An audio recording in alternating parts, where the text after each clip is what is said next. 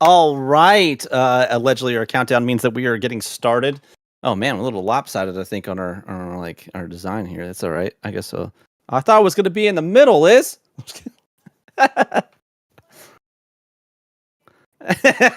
Well, we normally. Oh no. Oh man. And we That's normally okay. we normally have Foundry in the middle, which is why I built it the way I did. Fair. Sam's like, I have all these reasons for this. All right. Yeah.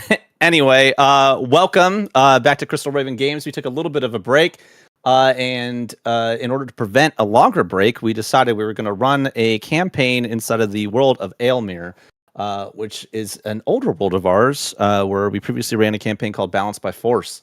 So we have some returning players, some a brand new player that I don't think anyone who's watched the stream has met before. However, she is greatly responsible for everything that kind of happens with the stream. Liz, please introduce yourself as much as you like.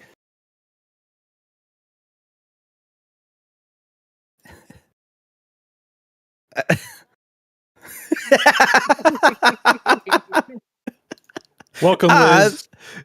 Hi, Liz. Yeah.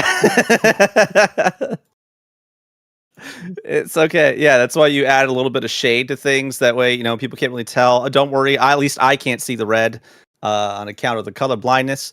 But since we actually get to start this at the very beginning of a campaign, I am going to actually ask everyone to do a little bit of an introduction to help you all out. I will start with mine. Sorry, Liz, for throwing you under the bus and then starting with me.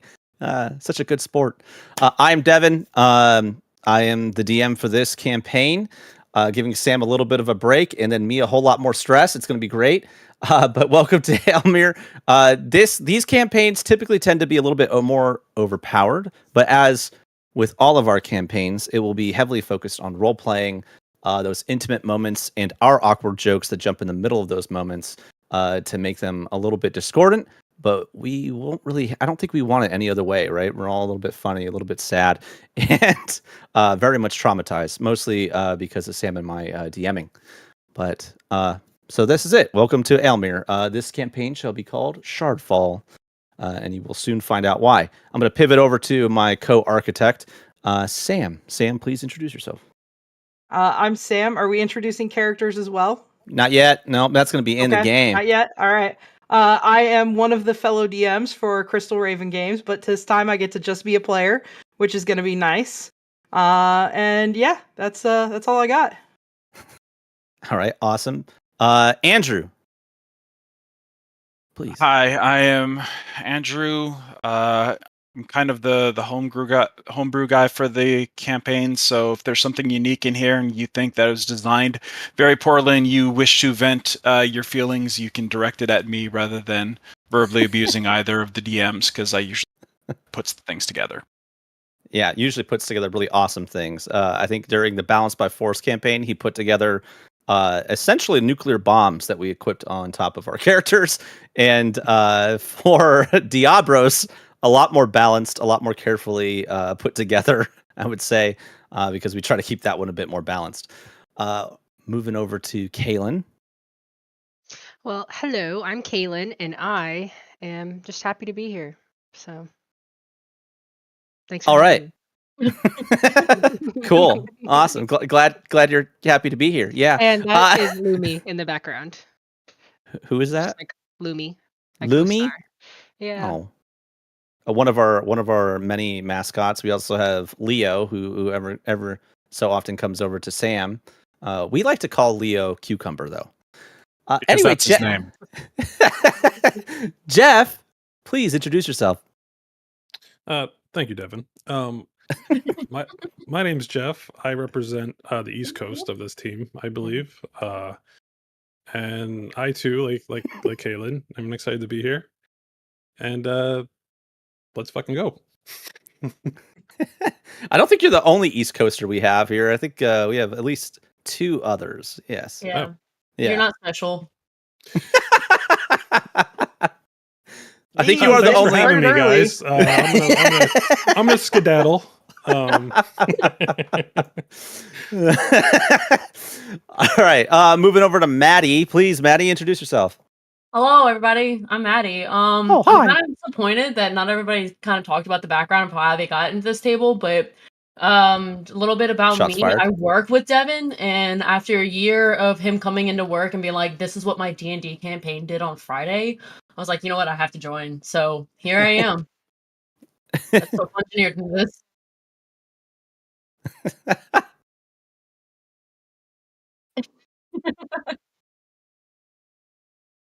Oh yeah, yeah. That's a lot better now. Yeah. Uh, Liz, we became friends because I absolutely used and abused social engineering to become her friend, in the sense that I was like, well, if you are friends with the people behind the applications, they help you more readily. And then it turned out to be kind of an awesome friendship. Yeah. Yeah, that's exactly it. But anyway, welcome to Aelmyr. So we're going to go ahead and do the awkward thing of jumping right into things. And I hope you're all ready. We're going to start with Draven. Draven, you find yourself inside of the Morgallon base in in Vycelest, the capital of Kailusant. You've been here for a few days now, and though you were directed here by the council out of Vermont, you haven't really gotten to know anybody. It's not totally unusual for you, even among your specific community of the Morgallon. You still are not often welcomed. This is something that you've grown accustomed to outside of your homeland. But the day has come for you to respond to the summons that you were sent here to represent. The Morgallon Council sent you all the way to Kailusant so that you may represent them by the command, or really the request, of the King and Queen of Kailusant. They have a problem that needs to be solved, and they've asked for a Morgallon agent. You know that the Council has chosen you because, well, you haven't totally proven yourself as a truly pivotal agent yet. You're newly risen, newly blooded, and really, it's up to you what your motivations are. But yeah, you find yourself in the Morgallon nest, I'll call it. Just like the one in Vermont, it is underground, consists of weaving tunnels that you've slowly learned here. It's a little bit different than the ones that you're used to, but still, you find your way over towards the known stairs that will take you up to the surface. What is going through Draven's mind? Now, is this leading up to? So, is this going to the king and queens right now? Oh yeah.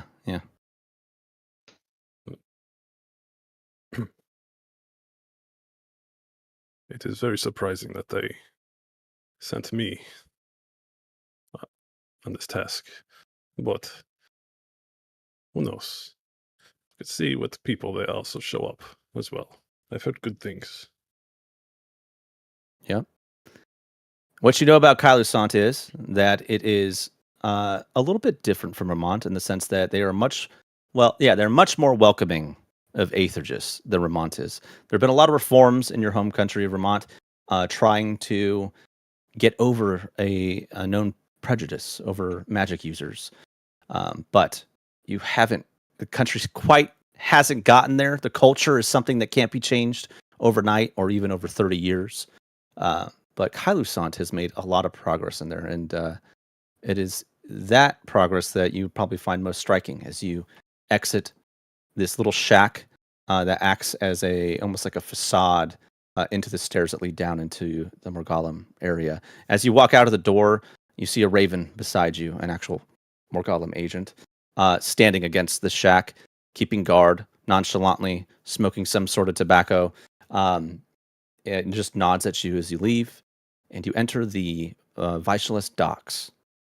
Here in the docks, you see all sorts of merchant vessels coming in. You see warships of Kailusant kind of anchored out into the water, and a lot of activity. Different warehouse workers, sailors running back and forth between storefronts. You see, like as you continue walking, you see a really busy bar. You know, it's done all nautically and kind of spruced up. And it's like right beside another kind of shitty bar that isn't as spruced up, and it looks kind of run down. The wood is kind of worn. But one of the things that just does strike you is that Working alongside each other are Aethergists and more mundane individuals. You can see Aethergists using magic to move boxes and to contribute and do their work in a different way.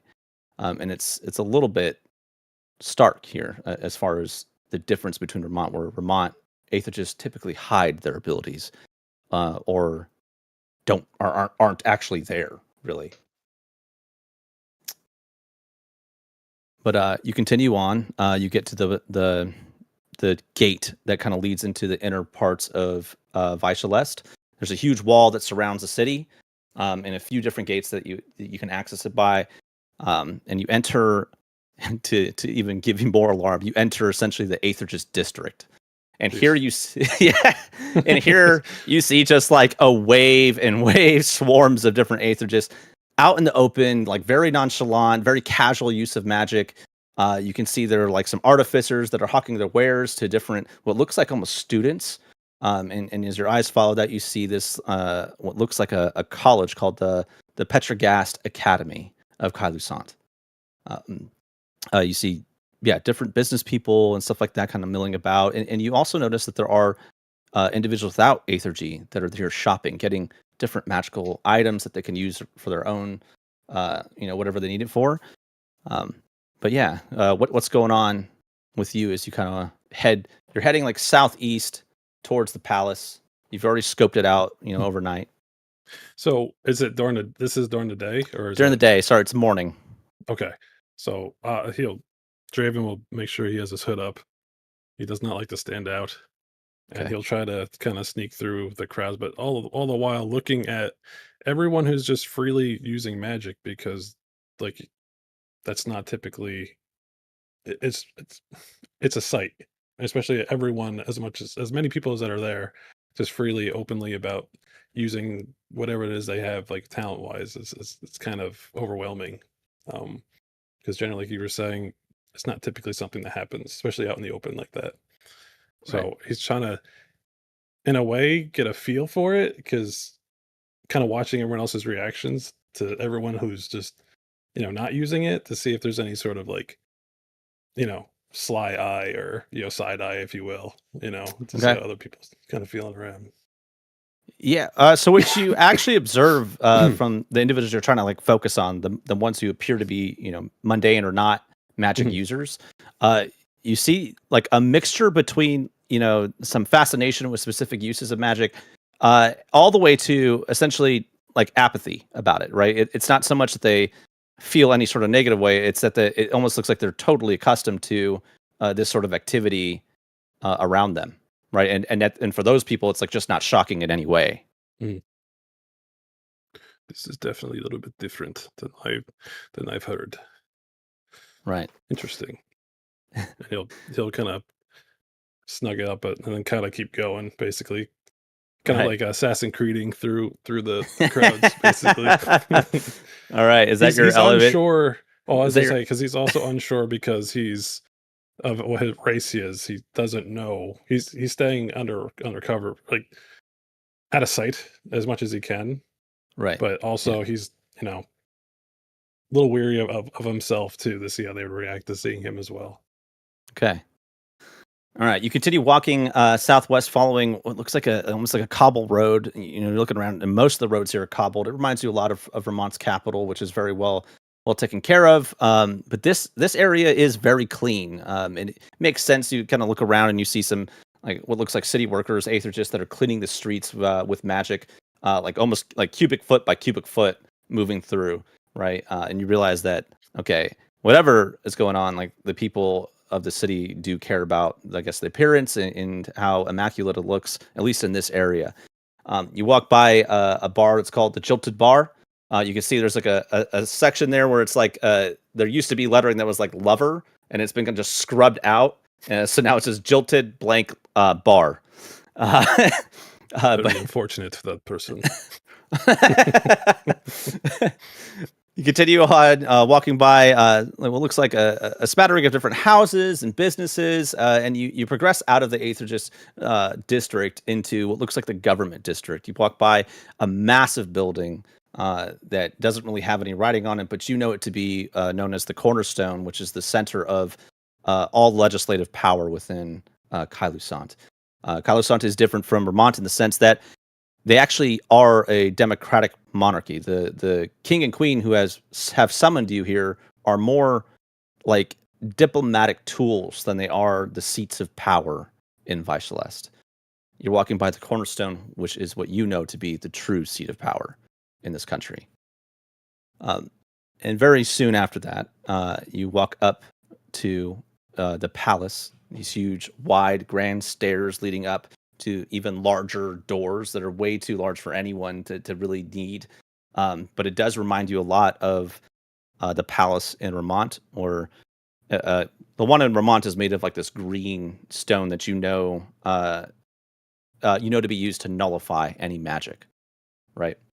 This one looks to be made of normal stone, normal like stonework, very good stonework. And out in front, you see a guard standing there, bedazzled in what looks like the blues and whites of the Pharaoh house. A lot to take in. Lot to take in. He will quietly approach the guard who's standing there. I've been summoned. By who?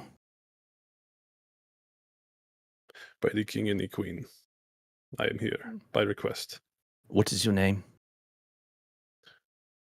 Draven Valnar. And whom do you represent? The Morgellum. You see his eyes widen a little bit. Please drop your hood. I'd prefer not to, if that's all right. If you intend to meet with the king and queen, you will drop your hood. Indeed.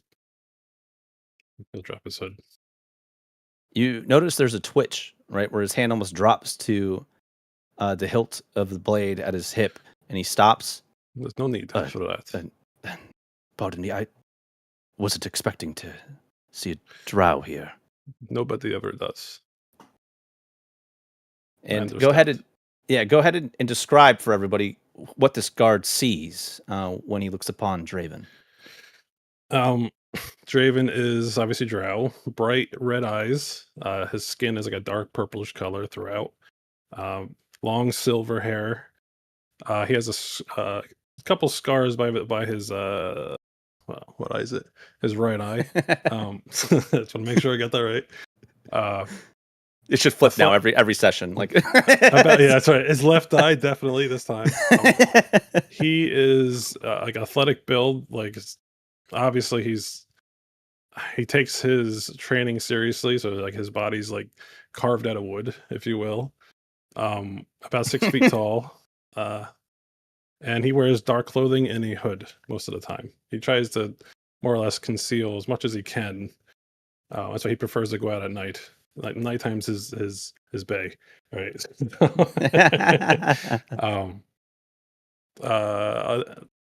Both his ears have a piercing, and that's who. Do I have tattoos on him? I do not. Yep, that's everything. But okay. The guard bows his head to you and says, "Please excuse my demeanor and my shock. No, no offense intended. None taken. That's just why I didn't want to drop my hood." Please leave it down, despite your hesitancy and also my ill manners. Continue on to the door and wait inside. Draven will extend his hand to shake his hand.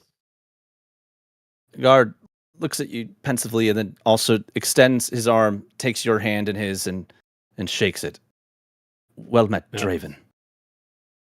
Well met. And just to kind of more context, his hand feels like it's made out of fucking stone when he shakes your hand. This guard is wearing a full gauntlet around his hand, so he can't really feel your... He shook his hand with a gauntlet? Disrespectful. He didn't throw it down on the ground. I want to tackle him. No, all right. Go for it.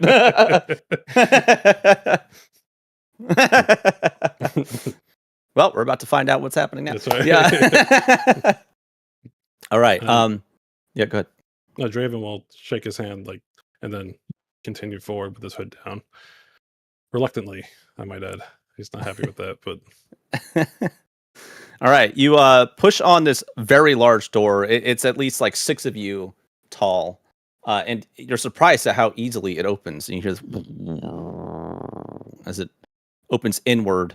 Sorry, actually, you would pull on it. Sorry, it pulls outward. Sorry, it opens outward, and then you slip in. You hear the guard kind of move up against it and push it and shut it behind you, and you walk into the actual first room of the palace, which is very much like a welcoming area, right? You can see straight ahead to you through these pillars is what looks like a throne room that is very far in the distance. You think you can see some people, but an individual steps in front of you, dressed in finery. Looks to be an older gentleman with gray swept back hair. Looks at you and says, "Sir, are you here for the meeting of the king and queen? Are you one of their representatives? Very well. Please have a seat over here on the right in one of our very, very nice chairs, and I will let you know when it is your turn." thank you. And he'll go and sit down and kind of look around. Is anyone else there, or is it just? It's actually empty right now. No one is there yet. You are the He does first not to like arrive. that. Yes. So he will cautiously sit down, and he's going to have a head on a swivel type deal, and then be ready, because this doesn't feel right for him. But You see the man pull out a little, it looks like a little paper, unfolds it, looks at it, looks at you. I assume the Mogalam representative. correct. Very well. Draven, is it? Draven Belnar. Yes. Draven? Yes. Draven. All right. I will try to Not keep like that. my name. No, I just want to make sure I have it correctly. Draven Valnar. All right. Thank you very much. That is correct. All right. What is your name? You can call me Fraus. Frost. That is funny. Funny name. Why do you, Sorry. why is that funny? Oh, it's no reason. It just feels funny coming off my tongue. That's all. I will go sit though. Nice to meet you, Frost. Very good to meet you, Master Valdar. And he'll go sit down again, kind of cautiously, like looking about. All right. Now we are gonna pivot over to Mel. Yeah, hi Mel. Hi. Mel, correct me if I'm wrong, because I put together all this stuff really quickly. But Mel, you are from the community, correct? Yes, and you have received a summons directly from the Queen, Amariel, to come and answer a call for some help that she needs. She is what you're aware of is that she needs someone of magical expertise, of a more abnormal magical expertise. She described it. That you are not in sync with the magic of the capital, even those that might be doing some certain research. And she felt that you would be helpful in this situation. And also, she wanted to see you again. Yes, you do know Queen Amariel from, yes. She frequents the community, even though she no longer leads it herself anymore. But she does come and visit, and then ensures that things are going very well. In fact, I believe the community now resides in a city that has been renamed to Dal. It was originally known as Dubois, and has now been renamed in honor of the hero Halvar Dal. Yeah.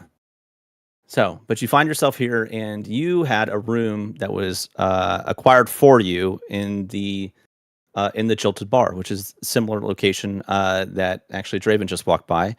It is inside of the Aethergist district. The Queen felt that you would feel most at home there. But you walk out of your room. Up to you, kind of, if you want to have breakfast. But it is time to start heading over to the palace.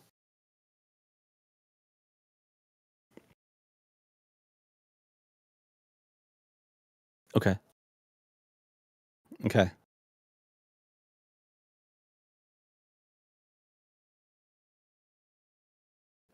Got it.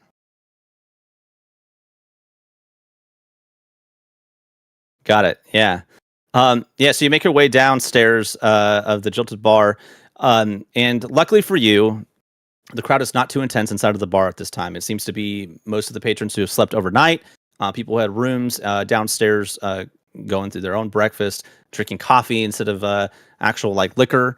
Trying to wake up as opposed to party the night away. But you exit from the bar and you enter what is actually a crowded situation, much like I was describing for Draven. There's Aether just everywhere out in the open, selling things. This doesn't seem all that unusual to you, right? The city of Dahl is known for being a primarily Aethergist like settlement. What is a little bit more surprising for you is that there are so many people who are not of magical influence milling about and like interacting with Aethergists. No surprise, nothing like that. You don't see any of these glances of shock that you would see from like visitors who come to Dahl.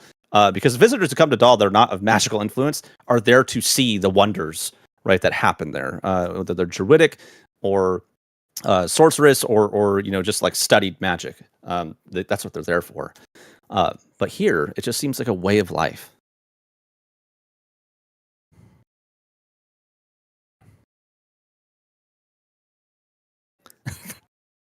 Yeah. Yeah.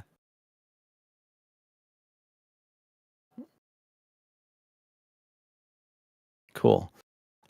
You do notice too, you see the legendary, well-known Petrogast Academy, just like on the opposite side of the road from the Jilted Bar.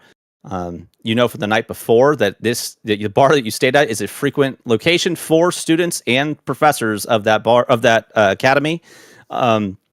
You see students again, like active, moving around, doing stuff, and you begin to head over towards the palace, walking through the Aethergist district. There are a lot of people here, so you probably have to kind of dance around. They don't notice you because you are shorter, but you see other, halflings. You see some gnomes. You see dwarves a bit taller than you, walking around, just as common almost as any other race out here.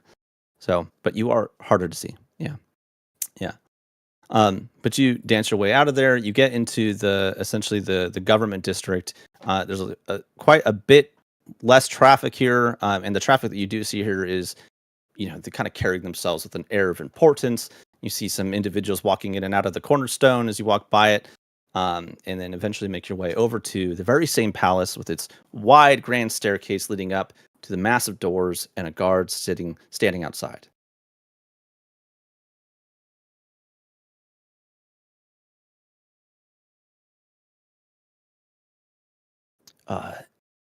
Mel, from which organization do you hail? The community. All right, down in Dahl. Absolutely. Please enter. Yeah. All right. Yeah, you're little. You walk up to this door, and it's like 12 of you, and you, yeah.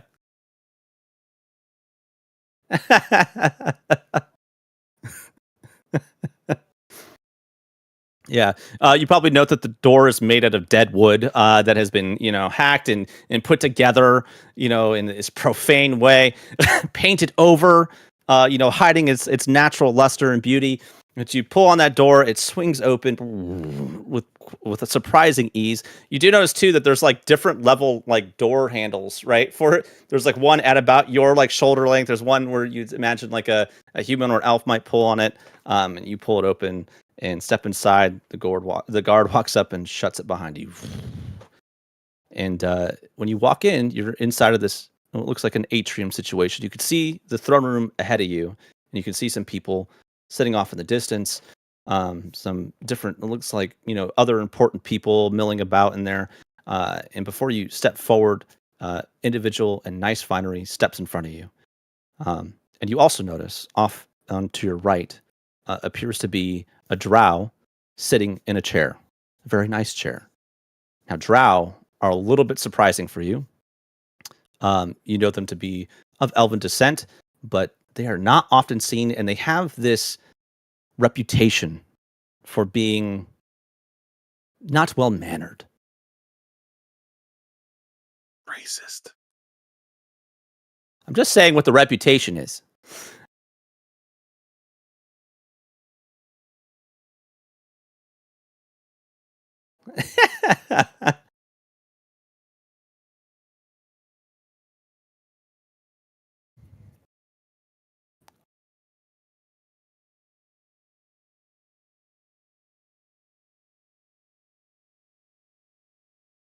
Ah, I assume you are Mel of Dahl. Ah, so good to see you. The Queen will be quite happy to talk with you. Thank you for making your way here and being on time. I will call you once the Queen and King are ready to meet. If you wouldn't mind, please have a seat next to Master Valnar over there in one of the seats.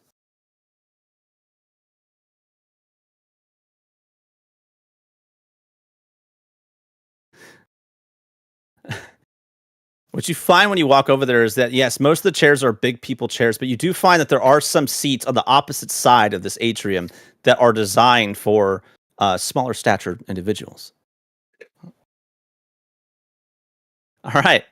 Draven, this halfling walks up to you and then sits down right next to you, scoots in, their feet kind of dangling over. Leave that open for you guys. Fast. Yeah. Real fast. It sounds like Liz is muted on the stream. Oh, Liz, you're muted on the stream. Okay. Oh, that's weird. All right, 1 second when we troubleshoot that situation. We'll do it all over again. We'll do it all over again. No.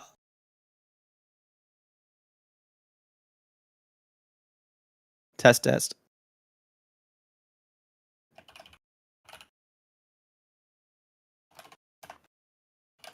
I think it might be left over from when she was just this stream queen and she wasn't picking up her Yeah, own that's what I'm audio. assuming. Nothing yet. Nothing heard yet.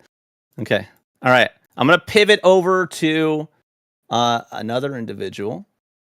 We're going to pivot over to Blair, Liz, while you work on that. And then we will come back and kind of give you guys some space to have a little roleplay moment between our halfling and our drow. Blair, you are staying at the Vice and Lust Tavern. It's a really well-known inn just inside of the primary gate into Vice Celeste, known as the King's Gate. Vice and Lust smells of stale ale, burnt rosemary, and often late-night ambition. It kind of lingers on the air. Just making sure. Kaylee, I don't know if you can hear me. Can you hear me? Just making sure. Okay, cool. Just making sure. All right. Even though it is morning, you could still hear the light tune of a bard still plucking away. And when you make your way out of your room, you kind of look over this balcony and you wondered yourself, because you recognize this bard from the night before, whether or not they had gone to sleep or if they're still just playing from the festivities from before. But you do smell the aromas of breakfast kind of wafting up. But it is your day. This is the day that you've been waiting for. And you know it is time for you to get, over to the palace and meet the king and queen, the heroes of Aelmyr, and receive your just dues. And you might not want to go do that on an empty stomach, but you might also be too nervous. Where's Blair at? So, like you said, it is her day, and she rises to greet the morning with a smile on her face. She has no care to even stop and eat or drink or do anything. She wants to get to the palace as soon as possible to be recognized for her perceived accolades that she thinks she's getting recognized for. And so, as she crosses this bar and sees the bard still plucking away, she stops and she looks over to him and she says, "Good sir, could you just pluck a little tune for me? Today is a big day, and the king and queen are finally recognizing me, and I would just like a small ode, if you will, to announce my arrival." Yes. I something could probably... upbeat, something upbeat, like something like, I could of course, I could march to. Yes. Absolutely. And he starts to kind of like stomp his feet as he stops playing whatever he was playing before, and his fingers begin to slide up and down his instrument, and he begins to play this song that is a regaling of the final clash between the heroes of Aelmyr and the Umbral Lord when they went into another plane to fight him, and ended up basically sealing him away and defeating him for good in essentially within Aelmyr, right? And it's a harrowing tale of the heroes uncovering secrets about themselves and having one of the Furrow children kidnapped and a bunch of other people kidnapped and constant threats, and they go into essentially the plane of demons and devils that are locked into an eternal fight, and they end up at this palace that the Umbral Lord took and fight him there. And so the story talks about him teleporting into a prison, taking up some of his prisoners and literally consuming their souls to heal himself, and the heroes having to overwhelm that situation. It is kind of upbeat, and it's this action-packed song, and it ends on a good note. The bard plays it immaculately. She just pauses and shakes her head, and she says, "Good sir, you are truly a champion among your peers. I could not think of a better song to start the day with." And thank you. She just flicks a coin his way. Thank you. Man, this is going to be at least what kind of coin did you send him? Well, I think she only has gold right now, so she flung him gold, even though she knows that's, It's a generous tip. It's a generous tip that she flung his way. Wow, this brings me up to 5 gold for the night. Thank you. And might I have your name? In the future, if I ever go on another heroic journey, I would love to have a bard accompany me and sing songs of my heroics. Yes, I'm Alaric of Reprieve. Alaric of Reprieve.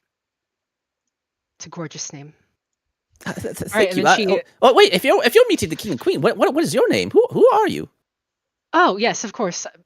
I do apologize. I am Blair Crother of the Aladane Plains. Blair Crowther. Okay, Crowther. Yeah, it's commonly misspoken, but it's all right. Blair Crowther. Okay, I'll try. I'll try to remember that. And I expect good things. Maybe one day I'll sing a song about you. Wait, so you said you haven't heard of me? You said Blair. You know what? Yes. Oh yes. I think I have heard of you. You. What did you? You did. I slayed a wolf pack. Yes, they were. Of course. Yes. The terrible pestilence. Yes. Of. And their pelts fetch a mighty fine price as well, if you cut them just right, of course. Right. The terrible wolf pack of Miralest, I'm sure. Yes, of course. Yes. That isn't the town. It's not, but she's rolling with it. Yes, of course. That was me. Mm-hmm. Indeed. Okay. I haven't written a song yet for that, but I'll get right on it. Of course. You should. It's very empty in here right now. You have time, so. Wolves of Miralest. Yes. There's a lot of the rhyming things that could be used for that. Yes. Yeah. What rhymes with wolf? That's your job, not mine. Anyways, good day to you, sir. Very nice meeting you. I have a very important meeting to get to. Ceremony, I should say. Yes. Right. Good luck. Thank you. I bid you adieu, and then she leaves. All right, you leave. That is, you walk out. You don't even notice. Like, there's actually like different patrons that are eating their breakfast, kind of eyeing you suspiciously, trying to evaluate whether or not any of this makes sense, because they see you walk through, right? And you have like this, I'm assuming, like mismatched armor. It might be well taken care of, but it's like. So her armor is polished, but it is mismatched. Kind of Frankenstein her outfit. She's very clearly hedgeborn. No fine jewelry or anything of that sort. Even her weapons are a little worn, but still polished. She still takes pride in them. But to the trained eye of the people of the city, she is very clearly, a hedgeborn, small folk type person. Got it. Okay. You step out the door. I'm going to pause there for a moment. I want to give Liz a chance to test again and see if we fix this. Ha, ha, ha. Test. Test. Please say it's working. Another sentence of things to say. Ha ha ha ha ha ha. Okay, yay. Good. Yeah, all right. We have your sound. Okay. All I'm also right. glad because when I was muted, my cat's auto feeder went off. I don't know if you guys heard it, but it's Nope, did not hear that. I'm so glad it wasn't on the record. Okay. It's an auto recording of you. Okay. Yeah, going num num diddles. Yeah. And it does it 3 times, and I've gotten burned on so many work meetings and shit. Like, they're like, "What is that?" And I'm like, "It's num num diddles, man. I don't know what to tell you." That is now a soundboard brought to you by Dave. Dum dum diddles. Yeah. All right. All right, Blair, you walk out of the Weissenlust and you walk out into what is known as the Heron District. It is the massive central market that extends from the north side of Weissenlust over by the Dahl Naval Fortress all the way to Weissenlust. If there is anything that anyone would want to buy, this is the place that you would go to find it. It's not just the mundane stuff. It's lots of crafters work and sell here, as well as some of the most well-renowned Aethergist merchants that live within Weisselest. It is a significant, world-famous market located within the capital of Kylusant. But unless you plan to stop to buy anything or look, I can continue. No, she's very much making her way toward the palace. She does stop and admire, and then of course she's on top of the world right now, so she's saying hello to everyone she passes. And it's always mismatched. She says "what ho" and "hail" and "good day" and then "my lady," and then just constantly greeting the people of the city that are obviously doing more important things. So yeah, you get like a mixed response of how do you do and hello and also like kind of like what the fuck, who are you, as people walk by you trying to some of them trying to ignore you because you're just way too peppy and it's too early in the morning for that shit and they don't want to deal with it. But one of the stalls you kind of look at, you see immaculate, beautiful armor sets. The combination of like plate, scale, incredible works of leather. You see one of the stalls has these incredible different arrangements of different size blades. You can see working from like dagger size all the way up to great swords, different glaives, spears, axes, all sorts of things. When you have money, this is the place that you probably want to be to find your next weapon, right? Or armor set. But you tear yourself away and looking at this armor that you deserve to be in, these weapons that you deserve to wield, and you make your way down the cobble road, walking by rows and rows and rows and rows of really, really nice houses. To your left is essentially what used to be known as the Noble District. It's incredible manors, very tightly compressed together though, because Weisselest's room is very, very much contained, right? It's not changing very much. So any new construction that happens within the city has to be very tight knit. But you see some of them have like kind of worked in like what looks like inner courtyards and all that stuff to make themselves feel fancy and still have a connection to nature. You continue to walk through and you come across this massive, immaculate, incredible, like it's at least like 10 of you tall statue of the different heroes of Aelmyr, still standing and poised, almost like back to back, in a scene that is described as like their fight. It's essentially their fight, like during the. It actually doesn't make sense based on what like historically, but it's the fight during the Hearthfire Crisis. But you're looking at it and you're like, you see Halvar there, and that doesn't make any sense because from history it wasn't. It was actually like Cad and some other individuals that were there to fight. But it has like the full array of everyone who's been ever mentioned as one of the heroes of Aelmyr. Incredibly well detailed. But I don't know if you would stop. These are like your heroes too. I would say like, right. Yeah. She stops and pauses to regard it. She looks up and she's like, a beautiful display, a little bit frivolous, not entirely accurate, but I respect the artistry, of course. Okay. You continue on, and you walk by this incredible, very, very tall, very big Hotel de Ruca. It's a hotel that you might not realize, but it's basically designed and sitting there for a lot of the diplomat, like and foreign visitors that are there for any sort of government, Viceleste business. You see a lot of what looks like very important people walking in and out of it.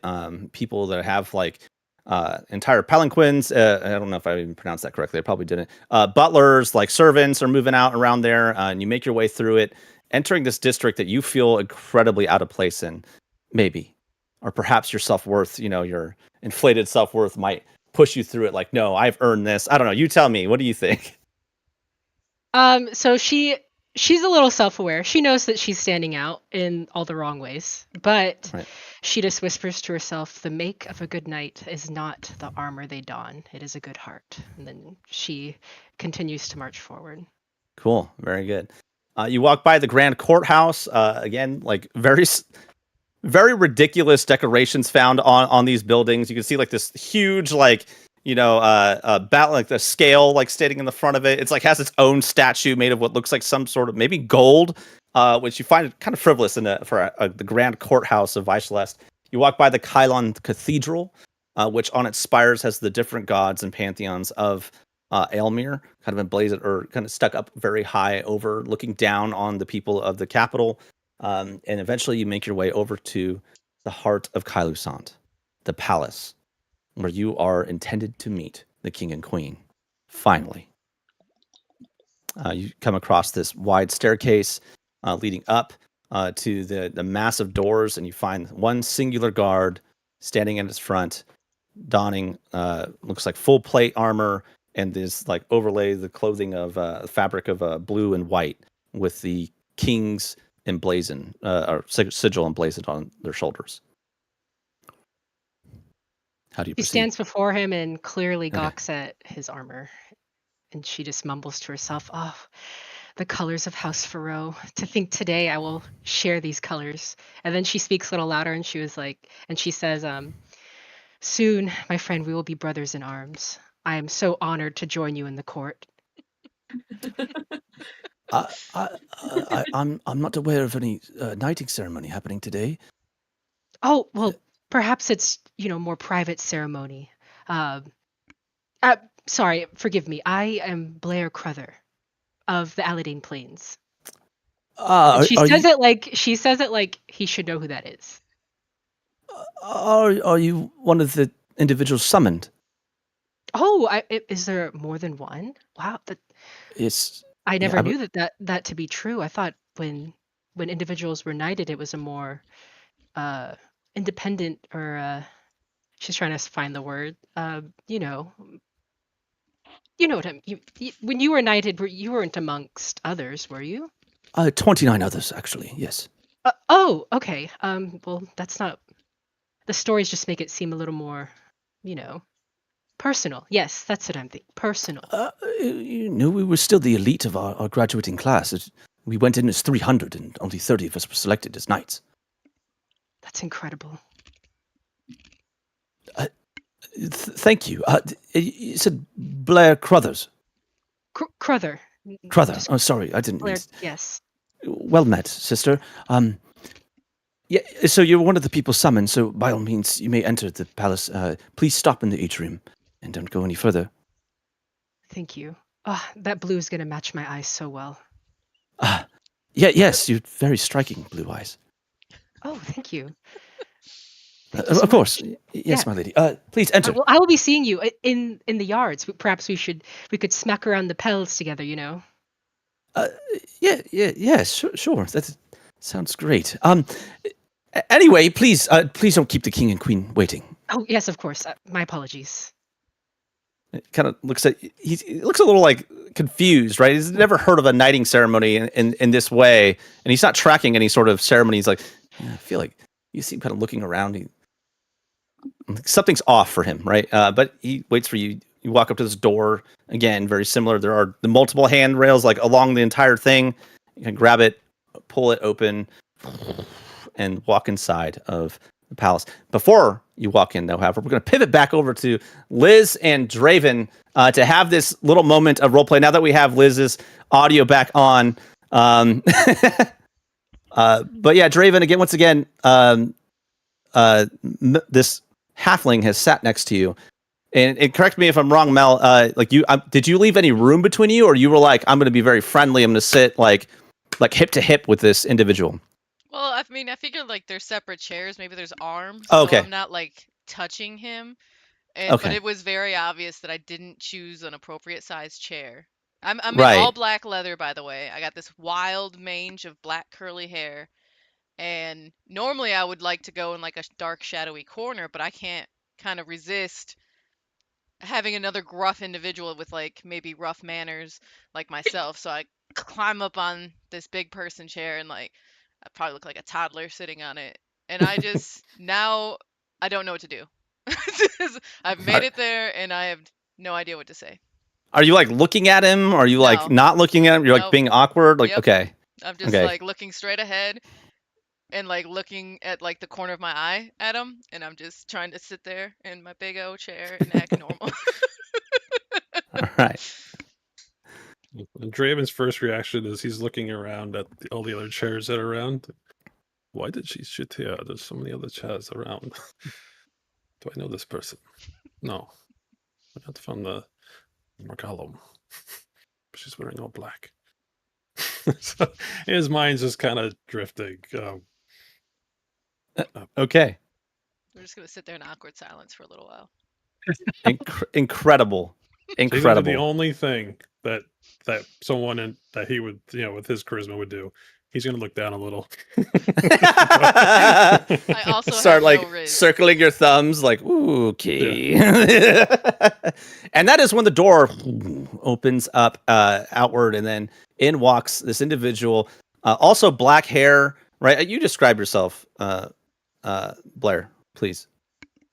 Yeah, so Blair walks in. She has her head held high with her mismatched armor and obviously very worn weapons. She's a human, average height for a woman her age. She's about 5'4", long dark hair and like sky blue eyes. But it's just clear from what she's wearing and the weapon she has. Like I said, she's not from esteemed upbringing. So clearly she's had some humble beginnings. Everything that she's pieced together, it's very obvious she's either found it or haggled for it in some forgotten market somewhere in the Aladane Plains. So, All right. As you walk in, once more, this fancy individual steps in front of you, the gray hair slicked back. Madam, are you here for the summons? And you can see his eyes like kind of moving down you and back up. Or perhaps you entered the wrong entrance. no, I am very much supposed to be here. I received a letter from the king and queen. I'm to be knighted today. Knighted, you say? Yes, indeed. I'm Blair Crother of the Aladane Plains. Ah, Blair Crother. Right, I have your name here. Well, you certainly are going to have an audience with the king and queen. Oh, I know. I'm so excited. You have no idea. I've waited so long for this moment. I'm sure. I'm very sure. And the king and queen are very excited to meet you, young lady. Please, if you could, have a seat with the others that are waiting to meet with the king and queen. Others? Yes. Oh, and he She, points like, off to your looks right. over. Yes, and off to the right, you see a halfling, all black, crazy, kind of crazy black hair, like stack. I'm guessing like almost like a troll tall, right? Like Yeah, standing up in different directions. I think I described it as like styled by nature. So however windy or whatever is going on is Windswept. Yes, is what Yeah. my hair is. So All right, the product is sweat. The and then you spot one chair over a drow. And now you've read tales of drow. That's your only reference for drow. And they are often the villain in the story. When you think of yourself as a knight, you've maybe even thought of yourself as fighting off with a a terrible drow that is ruling over some terrible organization, enslaving people, treating others like terrible like chattel, and you see this drow sitting over there, apparently one of the individuals that have also been summoned to meet with the king and queen into your esteemed company. And she kind of looks over to I'm assuming he's a steward, Fraus. Yes. Yes. Okay. And she just kind of like leans in and she's like, does the drow have an audience to answer for his crimes? No, actually, it's he's one of the guests of the king and queen. Requested. Yes. Requested. I see. Unshackled. Yes, unshackled. Yes. My grandfather told me stories of the drow, and I thought that he told me they melted in sunlight, but clearly that's not the case. No, I don't think that is actually a reality. It sounds very much like fiction. But please. Well, most stories are fiction, but there's always a bit of truth. Yes, I think the truth is in people's fear of them. But please, have a seat over there. I believe there's at least a few more chairs about your size. Please. Thank you. So good to Madam meet you Crother. again. Of course, it's very wonderful to meet you. And yes. And just one more request, if you don't mind. Could you ask that I be, if it please them, anointed in the name of my patron god, Shura? I will introduce you as a patron of Shura, of course. This isn't a knighting ceremony, miss. So they wish for it to be a surprise. Very well. Oh my god. Would you like a drink? I can have one of our servants deliver a drink. By the way, No, that's okay. It's very difficult to get out of armor to use the bathroom, and I don't want to do that during my ceremony. Very well. Very well. Okay. So it's not designed to give you ease of access. That's okay. Yes. All right. Please, again, a seat over there, please. She goes to sit. Okay. In for a penny, in for a pound, just ride or die. I am so sorry. She's very excited for what is not happening. So Nah, I'm over here like I should have been more interesting with my character. Shit. Let it be inspiration for you all. We are going to take a 10-minute break right now, however, before we get to the introduction of our last visitor and then the other two who are not so much visitors. But thank you all for hanging in here. We're going to take a 10-minute break. As usual, we will hang around in the break for those that can. Obviously, my players, you don't have to stick around. I myself am also going to probably step away for a couple minutes. But please, we will come back at 6:13 or 9:13, depending on which coast you're at. Cool. All right. Herb. Very good. All right. For the breaks, we do questions, anything like that. Yeah, let the awkwardness marinate. Yeah, that's right. It looks like we actually have a visitor that knows at least a few of us among us. I won't blast out your name, but it's Eli5377. Hi, welcome. Thanks for watching us. I think I saw also we had Zephyr Sage 13 that was watching. Let us know if you have any questions for the players, the DM, whatever, or about the campaign in general, and we'll try to answer as best we can. Or just talk shit, whatever one.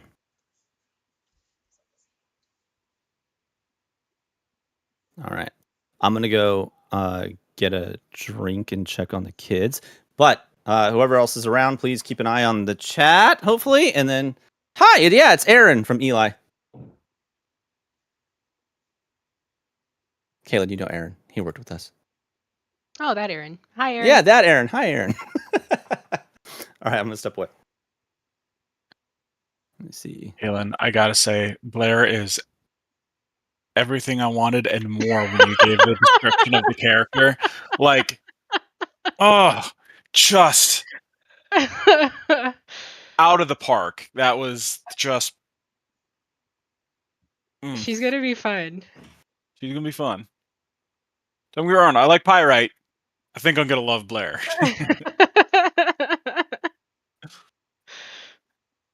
Yeah, I am already getting secondhand embarrassment playing her, so it's gonna be great. Oh, I thought it was fucking fantastic so far. Yeah, that was great. I Like, think it's like in so good. chains. So good. So good, Caitlin. Like the little bit of snootiness, I absolutely love it. Like it's just, it's so cool. Like, you very know, well. Blair. Like, come on. You know I'm here. I'm sure you've heard of me. I fought the wolf pack in my hometown. I'm kind of a big deal. What? Like, what's your passive perception there, bud? Did you hear her saying that racist shit? That was, tell he be shackled. Like, oh my god. And the words of Chandler Bing. Oh my god. I thought you were gonna be like, oh, so it's gonna be combat then. Yeah. Trial by combat, yeah. So awkward when she sits down, like, I heard everything. Well, the big thing for her character is she's trying to emulate what she thinks a knight is. And in that instance, she's like, it's clear to everyone except herself that she's clearly playing at a character as a character that I'm playing. So it's funny. Like, definitely, it's like my character is going to be boring compared to Kaylin's character now. I feel like I didn't do enough, right? I'm just playing a nerd. I'm literally playing a bookworm nerd, and then we got this super extra awesome fucking wannabe knight from the farm. That's right, from the farm. It just, I took out the whole hornet's nest by myself. Spooky cryptid druid. Yes, spooky cryptid druid. Really cool shadow monk drow. Extra. I don't know how to describe it except for an extra, fully extra Delulu. Wannabe knight from the farm. Yeah. And then I'm playing a human cleric bookworm. Yeah. Right. Like we got like 2 Nepo babies in here. Yes. Very much so. Yeah. It's gonna be very interesting. I thought it was cool when you sat down though. It's like you didn't even look, you just you just chilled. No, like my charisma is like mine's low. So oh yeah, I only have a +1 to charisma. I think it's 12. So that's technically higher than average. Yeah, you're above average charisma. All right, well, but my manners aren't. So yeah. So I think when I was doing my write up and stuff, I was like, I spend so much time in my wild shape that like I'm more likely to like growl at you if you've displeased me than like use my human words and things like that. So so just like my youngest daughter. Need another pool party so I can see her in the wild. Yeah, she walks around like she's pretty adorable. Jeff, I was just thinking back to your comment about how she was like fighting hornet's nests. She would have had to like take on a bajillion hornet's nests to get to like level 5, right? Which makes it even more hilarious, you know. She was essentially pest control from where she comes from. What's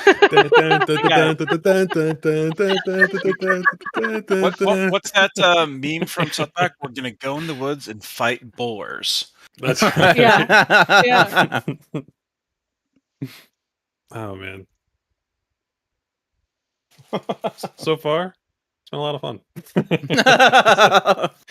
Totally enjoyed it. All you did was get to a chair. Yeah, we just sat in a chair. Nailed it. That's why I love D&D. We literally just walked to a place and sat down, and it's already been so fucking fun. I mean, it's been great. We have the awkward silence between 2 people that want to say something, but they're just like just chilling. And then the immense racism coming out of the country bumpkin, which was my absolute favorite thing you've ever said so far, Kaylin. Should he be shackled? Yeah.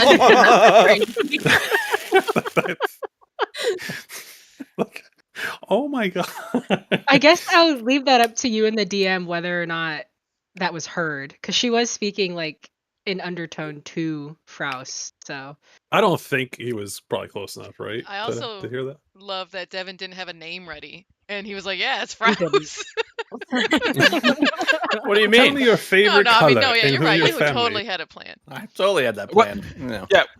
Yeah, no, that's. Well, let's ask him what his middle name is, what his mother's maiden name was, What sign was he born under? what sign he was born under, his birthday to the exact date. Mhm. If we call him Frau's pork chop, I'm gonna lose my shit. He's already Frau's pork chop in here. Yeah, so- my friends call me pork chop. Yeah, his name is Frau Stonebowl. Stoneball. Stone Bowl. So for our audience who's watching who isn't tracking, we in our last campaign had a character named Fraus who decided to give up his name to people who just steal names if you give it to them. And He did not so decide. we He didn't know- fucked that up. Yeah. Go ahead. whatever. But we didn't know what to call him, and so we just went with pork chop at the time. And then there's also the fact that he got really into what, like carving like stone. And so he it was made pottery. pottery. Yeah, pottery. He was into pottery. Yeah, and he as part of his therapy sessions, and he tried to make everybody cups and hello, Great Dambino. And he tried to make everybody cups, but instead, whenever he gave out the cups, they just looked like solid orbs, like with no means to pour any liquid or food into it. But he insisted that he was handing out mugs and bowls to people, and it caused a lot of concern within the party that he might be seeing things. That was great. We're also like, hey, keep with therapy. Yeah. Yeah, Aaron was a semi-pro football player from Great Dambino. Aaron LMAO.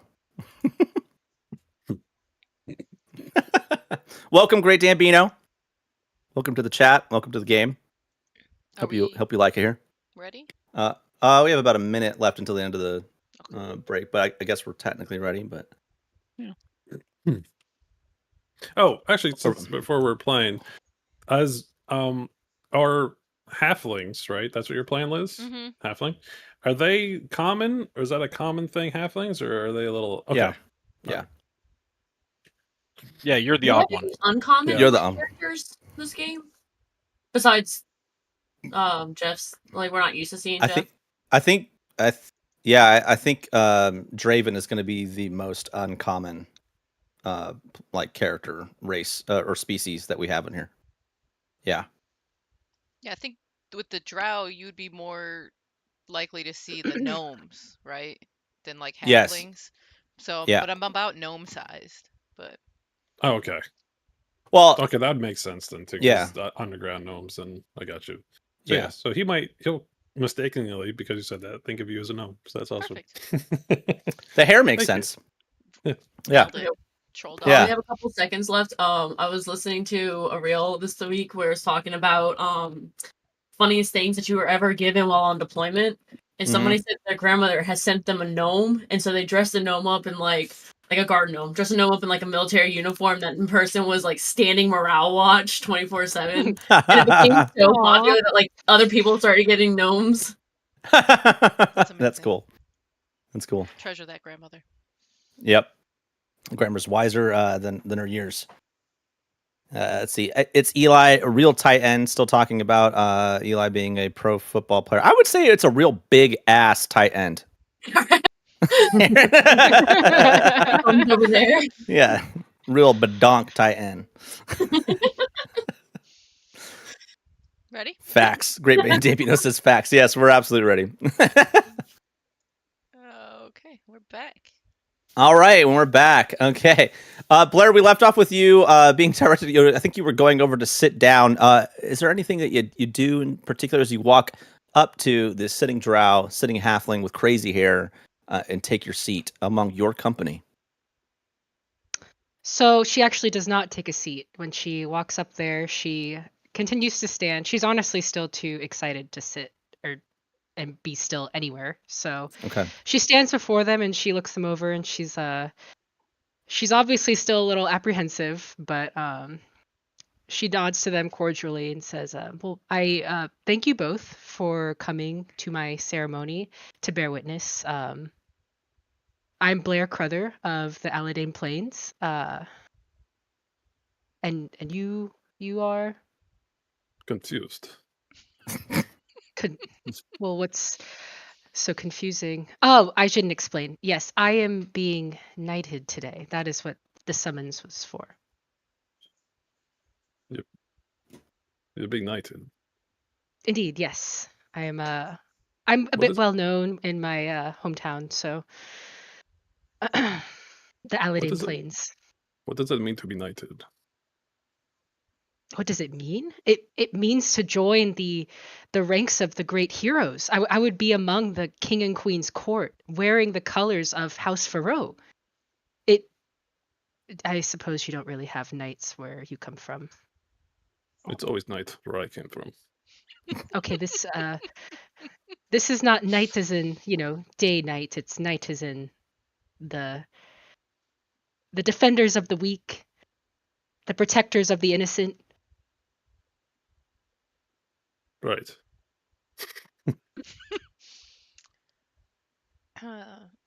Congratulations on your knighting, Miss Blair.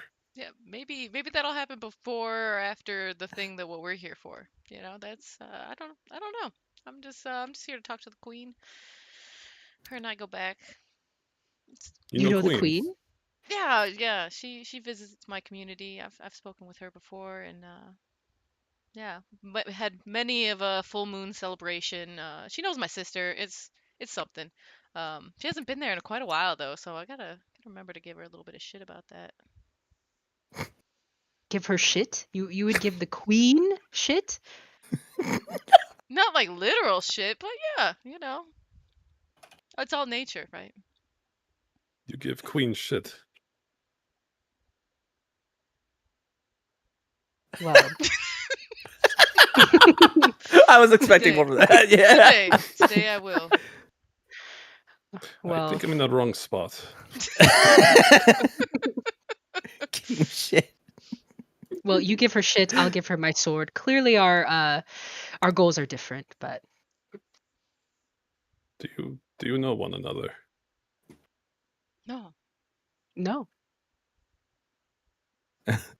Okay. We're gonna pivot over to Thesira.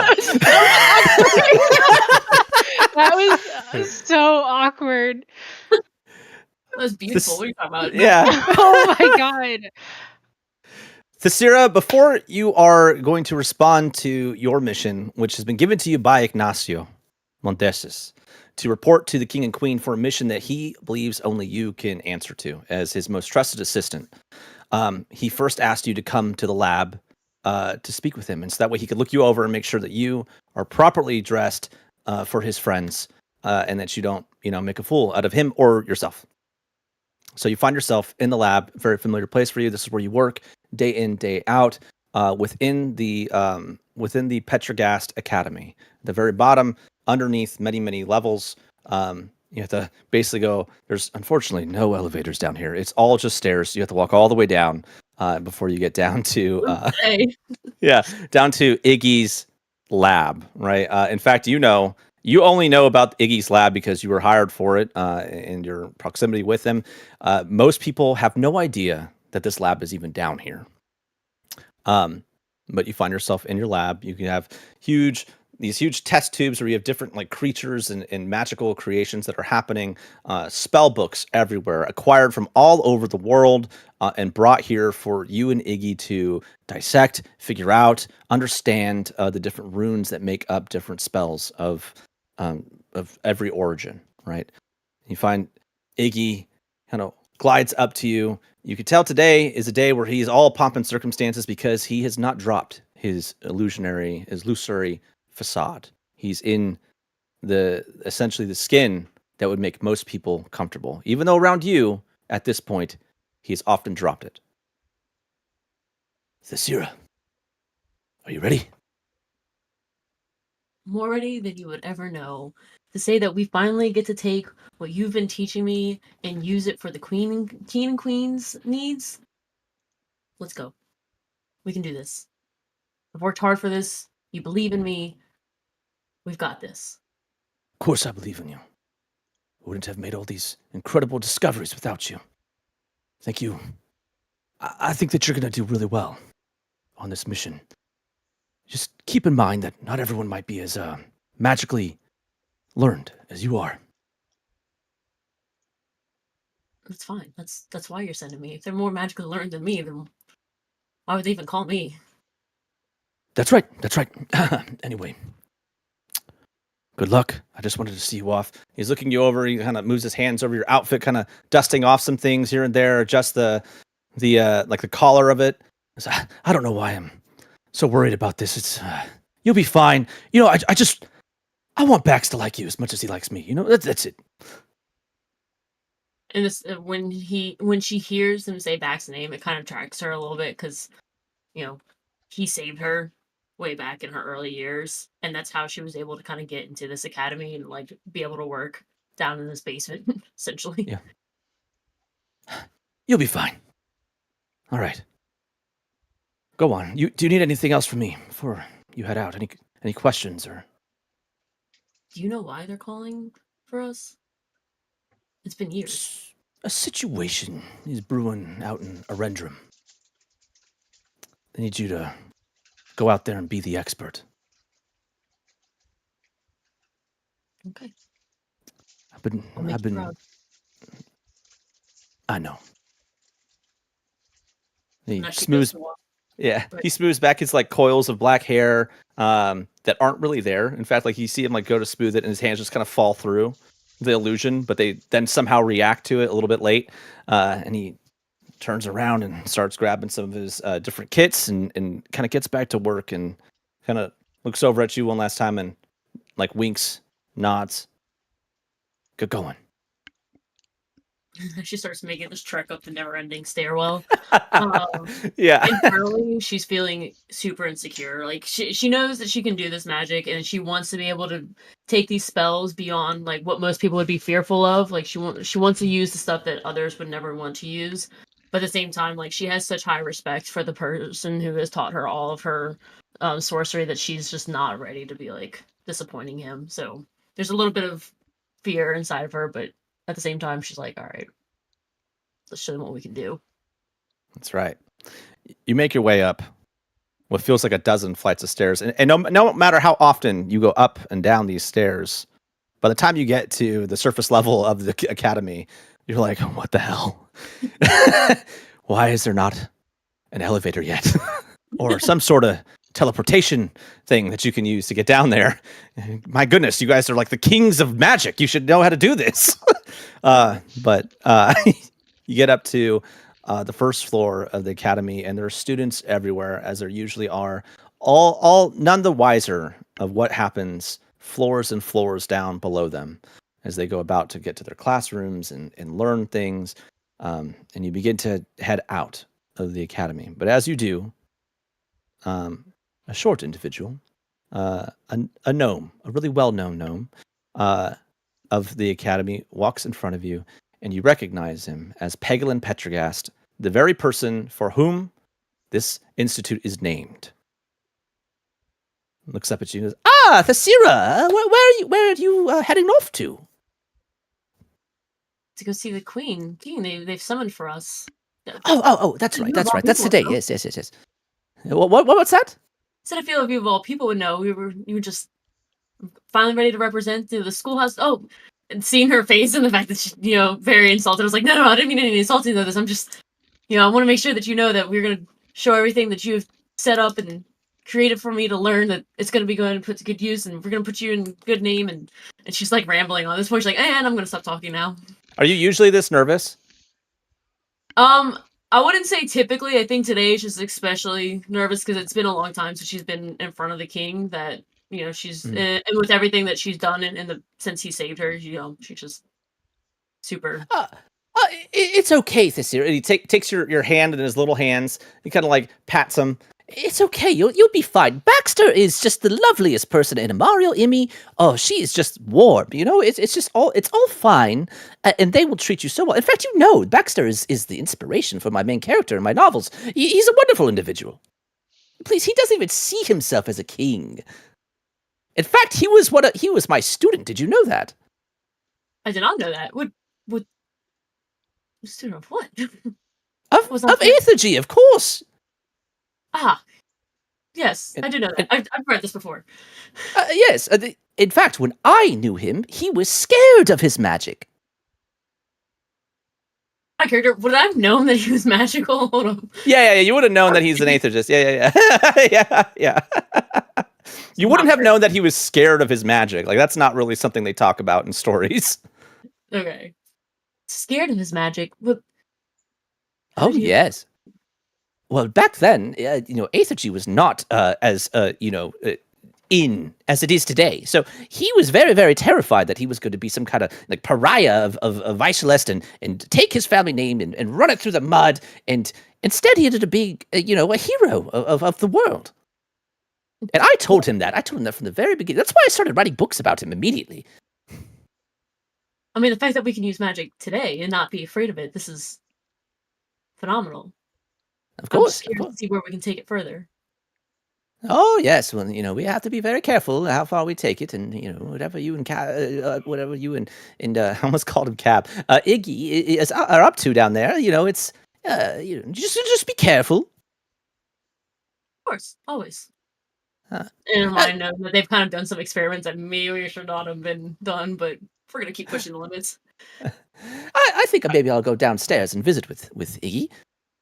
I'm sure he'd love that. He's all dressed up today, and I think, he would love to show off what he's got on. Oh. Well, I prefer it when he doesn't have that thing on. Like, it's so much more interesting when he's walking around like an undead. It's very interesting. He keeps rambling as he walks away from you. He doesn't even say goodbye. He just kind of like and walks away. And you hear, oh! And he falls, lands on the ground, and like picks himself up. It's a stupid stone. It's a sweat. They need to smooth this out. And you're looking down below him, and it's a perfectly smooth hallway. There's no stone like out of place. No idea how he tripped. This guy is like one of the most powerful mages in the entire world, really. And he often falls, and he's kind of a klutz. That's not the most relatable thing I've ever heard. So, anyway, clear now of Master Petrogast. You may leave the academy, and I assume you do so. Yes. All right. You leave the academy and you enter an area that is honestly home to you. You're in the Aethergist district. It's where your home is, I assume. And you look around and you see all the sites that resonate with you. It's part of your identity. How common and accepted and normal it is for Aethergy to be part of the society. For you, this is how things have always been, right? Except for your trauma in the past, but we won't get that. We don't want to dig that out yet. But you continue on and head over to the actual government district, walking by all the same sites that I talked about. The Jilted Bar, leaving the academy, and you get past the Cornerstone and up to the palace. And you've walked by this palace many, many times. It's the centerpiece of the city itself, the city that you call home. But not too often are you looking up these wide stairs at these majestic doors with that guard in the front, about to walk through them. So what's going on now? So, despite the fact that she's seen it 100 times, knowing that she's about to finally get to go inside of it for one of the first few times in her life, if ever, she's kind of taken aback in awe and excitedly. She walks up to the guard and introduces herself as Sarah Monterey, and be like, I've been summoned, I'm ready to go in. Like, how are we doing today? I'm very, very good. We've had a few strange visitors, actually. But you seem perfectly well suited for Kylon society, and it's very nice to see you. Are you here for a knighting ceremony? No, why would they knight me? Oh, I thought maybe it's like a visit. I don't know. Someone mentioned they were going to get knighted today, and I'm just trying to figure out, because I figured, me, a knight, I would be in attendance, welcoming a sister into the knighthood. Anyway, I'm sorry. You're here for the summons? Yes, and she's nodding her head like she knows how knighting summons goes. She's like, yeah, sure. Of course. Go on inside, and door swings out. I'll get the door behind you. Before she goes up, she asks, do wizards typically get knighted? Is that a thing? Oh, not you. Someone else came in. I thought maybe you were, like a in the audience. Oh, No, oh. I've never seen a wizard get knighted. That would be. I mean, it's totally possible, I guess. Maybe someone like Amaru, Queen Amaru, if they were like a blade singer. Yeah, possibly, sure. And she just kind of walks away more confused than anything. Okay, so sorry. I feel like I've befuddled you. You're okay.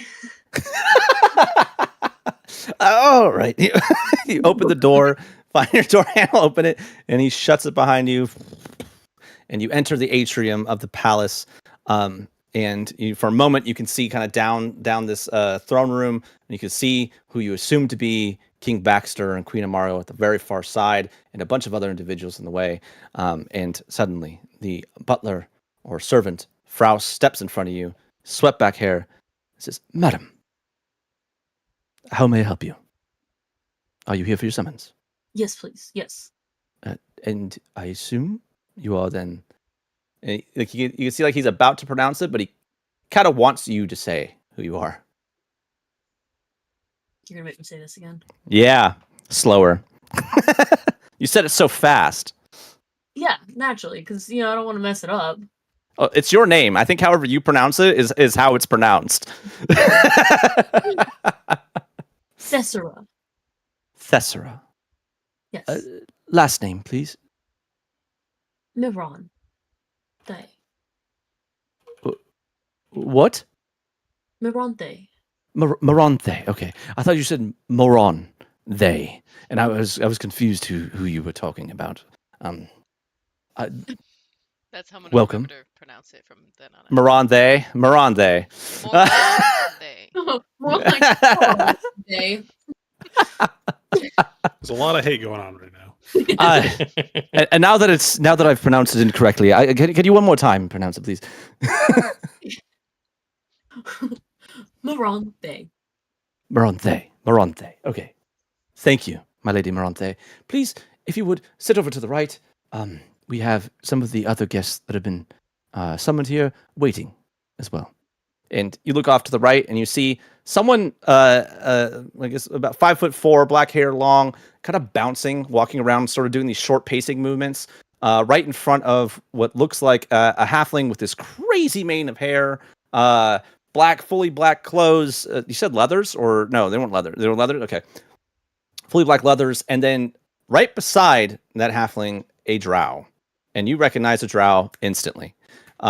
Full white hair, long. I believe it's like nicely combed. Like you must take time to manicure this mane of white hair. Gorgeous. Bright red eyes, the dark marble, like purple skin. And even you, it takes you a little bit by surprise. You don't think that you could recall ever seeing a drow within the walls of Vyceleste. So seeing the drow is gonna really spike up my interest. Not only do they request our help as the wizard, but then now we're seeing people from outside the culture, and so I wouldn't say hastily, but she's gonna ease her way on over there. Before I get over there, out of character, would I recognize that Mel has some sort of sorcery or magic? Would I be able to I don't want to necessarily say detect that, but Roll Arcana. The very first roll of the game. Let's fucking get it. Yeah, No it's like pressure, baby but size you're hands, setting by the- the way, Eli. Yeah, no pressure, but you're setting the theme for the whole campaign with this first roll. So Yeah, that's right. If it's terrible, it's your fault. If everything's bad, it's your fault. terrible. Not necessarily great. All right, 16. All right, as a roll of 16. Yes, you recognize there's some telltale signs about her demeanor, the way she carries herself, that she is some sort of aethergist. Are there what kind of signs might exist on you that would define what type of aethergist you are? Mel, are there any? Let me think. Like furs or anything like that? Or... Probably the hair. I mean, I feel like you might pick up that I'm a druid more than I'm maybe a spellcasty kind of person. By my wildness, most of my spells deal with like poison or like melee, so there might be some telltales of that. Okay. Yeah, Yeah, I guess Yeah. maybe the natureness of it. You sense a lot of nature magic, Honor. You put together the clues, and you're like, that outside for a long is a That's awesome. halfling druid. I smell spring. Irish Spring. Irish Spring. All right. The classic soap to go to. But so you mentioned you were, not hastily, but eagerly almost, like getting closer to them. Do you talk to them? What do you do? Yep. So especially since I know that I can sense that Mel has some sort of magic, I'm gonna be more drawn to Mel than any of the others. Obviously still very interested in Dravan, but I don't know if I'm necessarily Draven. Dravan. Easy. Dravan. Go on. Anyways, Draven. So I'm gonna walk up to Mel, introduce myself. Hi, I really need to learn my name. Thess. That's Yeah, we're gonna keep it short. And ask, how are you doing? Like, why are you here as well? I know obviously we all have the summonings, but like, what do you think we're here for? Mel's gonna hop up on her chair and reach her hand out to shake, which puts us maybe about the same height if I'm standing on a chair. So what I'll do, I'll hop up and I'll introduce myself, and when I'm introducing myself and I smile, I'm also gonna cast my primal savagery so that my teeth look like fangs for an instant, and then they go away again, kind of wicked and wild. And I'm gonna say that I'm here to speak with the queen. She's one of our community, and she requested my presence, and I have no idea what it's about. But she missed last full moon festival, so I mean, maybe it has something to do with that. How dare she? I know, we got wild. No She missed capacity. it. She's missed quite a many moon, so she needs to come back. Would I have been? I don't think I would have been nervous about the Fang situation there, would I? Because I've magic. Yeah, you work with the Lich. I don't think you're scared. Right. That's fair. Yeah, That's I also feel- very fair. Yeah, so Yeah. maybe more of just getting to know Mel a bit more on my Yeah. wild wickedness. So Yeah. If anything, Thess, you might find yourself like, another weirdo. I love it. you might Ooh, can do the magic. yeah. Yeah. So Blair, this person just walks right past you, right? It doesn't even acknowledge your existence at all. Immediately turns to the weird halfling and greets them, and they start engaging in conversation. Doesn't even acknowledge really the other strange individual that's in here, which is the drow. How does Blair respond to being completely ignored? Blair continues pacing. She's just walking back and forth, bouncing on her heels. The fact that she was ignored by someone walking in doesn't actually bother her in any way, because she just assumes that at this point that everyone in this room is going to bear witness to her being anointed. So whether or not they acknowledge her now means nothing to her, because they're about to acknowledge her very soon. Okay. All right. As you all are kind of having this conversation, you hear this movement of feet behind you. And those look over, you see that all the individuals that were inside of the throne room are now shuffling out. You could see all sorts of different nobility, probably some actual lawmakers moving out of the throne room and departing through the large doors. And then after they kind of mill out and leave finally, Fraus walks up to you and looks at you, each of you, and goes, "I believe the king and queen are ready for you." Oh, If you would- finally! And then bolts past him into the. Hang on, I have to follow me. And he kind of jogs up to the edge of it, and he goes, "Introducing Blair Crothers of Crother. I'm sorry, Blair Crother of Aladdin Plains. Yes, the Aladdin Plains. And she immediately Yes, goes to bend tourists her of knee. Adelaide Plains. Try to as Blair runs headlong in, and then you see Frost look at you all like, I'm about to do this very, very fast. You better keep up and then run in. You better walk in very briskly. Look as professional as possible. And then he turns and also announcing, he looks flustered, right? Because Blair has now thrown off his entire order. You see, like, he has this paper out and he's like, shit. The Ravon Velnor of the Morgalum. Mel of Dol, the community, and Thessera Morondhe of the academy, of the Petrogest Academy. Please go. As we're like shuffling down, we turn to Mel. What the hell? Why are we running right now? Full out sprint for me. I got little legs. Blair, you run. You're running forward, and you come to a stop right in front of the throne room, and you look up, and sitting inside of, or like in the actual like thrones before you, you see King Baxter Farrow the First, and you see Queen Amariel Sicilar Farrow.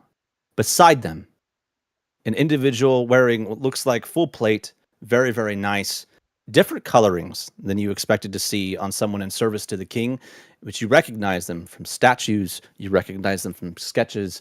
You see Halvar Dall standing there, another hero of this country. He's standing, and just beside him, somehow slightly slighter woman, similar age, looks like maybe, she somehow is aging more gracefully. But you recognize certain features about them, but not in a way where it's totally and completely familiar. They remind you of sketches that you've seen of the goddess Honora, but they're slightly different. They look a little bit more mortal to you. And you're not really sure who this individual is, but for others, I would say that it's possible that definitely Mel and Thessera would know who that is, and that is Idore Dall, the wife of Halvar. There are all kinds of rumors about Idore, including that she was once a goddess who gave up her divinity to be with Halvar. And on the other side, over by Imariel, you see another, looks almost like I would say, maybe a paladin, I think is what, I can't remember. Yeah, a paladin. Yes. I would say, Blair, you recognize this individual as Gensher Umbar Tor, another hero responsible for fighting demons, in fact, known famously as a demon slayer. Let's see. Let me find my notes real quick. Yes, I think that is it. And that's who is standing before you. In front of you, you see these giants of Kailusant and Aelmyr history. True heroes of Aelmyr. And the rest of you, Mel, Draven, sorry. See, you fucked it up. You fucked this up. Whoever said Draven is... I said it earlier, too. And I was trying to sound out his name, and he's like... Oh, my that's God. My name now. God. All right. Thanks, guys. That's Raven. So, no. Oh, no. All right. It's been fun, everyone. All right. Jesus. Draven. You walk up and you recognize these people. There are statues of these people even in Antasharat, even in the Drow underworld. And there are definitely statues of them in honor of them in Ramont itself. You know that many of these individuals before you are like personal friends to your own king and queen. In fact, you know your queen is only alive because of these individuals that you are standing before. While you might not have the best thoughts or opinion of kings and queens because they're kind of dangerous to the balance of all things, you know that these individuals have done a lot in service of balance. With that being said, he will not make eye contact with any of them because he's unsure of himself. Of like, obviously, so far everyone he's met so far has been a little bit uneasy. So you can Right. kind of get that feeling. So he's Yeah. not going to make eye contact, but he will immediately he will kneel and just not say anything, just still a stone, just kneel. All right. Thessera, you kind of hustle up after them, kind of spurred on to move quickly by both Frous and Blair's, I don't know, impetuousness. But you you rush up, and almost for a second forget that you are running up to someone who really the only reason you're alive is because of one of these individuals. And then suddenly it clicks on you as you come up under the dais, and you have these two thrones above you and these individuals on either side, and you see King Baxter sitting there, not very much like a king, I would say. Correct me if I'm wrong, Sam. Sam, Nope. who is the previous player who played Baxter, probably tell us how Baxter is sitting there. Baxter is definitely leaned back in his throne. He has blonde hair that kind of swoops down. He's got one leg up on top of the other, and he's very much in that chilling kind of pose. He's not sitting there all pomp and circumstance. He looks taken aback slightly when you go to bow at him, and he's just like, "Oh yeah, that's right. I got to deal with this stuff now." Do I notice that look at all? Does Draven notice that? What's your passive perception? 17. Yes. And not knowing the context of that, it's gonna make Draven a little bit uncomfortable. He's like, "Fuck! Like, they do not like Drow. I do it." You can rise. You don't need to bow. Really, it's fine. I don't mean I do not mean disrespect. No disrespect taken. I don't want you to feel uncomfortable. By all means, please rise. Kind of reminds me And of the no, we don't do that here, Yeah. We don't do that. We don't do that here. He'll slowly rise, but you can tell he's uncomfortable doing so. But he will rise. And Mel, you kind of rush up as that exchange is finishing, right? The king not quite admonishing, but like please don't bow. You kind of rush up behind them, and you see your long friend Imariel, very different than Baxter's demeanor, is sitting with like her hands in her lap like this, standing as regal as possible, but it somehow looks natural. This woman is a full-blooded elf, very, very beautiful. I believe black hair as well, and like striking green eyes, very pronounced ears, and she is dressed to the nines in like full queen garb. And she seems to be taking her job very seriously. Then I'll like bow and be like, "Your Majesty" to her, and then kind of look around and be like, "Damn," to everybody else who's in the room. So I'll dress her very appropriately, but then I'm like, everyone else, it's like I wasn't expecting that, right? I thought it was just gonna be the king and queen, or just the queen, and now there's all these other heroes in here, and it's like, damn, yeah. So I say that. I say, damn. Damn! Out loud, King, Queen, Hal, Genscher, and Hidori all hear all of a sudden our wild halfling, damn! And so they kind of gawk. I did want to take a moment, I guess, for the other two that we have in here.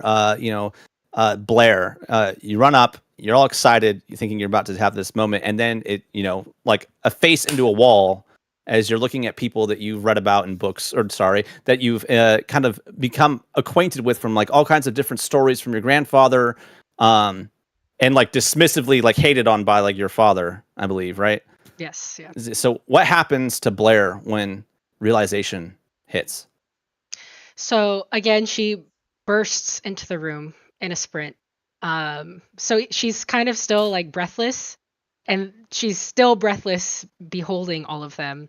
And though Baxter had mentioned that they all need to rise, she continues to stay bent at the knee before them. And she looks at all of them, and she's just clearly at awe but not at loss for words because that's not in character for her. So she says, I cannot believe this day has finally come. I have dreamed of being in this very room since I was a little girl, and now you are all heroes where I come from, and you're just made flesh before me. Before I only heard stories or saw pictures, and now you're here, and I am just so honored to be in your court on this day.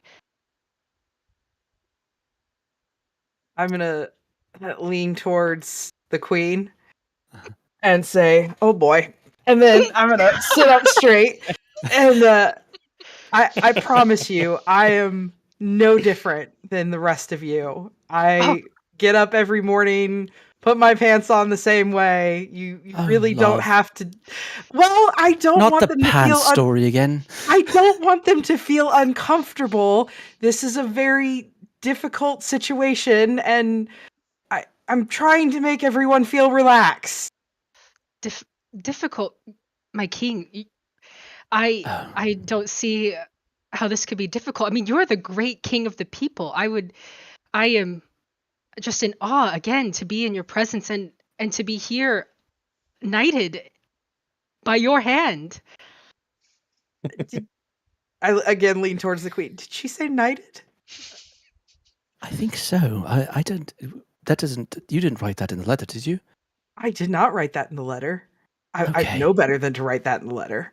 Yes. There's a whole. We have a whole ceremony for it, Baxter. We already had this problem before. I swear to God, if you did write it in that letter, I did not write in the letter. You didn't get a letter that specifically said you were being knighted, did you? Well, I received a letter with your seal, and I had it read to me. Oh no, she can't read. She can't read.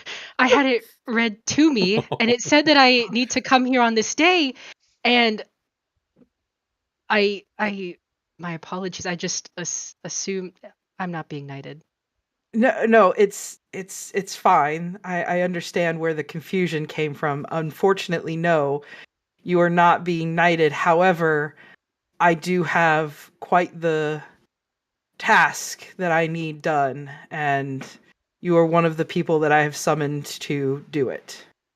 and we're gonna pivot into a side hallway where two individuals have just broken out into a dead sprint, and I do believe one of you has cast a spell. Let's start from there. You already did the rolls, so play it out. Yeah. As you. So Yeah. after I cast Hold Person on my cheating cousin who gave themselves a head start in a race, I went and untied his bootlaces to give me a better run, and then I dropped the spell as we both took off at the exact same time. And he Right. still beat me. Yeah, we're not being there as yet. agile as I am, though, I managed to jump kind of out of my boots so I don't trip on them and begin to continue to run down the hallway in my socks. Running down full speed. You guys run down this hallway. Gonna go greet. Go. I think you guys are racing what to the king and queen, like to. Yeah, because we're gonna. Yeah. We were asked what's gonna go. We have no idea what's going on either. Yeah. So we were trying to get there before everyone showed up. Right. And failed. Yeah. So both of you, or actually, I think it is actually Bolem, right? That is a little bit ahead. You hit that Bolem door. is ahead, yep. Bolem is ahead. Very You ahead. hit that door. Oh, very ahead. Kind of slam it open, and you're running. Your bare feet on the marble of the palace, and looking back to see how far behind Astrid is from you, and how far back is Astrid? A full minute, because this is her first time wearing armor, and she's not used to running in it. And I Okay. rolled a 1, so Yeah. Okay. Yeah. So Astrid, like way far back, and what does Bolem feel in this moment? Like, is it victory? Is it like pity? Like, what is happening? Yeah, he's got a big smile on his face. He's kind of laughing a little bit. He's not looking forward. He's looking back, and he's like, and then he looks forward. Yeah. As you look forward, and actually what's happened here in the courtroom is you have Blair a little bit, I think, ahead of everyone. And then I kind of have Mel, and then I have Thessera, and then I have Draven on the far right. And so you are turning, right, back, I'm going to guess like over your right shoulder, and it kind of makes you skew a little bit. And Draven, I believe you you stand back up? Reluctantly, yes. Yeah. You stand back up and you're forced to lean away a little bit as this individual like sprints past you. They're very fast. But as you turn back, Bolem, you are about to enter the space that is already occupied by Blair. And so, Blair, you hear this door, right? And then these little naked feet as they come like fast. Yes. Yeah. Point of order, he specifically did call out that he was running in his socks. So Oh, I'm sorry. Not naked feet. Okay, his socks. Even less traction. Right. So you hear the I'll change my sound effect for it. Blair, you turn and you see this individual running dead at you. The back of their head, or like the side of their head, is facing you as they are looking behind themselves and beginning to laugh. They start to turn toward you. What do you do? Well, she's still reeling from the revelation, so okay. She kind of the revelation. Well, first she's in front of the heroes that she has known and loved her whole life, right. And then she also just found out that she is potentially not getting knighted today. So I would even say that she doesn't even look when the door opens and this individual runs through, because her head and her everything is just focused on the people in front of her and the news she just received. And her face is already turning a dark red as she admits to their imminence that she cannot read, she cannot read, and that she was here under kind of false pretenses because she had no idea that she was being summoned for other reasons. So okay. Bolem, you turn just in time. I mean, you are very, very close to this woman, and you can try to stop. What are you going to do? Yeah, I'm going to try to stop. Okay. Roll for emphasis because of your socks. Oh, boy. All right, I'm going to roll the first D20. Draven, Mel, That's a nat 20. Oh. Oh. Let's hope you don't have a 1. And a 1. Oh, you fucking called it. Holy shit. Wow. Oh, man. All right. The best and the worst, all in the same 2 rolls. That's awesome. Roll again.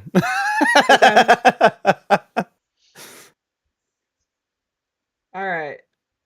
First roll is a 14. Okay. Second roll is a nat 1. Woo! All right. Wow. 2 nat 1s in a row, really. I love it. It's good. Wow. All right. Oh, God. Blair, crestfallen, crushed, embarrassed that this is happening to you. And you went from sheer excitement, building up for days, to even more excitement. So excited that you ran in here, dropped all of like pretense of decorum that you've been trying to like emulate in order to be a knight, rushed in here, met your heroes, and then found out, no, you're not being knighted. And you don't even hear as this person's running up beside you and turns to look at you, cannot stop. I'm assuming, Bolem, you kind of like, oh shit. And you try to stop yourself and your feet go, and you perform what should have been the greatest sock slide that should ever happen. As you slide directly into Blair, like full-bodied, knock her over. You guys both kind of like fall to the ground. Blair, your armor like crumples you up as you now slide across the floor. Bolem beside you and squeak to a stop. And you guys hear Amariel, the queen, go, "Oh my god!" And Baxter is laughing. And then you hear as Astrid runs in. Astrid, you have lost big time, and that's probably what's on your mind. And now you walk into the situation where you see your cousin sprawled out on the floor, probably somewhat off of a woman that you don't know, a drow in front of you, and then I think you might recognize Thessera. Actually, I think you would, Astrid. You would know who Thessera is. And then Mel. Who is like posed ready to attack because I have no what I is going on. But Right. I'm this close to wild shaping because y'all caught me off guard. And this is the same Mel from that vision from a Yes. week prior. Yes. Oh, you're I start going, what? Oh, very curious. This should be interesting. Hi, Dad. You see, describe Astrid real quick. Okay, so you see about 5'3". She has green eyes. She's got very dark black hair, but the ends turn into red. It just slowly goes, and it's not like a natural red. It's like a very, very bright red. A very unnatural redhead color. She's wearing loose robes, and apparently over it she has what looks like to be a brand new set of like anyone who knows gear can tell that her mace, her shield, and her chain shirt brand new, never been used. And some of the straps are wrong on the armor. Didn't know what she was doing when she put it on, but she runs and goes, oh. And she looks very embarrassed because she just realized what she instigated. And then Bolem, now that you are like, I'm getting up off the ground, what does Bolem look like? Yeah, he's actually not dressed in his armor. He's dressed in his fine royal garb. So he's wearing the blue, whites, and golds colors. Kind of the pristine button-up shirt with the vest over top of it. He's got brown, kind of shaggy hair. It's not super long, but it's got little bits of curls to it and blue eyes.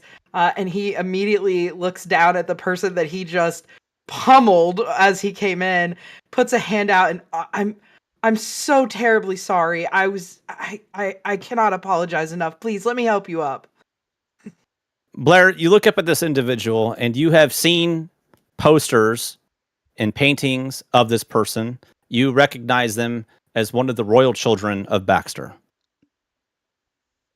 Blair about to fangirl over this person. I don't know.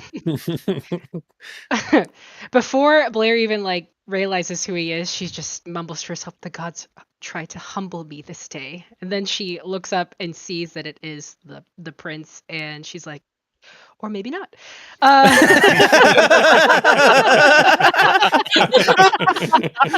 Bolem like is now I see Bolem like there's like this dazzling light over him as it's like this almost meet cute situation. The Prince of Kailusan. Yeah.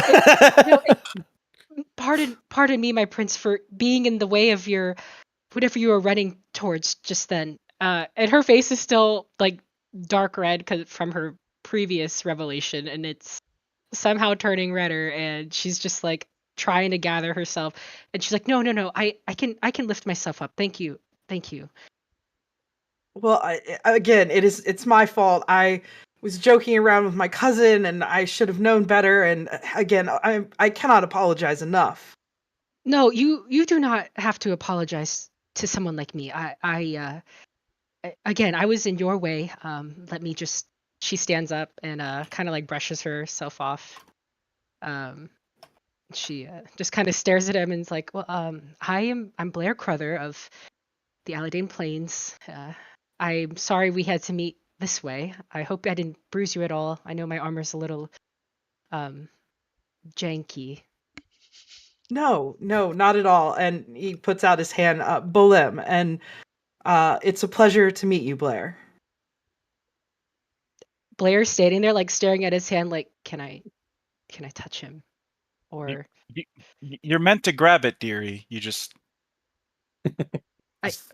She like points to his hand. She's okay. Very well. You make contact with the Prince of Kailusan. Oh my god! I'm never washing this hand again. Astrid walks up, leans in very loudly between them. Is like, I mean, you literally swept her off her feet.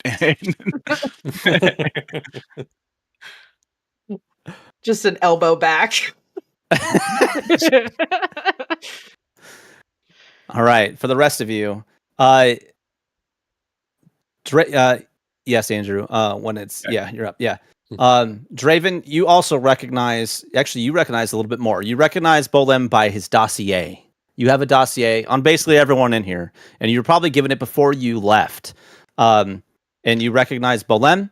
You absolutely recognize the individual with the dark hair and the red tips as Astrid Dahl, daughter of Idore and Halvar Dahl. And the rumors about Idore, you don't know them as rumors. You know them as fact.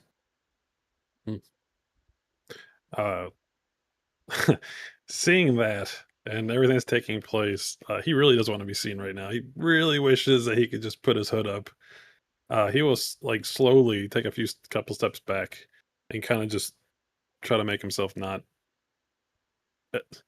Even though he's not invisible, he's really trying to be. Roll stealth. How tall are you, by the way? Oh, 6 yeah. foot. Oh, roll stealth Okay. with disadvantage. With disadvantage. It is a well-lit throne room. There's like sunbeams coming down from stained glass, lighting up everything. There's also like actual like sconces everywhere, lighting up the place. In fact, there's actually also magical crystals. Did you roll a nat 20? No, that's a dirty. No, a dirty 20 on Yeah. fucking disadvantage. That's pretty good. Yeah. So you do try to hide. The only ones that I need to know, like your passive perception, because no one's actually trying to see him, is any of the characters. Does anyone have a passive perception over 20 or matching 20? Nope. Okay. Nope. I do believe Halvar has no problem seeing you. Yeah. Try to Halvar disappear.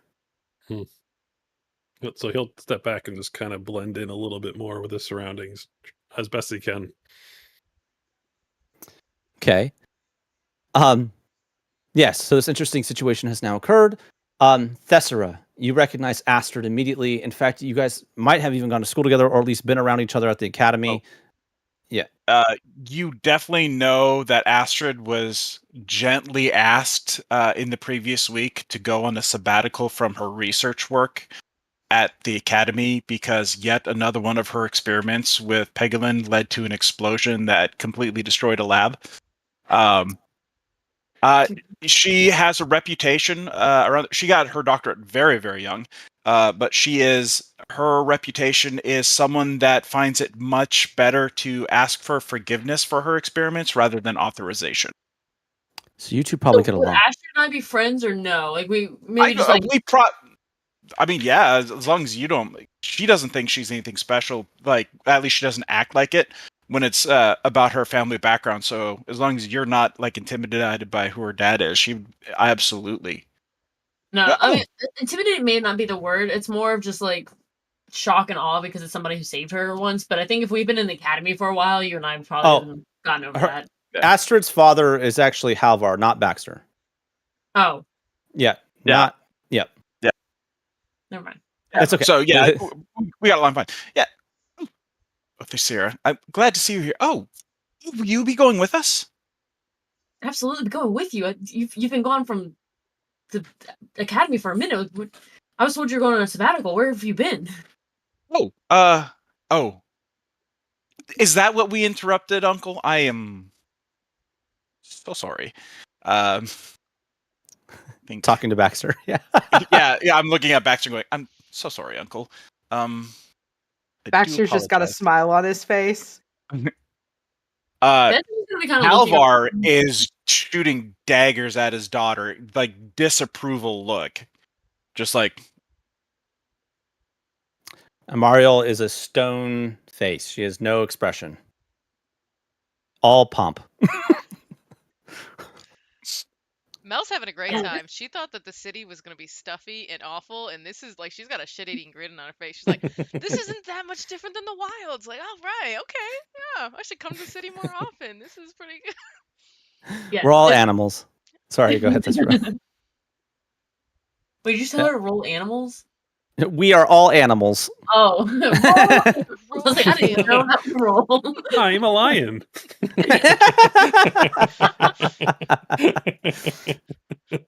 Sorry. Okay. Yeah, no, Tess is just confused because at first she watched somebody think they're being anointed, knighted, Knighted, yeah, Knighted. and anointed. Oh. I mean, It's part of anointed is part of the process, but knighted. yes. So she saw that go down, then she saw him get tackled, and now, she's seeing Astrid, who she thought was already gone, like, because she's been gone for a week. So she's just really confused right now. She's like, I don't know what's going on. Anyway, I would like to welcome you all here in the throne room. Thank you for responding to our summons. My son, please take your spot. My niece, please. Yes. Yes, ma'am. We have brought you here because we needed a special team. A team to respond to something that is going on the west side of Kailusand. And as she's saying that, you guys hear all the way at the front of the palace, the doors, the big doors, swing open and bounce off the walls. You guys hear Frous, Master Drask, wait! As in the back, another individual walks in briskly, almost storming in, not in an angry way, but with urgency, as the heroes of Aelmyr at least recognize Yosan Drask walk in to the throne room. Yet another hero of Aelmyr. Merc, if you're there, I'll let you kind of start your role play. We're not going to turn on this camera so we don't screw up Liz. But leave the stream time. Yeah. I think I got everyone's characters built. I do believe Dravon, you are the tallest, 6 feet. 6 feet. Dravon. So when he walks in, enters the door, brisk pace, you see a fairly large-looking man, about 7 feet tall and almost equally as wide, but not quite. White robes with a golden mask on, and a large black cape draped over his shoulders, made of some scales you might not be familiar with. They Makes his are. way. Oh, they might be. That's right. Yeah. I forget what world we're in. They may be familiar with them then. Good. Yeah. I'll let you decide that. And briskly walks up to the front of the throne, not intentionally, or actually maybe more deftly, making sure not to make any physical contact with anyone, stops at the foot of the dais and drops deep to a knee in between the two seats. Walks right up to the dais, up to King Baxter and Queen Amariel, and drops to a knee. Kind of ignores this entire procession that's happening there, and doesn't even need to introduce himself. Baxter, Halvar, you see your old friend come through. It's been a little while since you've seen him. Yeah, I think Baxter, everyone would notice his demeanor immediately shifts. He goes from sitting laid back, kind of like calm and cool, to sitting very proper, upright, concerned look on his face.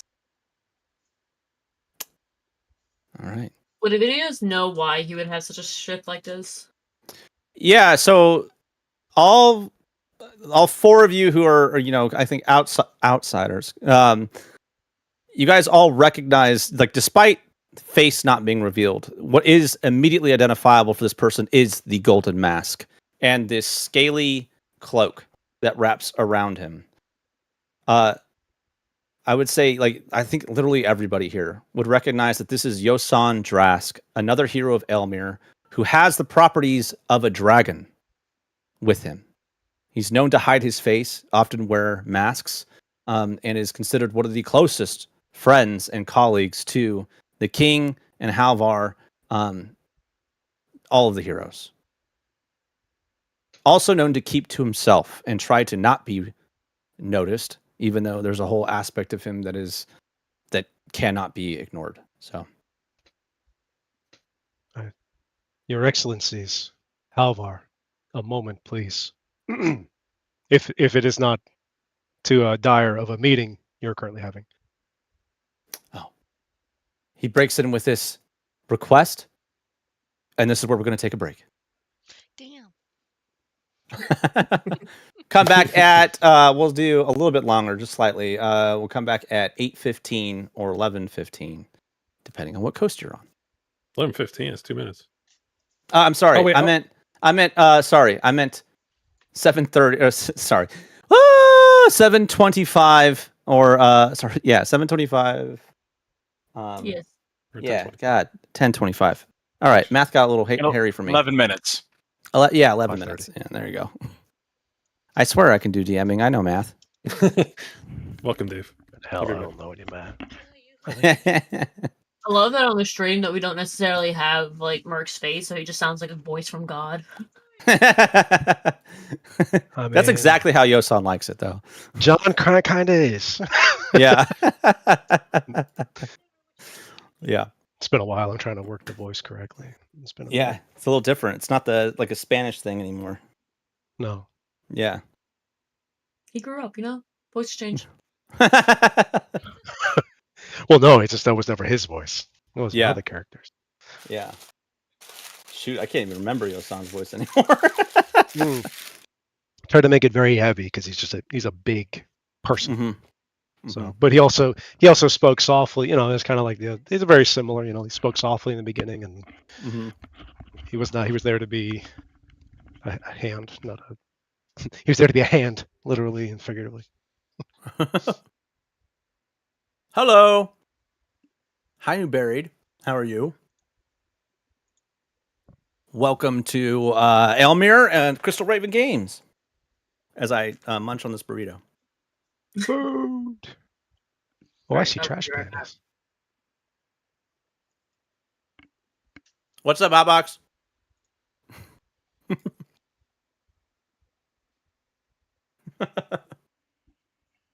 Sorry, I don't have your username memorized.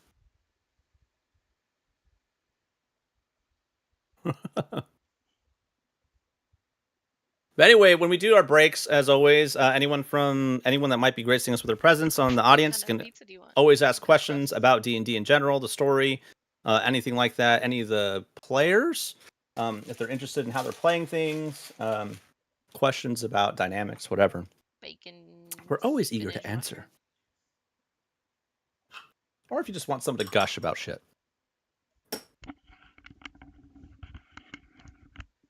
I love gushers. Thanks for showing some love. I appreciate it, Hotbox.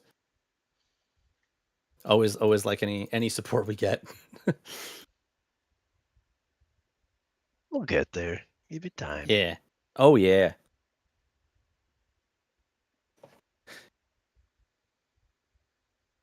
Yeah, that's right. We got 7 more for the follower goal. And I think if we get to that follower goal, we hit affiliate, which will be pretty exciting. Yeah, I think actually I stopped paying attention to it for a little while because I think it was stressing me out when we were doing this earlier on. All right, I'm just gonna ignore it. And then suddenly, when we came on today, I checked it. I think we started at 41, and we've at least gained 2 more. So thanks whoever has joined us as an actual subscriber or follower. Sorry, Yeah, forgot. you. It's awesome. Yeah. So this I is don't know. Oh, go ahead. No, go ahead. You finish your spiel. Oh, this is the first episode of the Aelmyr campaign. We're doing, I think, a little bit of fan service for some of the people who know this campaign from before. Showing a lot more of the heroes from the last campaign and showcasing them a bit. Everyone likes fan service. At least I think so. So yeah, a little bit of that stuff. Huh? When I saw Merc hop in, I was like, "Oh, please say we're gonna get Yosan. I love Yosan." And then I was like, "Yes, it's just Yosan." I was like, "On stream, I can't hop up and down." Just one more time. Just for a goal time's sake. One more time. One more time. I'm happy that you're still bodyguards as well. I was like, I gotta address everybody and keep everyone so. I think Halvar, cool. you kind of come in and out, right? As doing that, I think because you do your own thing now.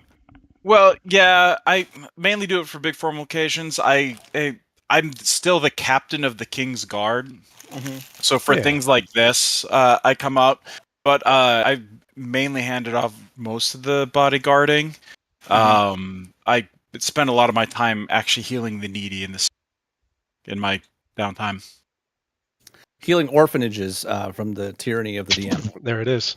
There it is. There it is. I just got like a whole glob of burrito cheese on my face, so that was good. I Hell love that. Yeah, it Did actually assaulted me.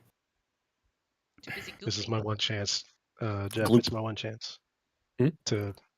It's one chance. It's my one chance to lobby in this campaign, so I took it. Hopefully, I help it stay. The campaign of Dravon. It's going to be a thing. Dravon. Yep. It's officially Dravon now. So thank you everyone involved. It's been It might just change every week too. Yeah. No, thank you. We're gonna do to you what you did to Maddie in the very beginning. That's right where my Deabros. mind went every time. Yeah. Amy. Amy. April. Anna. Yeah. This is what I call payback. That's all right. It's all part of the plan.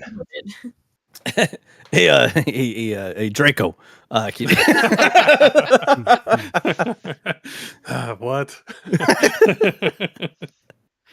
Now you guys are really just being racist. That's Right? Did you say Tratini? The Pokemon?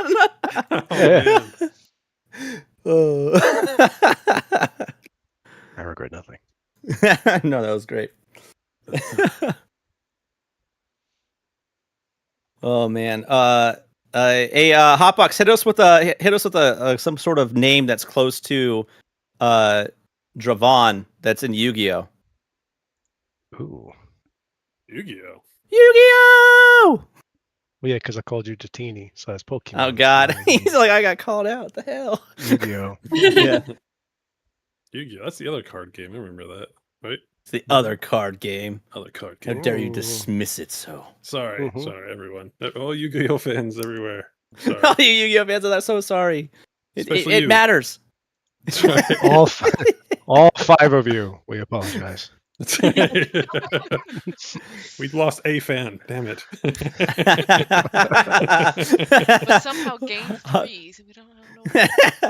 Hotbox says, I have been deep diving in nostalgia. Been rewatching the OG, talking about watching the original Yu-Gi-Oh show.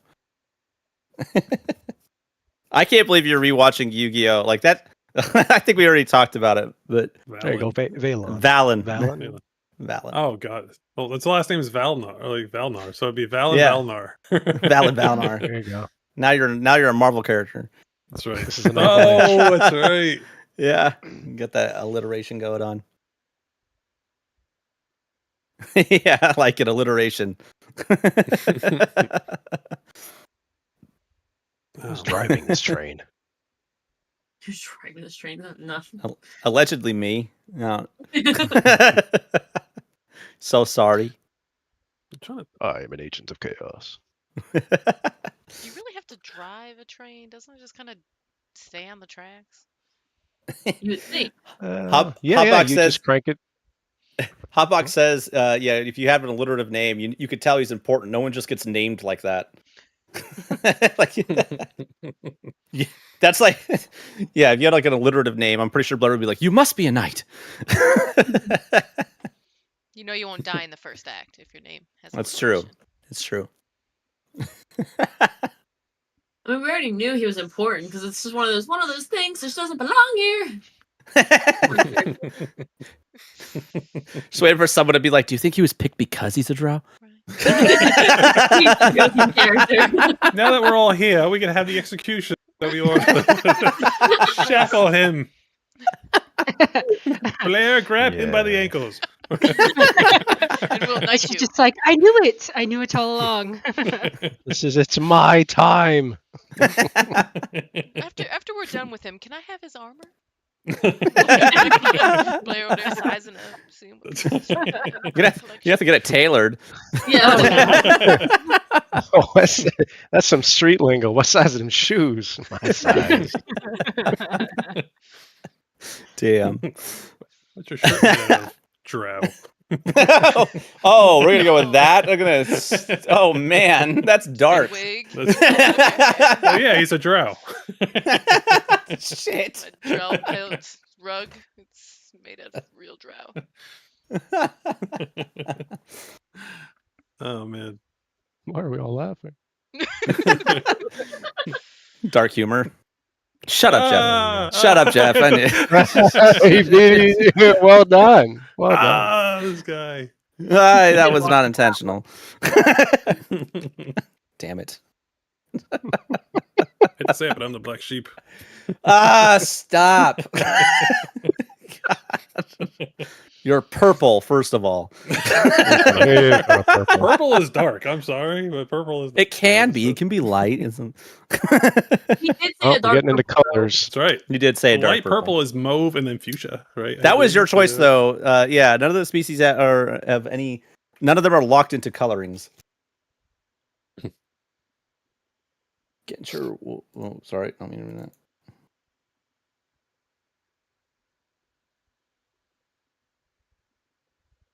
Yeah, I got through a drink and a half, and my face is burning hot and really red. So we are done drinking tonight. Maybe it's just because it's been so funny. It's been a Right, good you're night. really awkward, and that makes my face turn red too. So I think it's secondhand That's embarrassment for right. Blair is what's going on right Yeah, I was now. just saying, Yeah, I'm so, like, changing my yeah. socks. Dude, for I this. am cringing playing this character, but at least she's fun. She is fun. Yeah. so fun. She is fun. Never change it. yes. All right. Look, So everyone's you've been- dressed in their finery, and then there's the Prince of the Kingdom in his socks. That's right. It's all the characters so far. Blair's the one that had the most action. Like, you got a bard sing to you.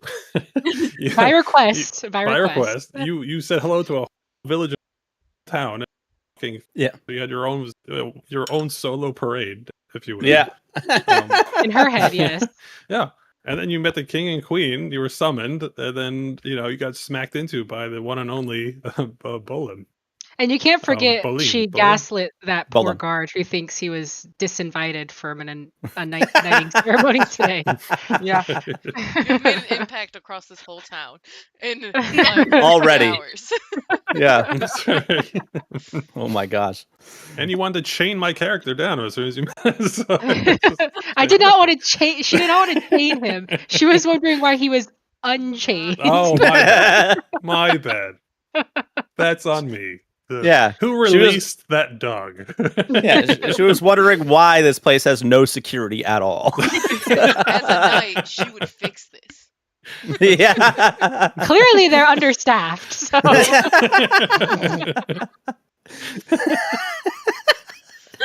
I would say she would write new Fucked up. policies, That but is it so doesn't awesome. seem like writing is her strong suit. So No. I was waiting to see when anyone would catch on that she just couldn't fucking read the little note that was given to her. So.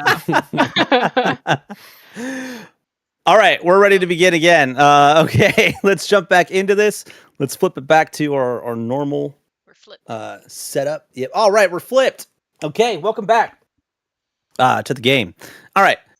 We last ended with Yosan on one knee before the king and queen. The king leaning forward, concerned now, falling out of his casual demeanor from before, clearly very concerned with Yosan's surprise visit to the palace. We continue with Yosan saying, I need an audience with the king and queen. And Halvar, sorry if I'm interrupting anything. Or whatever this is. No, Halvar wasn't going to say anything. He was just going to yell welcome to him when he came in. It was good to see you all again. John, you Yeah, don't have John. to sit. You don't have to kneel. Are we in trusted company, my lady? She glances over at Bax. I believe so. These are all the people that I've summoned to send on a request to look into some issues. So, and he looks directly at the drow, Oh, wow. as in trusted company as we can be. Oh, So he'll do as he's asked, and as he stands up, he will uncouple his mask, and put it to his under his cloak, the side of his belt, and smiles up at the two, and mainly looks over to Baxter and says, "Besides, I would never give up the opportunity to make you a little uncomfortable for your station, Your Majesty." Of course you wouldn't. Actually, he hates your Royal Highness more than your Majesty, just so you know in the future, Yasan. Apologies, go. Your Royal Highness. Oh, be quiet and hug each other already. He will oblige that as long as Baxter gets up. Yeah. Yeah, Baxter gets up and immediately goes over, gives him a big old hug. It's a bro hug, but though. There's like some paddock that happens, you know. Like, Yeah, absolutely. Yeah, they turn the hips to the side so 100%. it's not gay. Oh, no, he would always like tempted to unfurl his wings and wrap him in them, but he don't do it. Come here.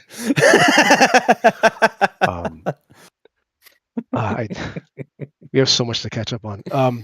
So we have had reports of the only thing can be described as meteor showers, meteor events, something from the skies falling into cities and towns in the area, causing some strange happenings, chaos, and mayhem. Have any of you heard of this? Baxter tenses his fingers, and yes, that's why I've called all of them. I don't believe sending a massive contingent in is a good idea. I think that sending in a small group to investigate is the better approach. Oh, and these are them. It turns back to the room so now everyone can see. Mask removed, dark olive green skin, but brown eyes of a human. So you can tell he is a half orc, and looks on at the party. Now, These would be them. Yeah. Now you Hal's guys don't daughter have the that you've same. met- Oh, sorry. Go ahead. Go ahead. Yeah, Hal's daughter, who you've seen many a times when you visit, goes because she is very bad at decorum. Oh, I have something for you, lady. So Blair and I think Blair Draven. Actually, sorry, Draven. No, go with it. Might as well. No, Draven. Draven. You know, like orcs, half orcs, not as stigmatized as drow, but also typically don't have a great reputation in the world either. Often also not treated well, but you do know, who Yasan is, and he's treated very much not by the species that he hails from. But Blair, also probably a little bit, I guess, conflicting for you. Like, about Yasan, but also like maybe it didn't quite click that he's a half orc until you see, because every time he's depicted, he's depicted with a mask. Sometimes he's depicted with the face of a dragon. So it might be a little off-putting. She's already reeling from everything that's happened, so she's just standing there like still at a loss for words. So she's looking around like, are there any more heroes that are going to walk in here? Like, are we going to have a god walk in here soon? Like, what's going on? All right. So yeah, you have them talk about it, and Yasan, like, you are speaking about mostly, right, a situation that you're aware of in Savillon, right, in the town of Janus,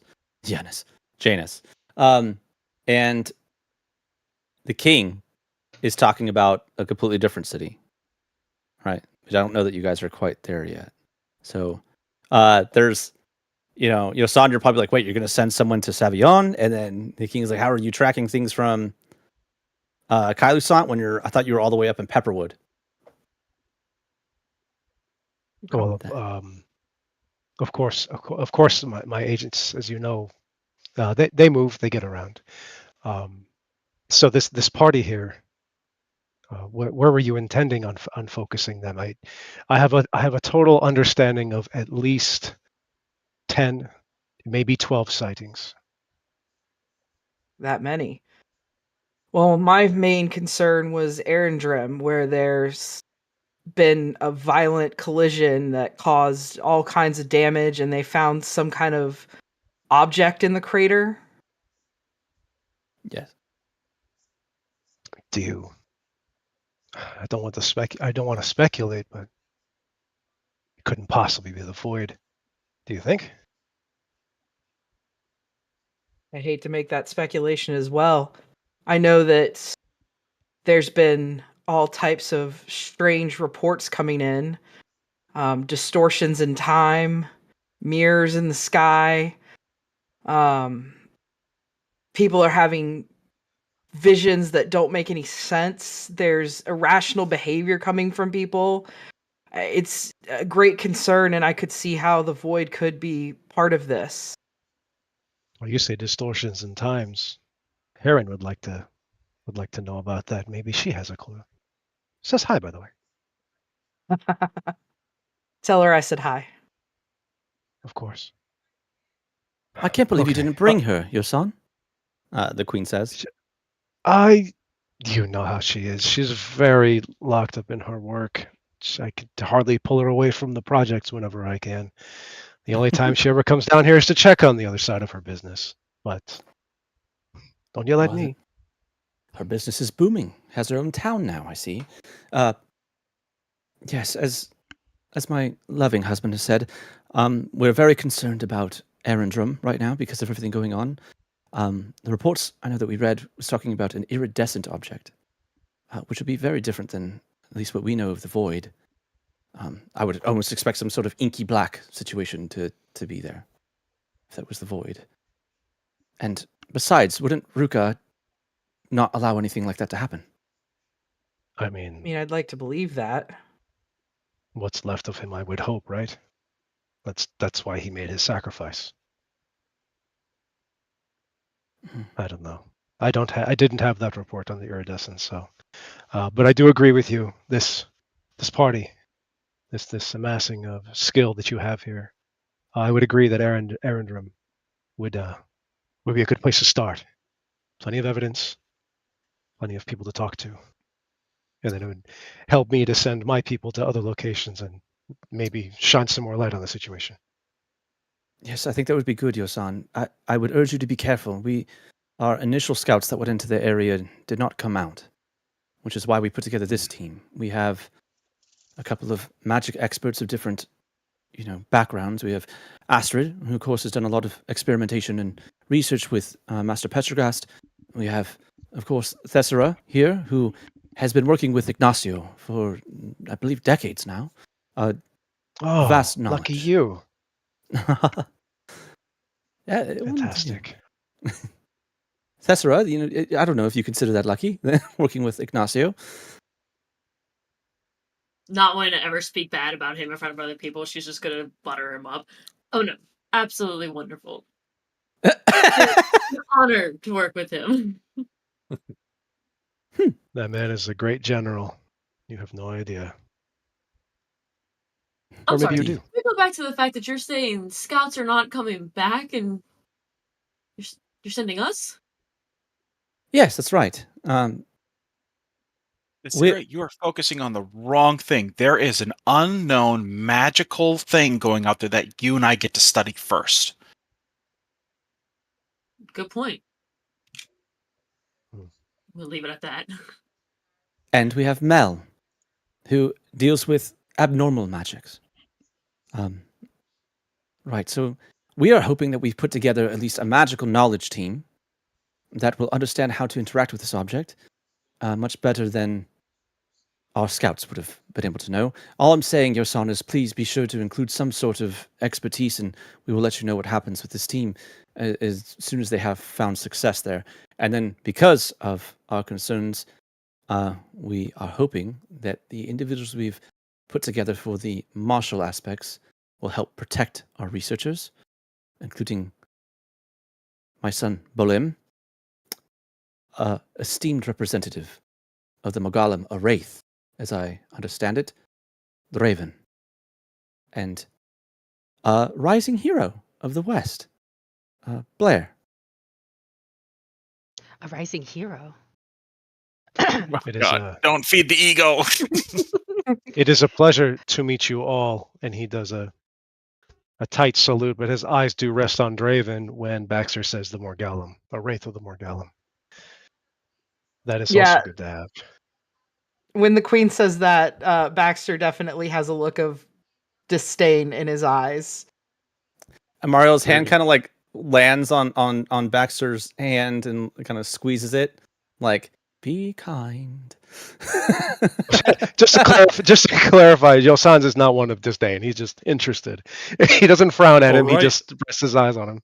Right now, with all of the looks that he has been getting, he takes this as like everyone is disdain right now because he notices it, but he doesn't know the intentions behind the looks. He just sees the looks, and then that last one from the king, right? Yeah. Just like eyeball the fuck out. He's just like, oh. Fuck. The queen looked at you with kindness and like respect. She's the way she spoke of you was high. Oh yeah, I mean, in all fairness, right? When you walk into an area that you're not people that are nice looking at you, you notice the ones who aren't looking at you nicely. You know what I'm saying? Right. Like, yeah. You aren't telling like, oh, that person might be nice to me. Okay. Yeah. That one has a knife. He's just like rubbing it. He's looking at me. That one has a gun. He's just okay. He might have it. Seeing as the queen has just squeezed my hand and told me to be nice, I will. I apologize. I'm letting my feelings for the Morgallum color my judgment. Okay, I'm sorry. Out of character, why would the king have that look towards? I'm gonna say it wrong. Backstory. Morgallum. A little bit of an overreaction about a small misunderstanding. That yes. A lot of misunderstandings. So the Morgallum, by nature, are essentially an underworld organization. They would not call it assassination, but they conduct precise killings of individuals they find to be too powerful to maintain the balance. They also go about retrieving certain objects that shouldn't be in other people's possessions. Their goal is to ensure that no one side of anything has so much power that they could oppress in any way. Their biggest mission is in the country of Vermont, where they've been trying to end the oppression of the Aethergists, but also ensure the Aethergists don't grow too powerful. So they play a pretty significant balancing act. And the Wraiths are known as the most lethal response that the Morgallum have.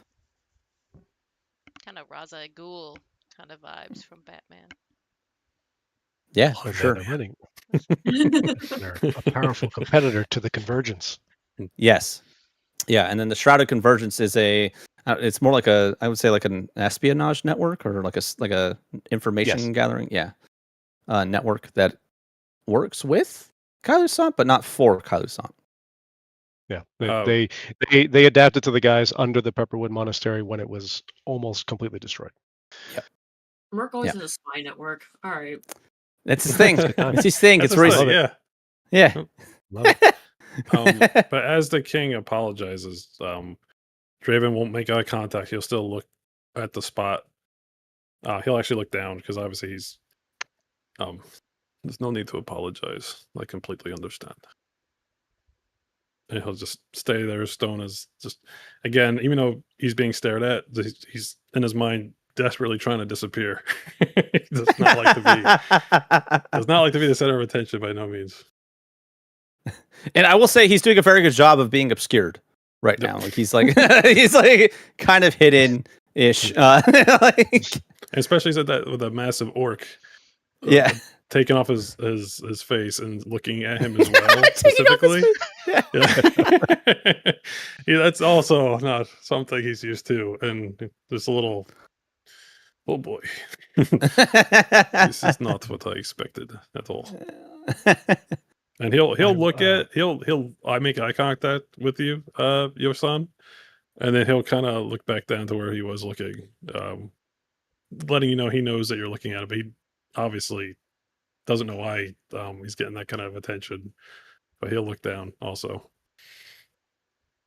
That's fair. I don't want to belay the process there. It seems like you've already had this covered. I will heed your warnings. Wherever you do not deem necessary for this party to go, I will ensure that Valara has the lead on the follow-up, and I will let you know anything that she discovers at that scent. How is Valara doing?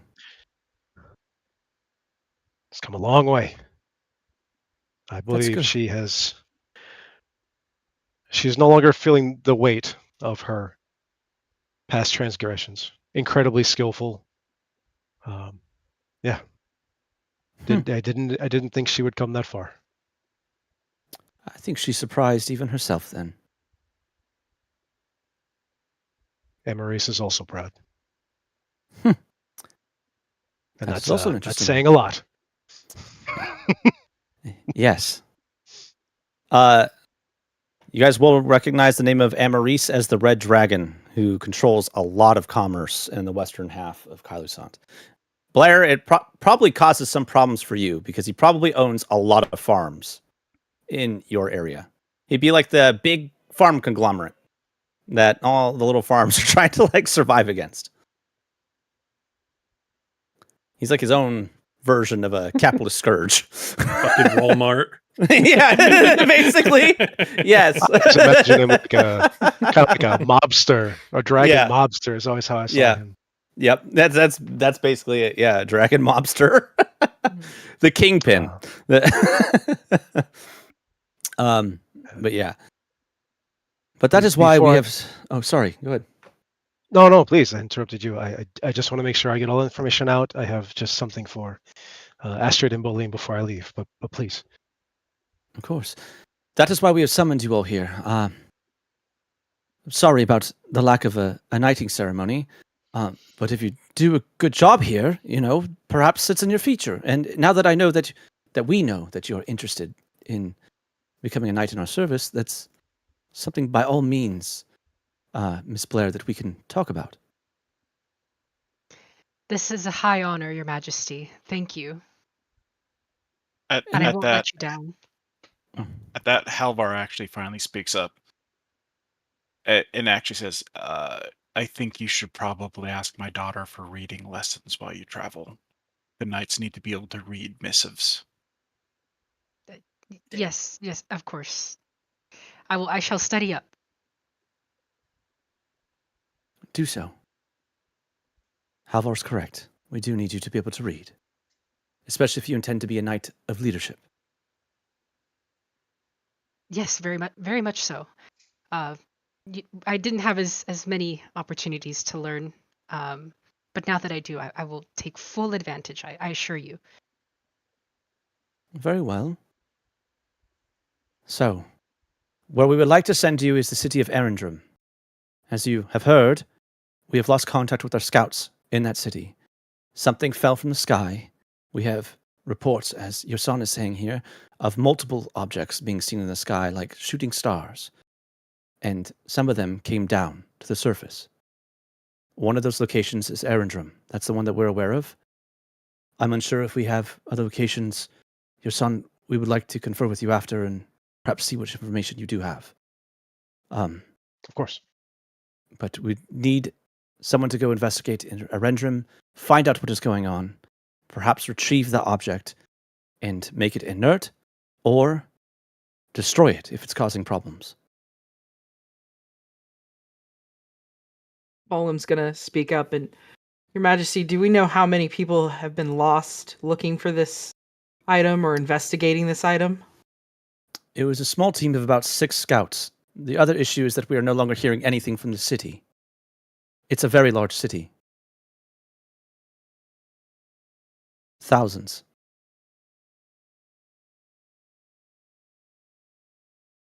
Which is why we need... How connected are we, especially like in the academy, to this other city? Like, would we know, like, is it a magical city? Would we know they're... It's a city that is on the very edge of Kailusant that borders Remont. So it used to be like it used to be like a defense city, like where it was placed there to be like a stronghold, as like a defense mechanism, because Remont used to be very, very invasive of Kailusant. So it's kind of evolved since then, and now there's a different fortress near there. And Erindrum is its own like city. It's a pretty prosperous city, mostly economic and trade because of its position on the border. So that's really what you would know it as. Wouldn't really be one way or the other, magical or otherwise. If anything, Aether just might avoid it because it's so close to Remont. And while Remont's made like progress towards being more friendly to Aethergy, there's still a lot of problems with its people. who view Aether just basically as witches in a not good way. Okay. Yep. But yeah, all of you would know that. Yes. Do you have any other questions? I can't assure you that I can't promise you that I even have answers for it. The problem is that we don't know a lot. Sounds like we need to move out quickly then. Yes, I would like you all to leave by tomorrow morning. If I may, please. Yes. Is this some sort of investigation to find the scouts that are missing? Or is That this is- something else? I would like to find out the fate of our scouts, but also the city itself, and find this object and see what you can find out about its nature. And failing that, destroy it. Understood. Now, we do have reports, some mentions of some of the people of the city acting irrational. So, please do your best to not harm people if they are acting violent, but of course defend yourselves. You see her like kind of eyeing Bolem and then eyeing Astrid. Be careful. Of course. Is that any questions at all? Not right now. Okay. Well, I don't know if you've all had breakfast, but by all means, you can join us in the kitchen, or perhaps the dining room, and we can serve you some of the niceties of our home, if you're willing. Ooh, pancakes. Draven still doesn't know if that includes him or not. She's looking at all of you, so she's you know. That sounds wonderful, but I am going to go change quickly before I meet for breakfast. I think that's probably where Genscher might say something. Yeah. Do you want me to do it or? Yeah, it's your character. You do it. Okay. I played 2 characters in the past campaign. Genscher goes, when you have a moment, Bolem, I would like to speak to you for a moment. Of course. He pulls you off to the side. He says, Bolem, I need you to understand something that's very important. As a paladin in the Order, your actions don't just reflect you. They reflect the entire Order and the monarchy. You cannot forget who you are, even if it is by adoption. You never get a second chance at a first impression. What you did today is you gotta be a little bit more careful. Yeah, I know. I screwed up pretty royally. I was just excited and I was messing around with Astrid and I can't believe that I finally get to go out and do something real and He bonks you on the forehead. Keep your head in the game. yeah. I know. This is I'm not. gonna go. This is not practicing in the training yard. This is an actual mission. I know. I'll be safe, Genscher. And if you find any fiends, send back. I will. Ooh, what a good idea. Just kidding. Sorry, finding you. He nods and goes back to his spot next to the king. If you wanted to overhear that would mean that Thessir was trying to overhear. Okay. No, I mean Genscher was probably keeping it low enough not to be heard because he's lecturing the prince and doesn't want to do that in front of his colleagues. Yeah. As that's happening, the rest. Oh, sorry. Go ahead. Just before the party skirts off, I know we're gonna get them in to go eat. When you take your spot aside from Astrid, John will walk over and from his pockets, real quick, hand you both little figurines, both of you, and both of you will know, very similar to the totem that he once carried, or may still have. We don't know. Are little figurines carved by him, because that's something that he does. Looks at you both and says, "You've grown, and you've come far. They're not as special as Heron likes to make them, but may they bring you good fortune. We know Thank you will you. do well. Thank you Thank very you, much. Yasan. This means a lot, Uncle Yasan. It means a lot to me to see you go forth and do great things." He smiles. Ooh, that's rare. He smiles. Your son never smiled. It's not in the book. Yeah. Cool. I like it. What are the figurines of? They're made of wood. They're very similar to the totems he would carve, the small totems. Okay, so it's like, okay, they're like similar in totems, design. okay. They're just a little less enchanted at the moment. Okay.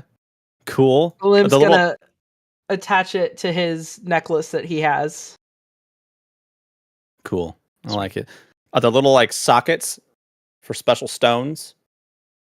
Yeah, no, they're designed very similar and the same. Uh-huh. They're there. They're there. They're there. This is perfect. You even left it so I can enchant it. That is awesome. Thank you so very much. No, of course. All right. The rest of you all, while all those conversations are happening, you guys are moved over to the dining hall. The king, the queen, and anyone else, I think Idore probably also walks along with you all, and takes like seats that they're like very comfortable with being in. It seems like they've eaten here often enough, obviously, and just leave like a smattering of different empty chairs. And I would especially assume like the king wouldn't even be thinking of like, oh yeah, please take your seat. The queen kind of lingers and waits for you all to see, kind of like watching you all to see if you get overwhelmed again by all that's going on. Hovers close to I'd say Blair and like sets a hand on her shoulder. How are you doing, young lady? Blair turns to her, and you could tell that the fire inside has been rekindled after it was quickly dashed when she found out she wasn't becoming a knight. And she turns to her queen, and she is over the moon. She says, "Your Highness, I have been selected for a hero's quest. I cannot wait to embark on this and provide you with all the answers you need, and of course protect the realm. I won't let you down. As in your words, a rising hero of the West, I shall fulfill my duty, and then some." Good. Good. Just make sure you also come back safe. Of course, I mean, we will all come back safe. I will make sure of it. Good. Why don't you sit down and have some breakfast? Get some food. Yes, of course. And she takes her seat. She kind of like, as you take your seat, she like pats your shoulder, like kind of almost a little protective of you. Like she's almost like, oh, this child.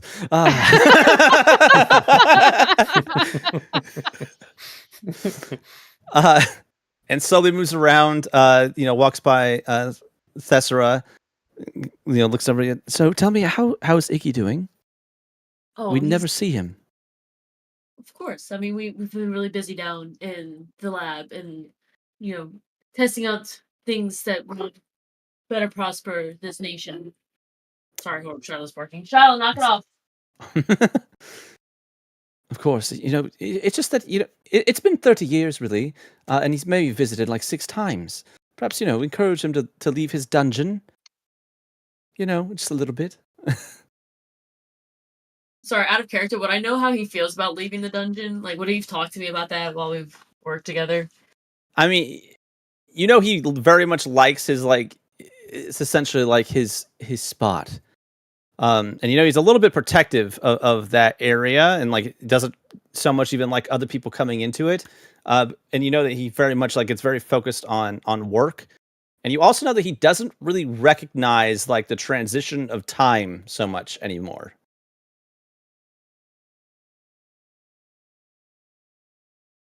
So she's gonna respond back with, my lady, you could just always summon him and he'd be here.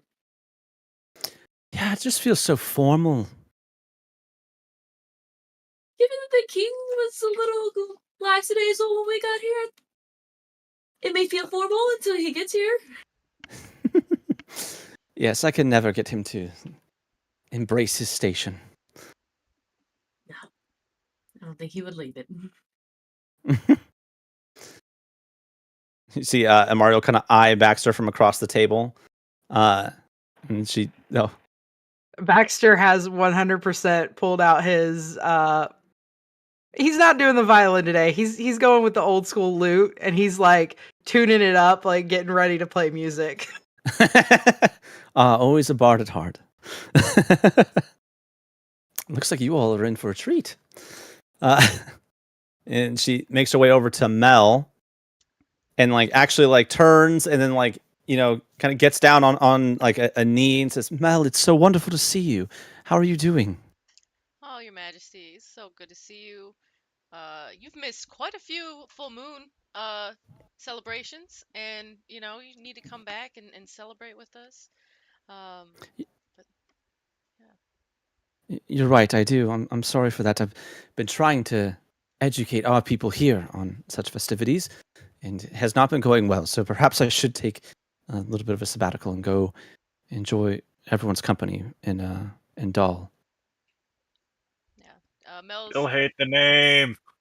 Mel, it's because she skipped breakfast, so she is actually quite hungry from all of the excitement today. But so she's kind of smelling all the food that's coming out, like kind of like a dog, you know, like smelling the air and stuff like that. A little distracted, even though she's talking to the queen, and kind of conflicted, Yeah. like a dog would be with like food near and like, but also attention. Yeah. Amaro has like no reaction to this. This doesn't seem strange to her what you're doing here. It's a druid of Kuthamar in their nature, essentially. She kind of pats you as well on the hand and stands up and moves on and moves over to Draven.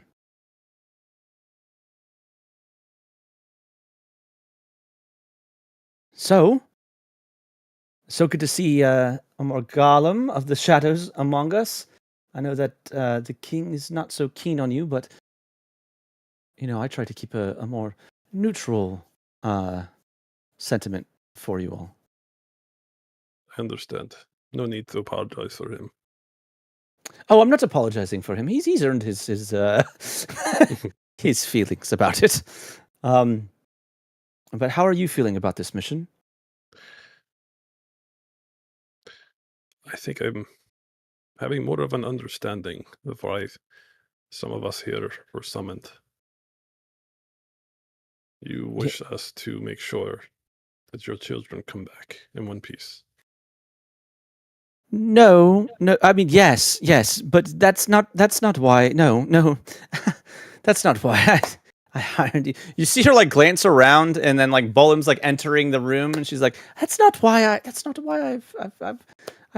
no, that's not it. I trust him. He's totally capable." It's the first time anyone has seen her maybe get a little out of sorts. This is like in her eyes, you see the, "Oh God, please save him." No, she's like, her eyes are more like, "Ha, shut the fuck up."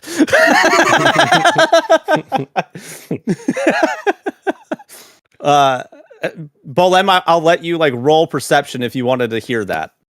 Yeah, why not? Astrid too, because I'm sure Astrid's very aware of. Well, I didn't was hear going to say that anything. after getting her pancakes, she was planning to sit next to Draven because she was going to ask questions of him. Okay, I'll let you do that at advantage then. Yeah. All right. I'm walking Devin, in my full plate mail. If you'll allow it, Devin, just to make it more interesting, I dropped you a message too. Oh, So it can be the others. It can be the other side. That's a 25 DM. Oh shit. Okay. Oh wow. Yeah, you heard all of that, and you notice. Yeah, and you noticed. 26. Yeah, you also notice like her expression, like that might be actually part of her motivation, and that she doesn't want anyone to know that. But you're looking at, and then opposite of where you're about to sit, on the other side of Draven, Yosan glides into a seat. Okay. I go back to my pancakes. Yeah, there's still an open seat beside Draven. So you're. Yeah, well, then I sit next. Okay. I sit next to the other one. I have my pancakes, and I'm pulling up my notebook because I'm going to ask him about the innate aether of his people. I heard that, but I always clock that. She never thinks of herself as special in the sense of the family. So she's like, "Oh, right, keep Bolly safe." Yeah, okay, yeah, no, that makes sense. Doesn't even think that it applies to her as she sits down to eat. Yeah. It is okay. I know it might be a little hard for some, but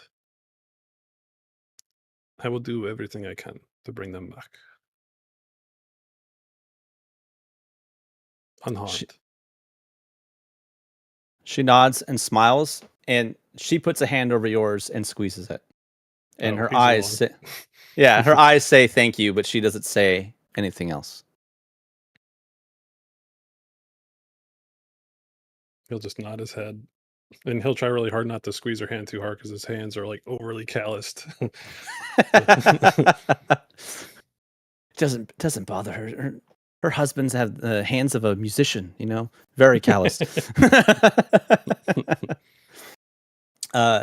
She also moves on and kind of takes her seat over beside the king, and you all begin to dig into breakfast. Any other further conversations that you all would like to have? We have Astrid beside Draven, beside Yosan. Excuse me, Mr. Draven. First, this is my first time meeting Morgallum, so I'm probably going to ask you a lot of questions about that organization. You're probably going to tell me you can't tell me, so I'll probably just skip asking questions about the organization because I know you're not going to tell me. I actually wanted to talk about the innate aethergy of your people. How would you characterize it? Would it be more along the of sacral aethergy, or do you think it's more of a primal aethergy, or is it more of a bloodline thing? Like, what kind of aethergy would you classify the innate magic of your people? Because I know, like, Bolame, he can use primal aethergy in the fact that, and he starts going into this big, long technical thing about how Bolame can use, like, craft because he's a wood elf and stuff like that, and talking about the different primal magics, and just wondering how you'd categorize, using very technical terms, the type of magic that's innate to the drow people. Mel sees all this and gets the furthest chair away from her. It sucks, but that's where Draven does usually. He eats and everything by himself. So when he sat down, he was by himself, but then everyone kind of sat around him, so he's a little awkward. Like, oh, so I'm so sorry. I really should introduce myself. Hi, I'm Dr. Astrajal. I'm a sacral aethergist, and I'm the assistant professor of sacral resonance and soul weave theory at the Petrogast Academy. Pleasure to meet you. Likewise. So anyways, about that categorization. Oh, actually, can you just... I'm actually assuming, I just know all elves seem to have some sort of innate aether about them. Do the drow have innate magical abilities as well?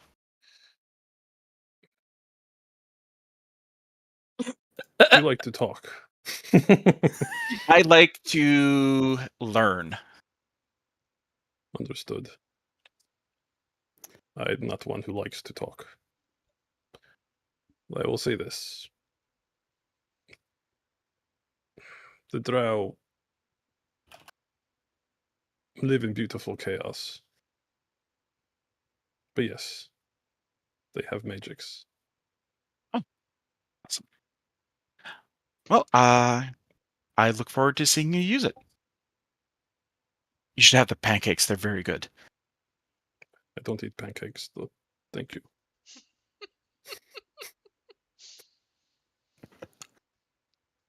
It was... he'll focus in like on his plate, which has pretty much all just chunks of meat. And the other thing too, he doesn't eat what you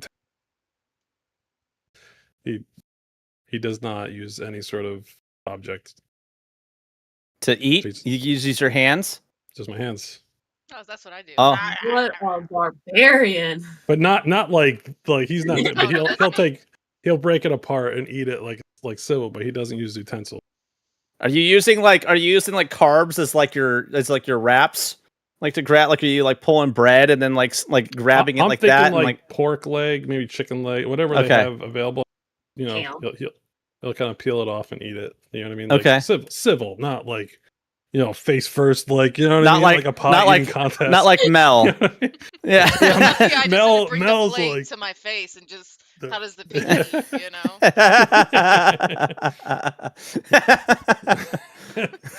But, yeah.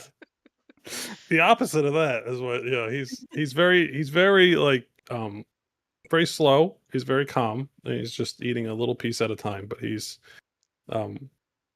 it's almost like every time he goes to eat something, he studies it and then he eats it. Okay. I love it. Yeah. It's probably some of the nicest food you've ever had. Yeah, that's why honestly. and he's enjoying every bite. He's sitting there like trying not to have like an emotional expression on his face, but it's like, holy crap. This food is quite good. Mel is just like fucking full dog. Yeah, there's the hair in it. Like, it's probably leave a wide berth around me because I'm making a mess. I also can't reach everything in the middle of the table, so I'm half like crawling to like get more food. Like on top of the table, snatching little things. 2-foot ass up there, get me more sausages. Scurry on back. Take someone else's plate. Like, oh. If I had a tail, thank it you. would be wagging. Like, I am so happy I'm eating, and everyone else is just like, It's impressive how much food you can put down for as small as you are. yeah, I'm a halfling, so, you know, I missed first breakfast and second breakfast, so, I mean, I had to, like, carbo load right now, so. In Draven's mind, he's like, I've never seen a gnome eat like that before. It's unusual. What a strange gnome. She's been tortured before she came here. Starved. I wonder if she was chained. Oh.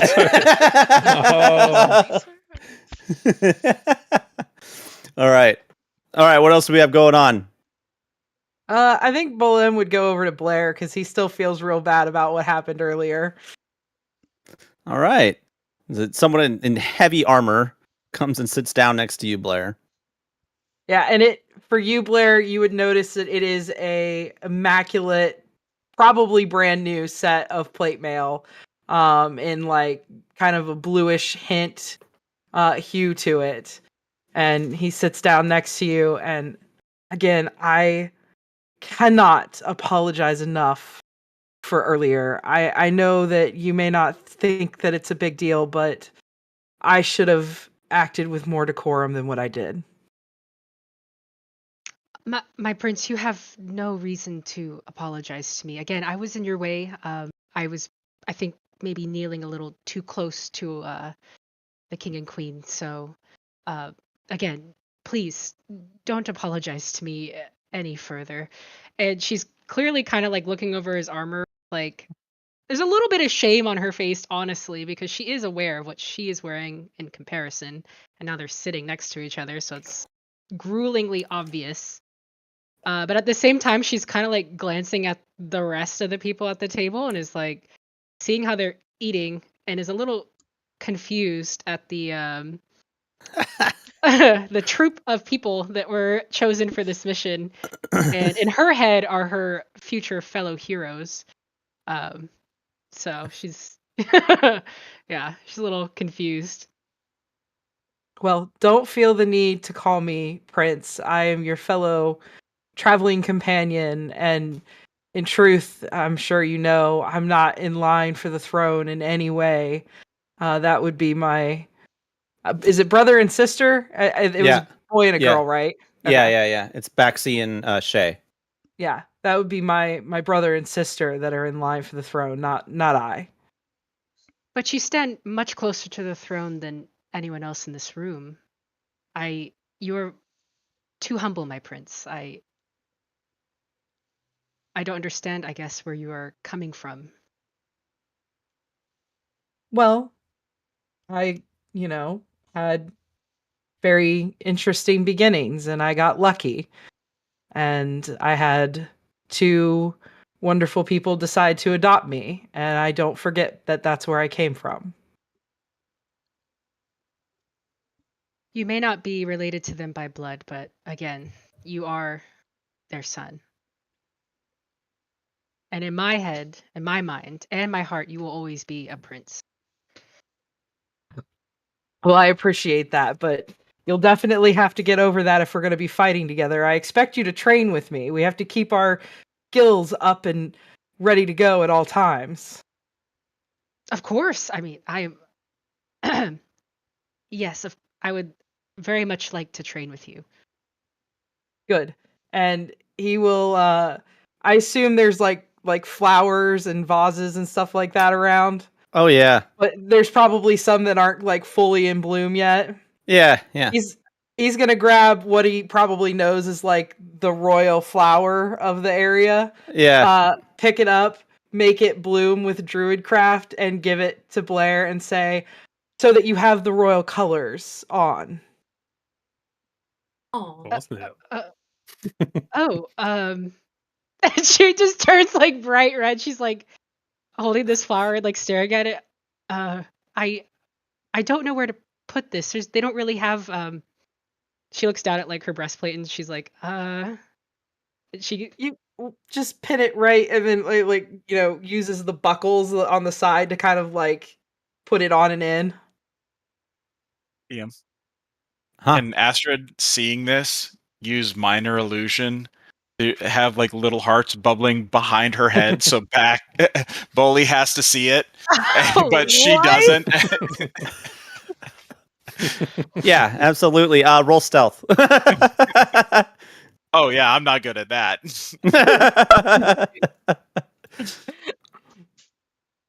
15. What? 15. All right. What's your passive perception, Blair? 14. Oh, yep. Yeah. Oh, what about the rest of the party here? Oh, I'm not 17. the only person I'm trying to hide it from is her, as I do it directly in Boleyn's eye. I just like boop, boop, boop. They just kind of float up like bubbles and pop. Yeah. Well, I want to see if they see that it's you casting it. Is what I want to see. Oh yeah, I don't care if they see it. I'm gonna say that I looked up when I saw the druid craft and caught this interaction, and I can also cast minor illusion, and I'm gonna do that to mess with Astrid, and I'm going to cast an illusion of let's see, a bunch of spiders crawling out of her pancakes.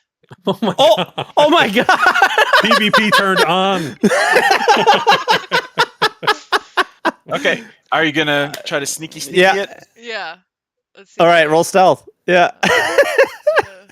I'm assuming Astrid's like very focused on getting the hearts just right. It's like Just trying to be nice. Shit. 18. What's your passive perception?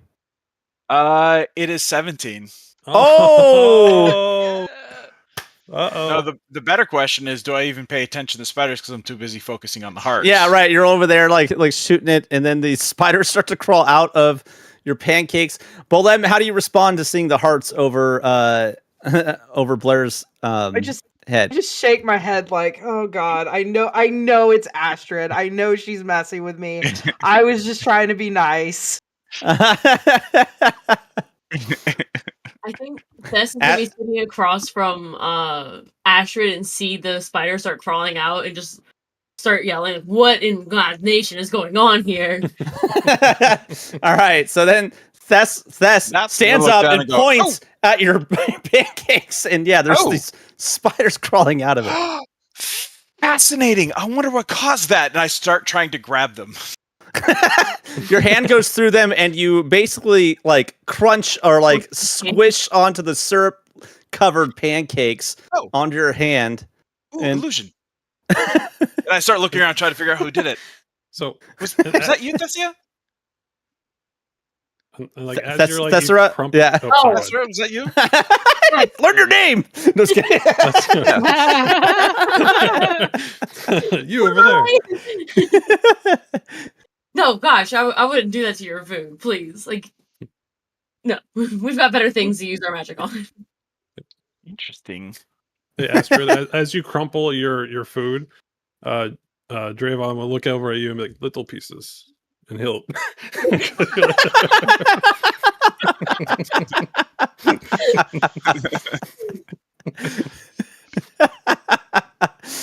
you don't get as much mess when you use little pieces. Good point. Good That's why point. he doesn't eat pancakes. His hands get That's too sticky. Go back to eating. All right. Yosan, I know you sat on the other side of Draven. Was there something you wanted to engage in? Oh yeah, but I mean, with all the nonsense going on at the table, he's sort of smirking, shaking his head like kids. No, he'll effectively wait for everyone to finish eating and get up because he knows they're going to be there for a while. Okay. So not yet. It can wait. Okay. All right. Yeah. So breakfast comes to an end. The queen stands up and kind of holds out her hands and says, "So I have arranged for all your belongings in your rooms in the inns that you are out to be taken here. You will be given a room within the palace, and you can stay here tonight." Out of character, how often do I sleep near the lab? Like, is everybody going to start going down those stairs just to grab all my stuff? Actually, that's up to you, I guess. Yeah, it's totally possible that you pass out in the lab. You do, I'm assuming, have like an apartment or something nearby, or even like probably one of the academy like rooms. You probably still have like a permanent one. It's up to you if you would like. I mean, I don't think my personal things would be in a lab like that, but it would be funny. Yeah. Yeah. Someone probably went to like your room, so as long as your stuff is there, they would probably grab things. Assuming that you had like, I don't know, packed a little bit to some extent. Yeah. And we will be putting together, your rations and anything else like that. Putting together travel gear and whatever else you might need. If you have anything you would like to requisition, please let me know. Some of the scrolls, please, from the lab. If you would like some. Oh, Our scrolls that we study with. It makes a list of like which ones particularly. Oh, okay. Yes, I'll send. I'll send for Peglin to go retrieve those. Do you think the university would let me back on campus long enough to get some of my research books, or am I gonna have to send someone? I can send a note as well to Peglin as well for you. Okay, thank you, guys. Can you Yes, perhaps. point me to where you throw away all your food waste? I need to look at the food waste. Of course, Mel. That's Yes. not creepy. We have a compost. We have a compost pile behind the Compost, palace. Better. Yes. Beautiful. I'm Mhm. gonna rush off to that directly and harvest. Fraus, can you help her? And then you see Fraus kind of slide and lead you out. All right. Leading you out that way. Yeah. Okay. So you guys will all have rooms here if you so choose. You don't have to, of course. It is insulting, but you don't have to. Yeah. So, all right. Is anyone planning on not staying at the palace? Trevon, stay with us.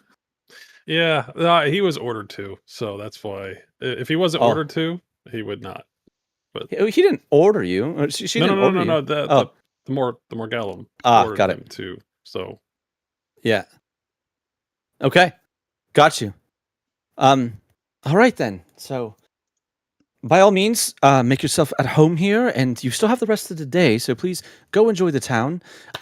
Blair, if you would be so kind, I would like to take you over to our quartermaster. Oh, certainly, of course. Very well. Please follow me. And the queen does not wait for you. She just immediately starts moving, and she moves very, very gracefully, very, very quickly. Blair moves quickly but not gracefully, right behind her.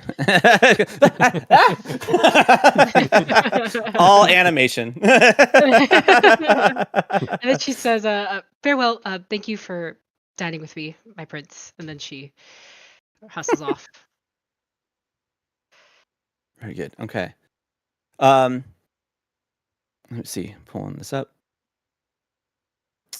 So she leads you over to this basically leads you like deeper into the palace. Leads you down a different hallway. You go around some stairs, and then you descend into like almost like at the basement level of the palace.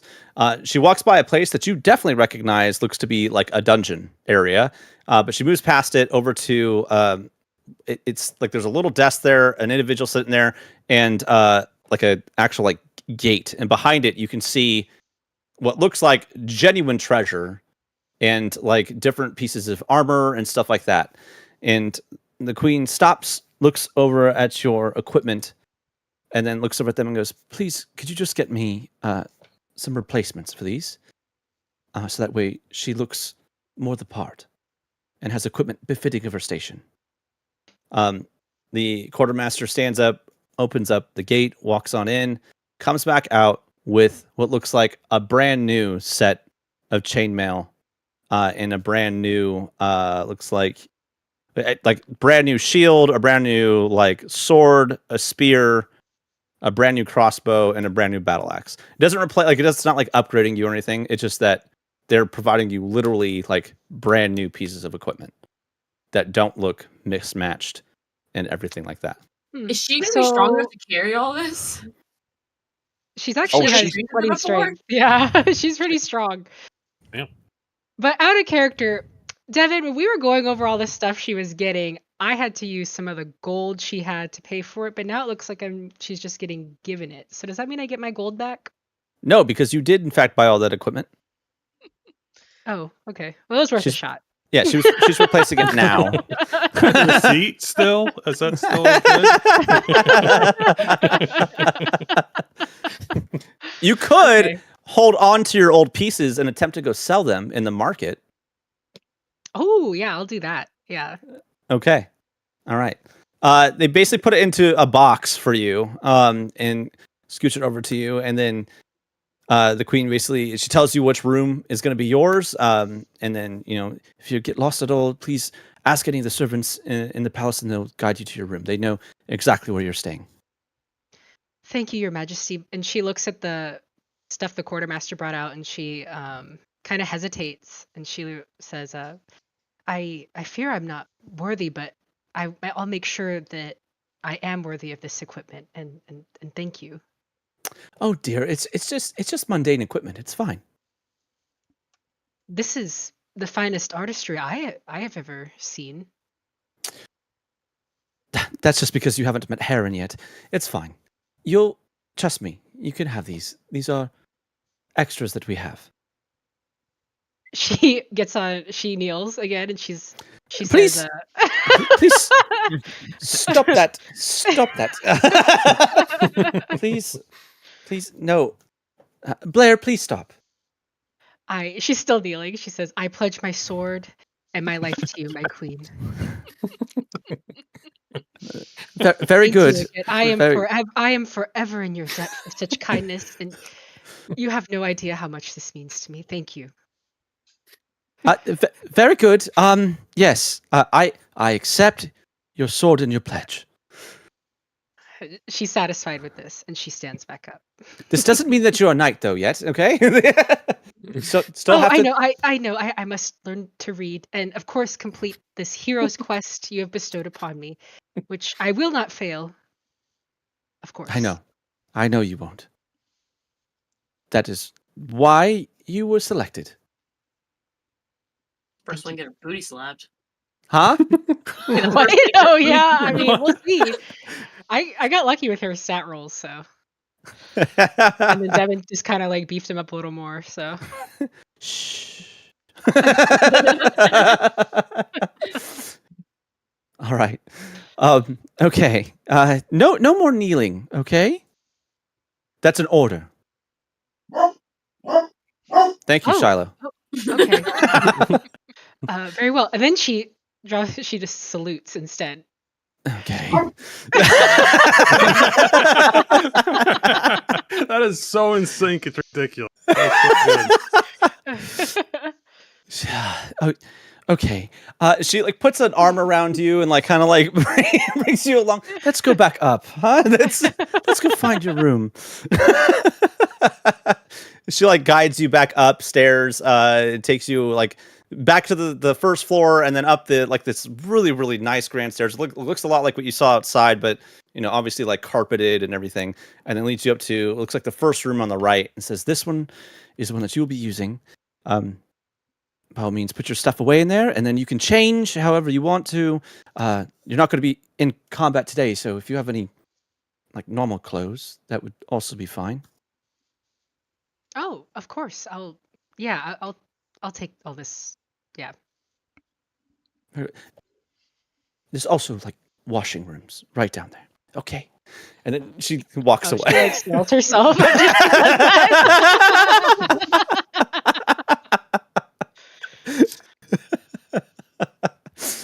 Yeah, so all right. Anyone else have anything they want to do? But she will go to the washroom after that. So She's like, oh shit. whatever bathhouse, and then she'll change into her plain clothes. And Okay. the linen and stuff. All right, cool. Yeah, they have a very, very nice bathroom. Like they have like actual running water, which definitely not something you've encountered on the farm or really in a small town. You're probably a little confused at first, and mess with like knobs and stuff, and all of a sudden water starts shooting out of a pipe. It's actually warm.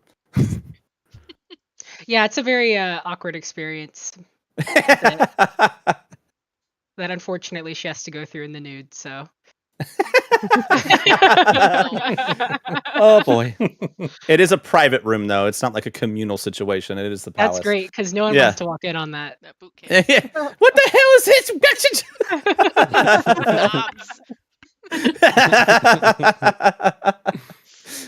I don't understand. Where is the bucket? Why is it warm? All right. That's right. Okay. So, anything else? The only thing I as long would as we say. Hmm? Oh, sorry. No, let Gasan go first. Oh yeah. As long as Yosan. Yep. As long as we have time, I'll make sure we're good for time.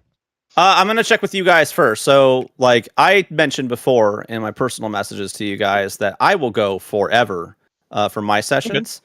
But if anyone is getting late for you all, let me know. I'm I mean, good. I'm fine. Yeah. I'm good, but we could use a break. Yes, I know. I'm tracking your break. I did see that. Okay. I did see that, but I didn't want to call break and then like get back and then like we're done. All right. Yeah. So yeah. Okay. We're gonna take a break, a 10-minute break. We went a little bit longer, and then we will get back to Yosan, who is going to be tracking someone down. Womp womp. Whoa, whoa. Ooh. Flipped. It flipped. It flipped. All right, It flipped. All right. I'm gonna step away, open this door because it's getting hot in my same. room. I'll be back. Okay. Yeah, Liz, you were making that description, and that GIF was all I could think of. Oh, I didn't see this GIF. It's all I could think of. It was great. Oh yeah. A short thing with crazy hair eating everything on the table. I was like, I know exactly what that looks Holy like. shit! What's crazy about that is the character that Pyrite is based on. I didn't even see it. Go- I don't- Goku? I gotta. No, not Goku. I'm sorry, the one that Andrew posted after. Oh, Yeah, because I can't remember her name, but she's from Bleach, I believe. oh, okay. Yeah. No, I was thinking more of Baby Goku. Yeah. That's always the first thing I think of when someone's like, fucking Reaching just across shoveling the food table into and the mouth. shit. Yeah. It didn't it didn't dawn on me until she's like, well, she's like crawling up on the table. I'm like, oh, I got one. Yeah. Baby Goku, absolutely, especially because she's little. It's like All right. sausages in my hands, like baby. Yeah. It's just like dropping links in. Unbuttoning her pants at the table. She ain't got no shame, you know. Gotta stock up. You're like, I don't even need gear. I just need this pack filled with food. This one. As a halfling, that's appropriate. Yep, that's right. All right, I'm gonna step away for a little bit. By the way, Brooke, you could turn on your camera, I think, during the breaks and stuff, because it doesn't Oh, mess yeah, with the structure. Yeah. Everyone knows what I look like, but thank you. But I miss it. You're so handsome. Oh, flattery will get you everywhere. Hang on, I'll be right I know. That's what I've learned in my life. back. But I'm seriously actually stepping away. Okay. I guess in truth, Liz, I don't know if turning things on and off during it is going to screw it up. I know you have it set for an automation, but I don't know how friendly it is sometimes. Oh no, yeah, you're good. So there's we made a different scene for like the break time. So it just captures the Discord as a whole so people can turn their cameras on and off and whatnot and Right. Yep. So you're good. No, I know when you started, getting the order was the first headache. And I don't Right. know, computers, right? You do something, you change something in the syntax, and all of a sudden something else doesn't work. I'm like, I don't want to fuck with it. Oh, I should probably been forgetting to stop and start the recordings at the break, so it's gonna be a big O recording. I'll have to upload today, but Oh that's okay. yeah. So, So this is still technically practice, you know. right. None of Being this a is player the and the controller is new. that's So. again another reason why I didn't want to make any changes while you're in the middle of all this. Like, oh, what's up? The sound stopped working, the video stopped working. It's not one thing, you know. If it's not one thing, it isn't. I fixed a printer this week. I'm always proud of doing shit like that. Printers are fucking awful. They are terrible. You know what? They're all like I I'm think glad they do it on purpose.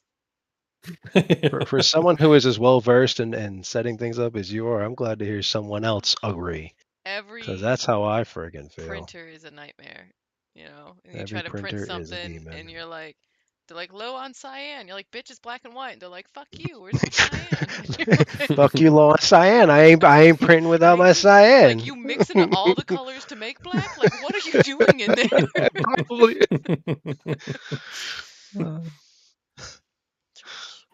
Oh, it probably is too. Holy shit. Right? You're like, and that's why you have to buy so much fucking ink. It's a conspiracy. Same thing as like milk duds, I think are made by dentists to make you have cavities and or remove your crown. Oh shit! It's all That's right. a conspiracy. That's right. It holds on and yanks Yeah, somehow. Look right, how they is stick together. it foiled again.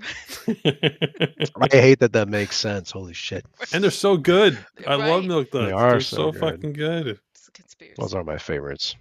Like snow caps are where it's at for me, but I mean, but milk duds definitely up there. You know. Oh, it's full circle. Milk duds are a conspiracy, and Willy Wonka and the Chocolate Factory to prove it when they said his father was a dentist. Yeah. It's Oh. not. Yeah, he has actually been supplying his father with customers. This whole Shit. time. Oh my god, my head. Yeah. Everlasting gobstopper? You mean everlasting cavities? Oh shit! Yeah, Oh, that's what I'm man. saying. And no one talks about this. He's That's not been even supplying Uncle his Joe. father That's a with total customers. dickhead. Now it's actually No, Willy it's Wonka. actually Willy Wonka. All the Fuck Oompa Uncle Loompas Joe. are actually dental hygienists. That's right. What do you His do to father- whiten your smile? Eat Running this around. gobstopper In the for chair a little and stay for while. a while. That's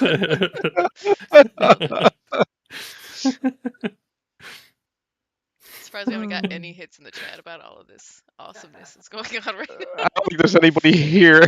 Everyone leave us. But this, when we have an audience, that is what Oh, we'll I forgot keep we were people- recording. That's awesome. No, it's unfortunately the audience is literally us.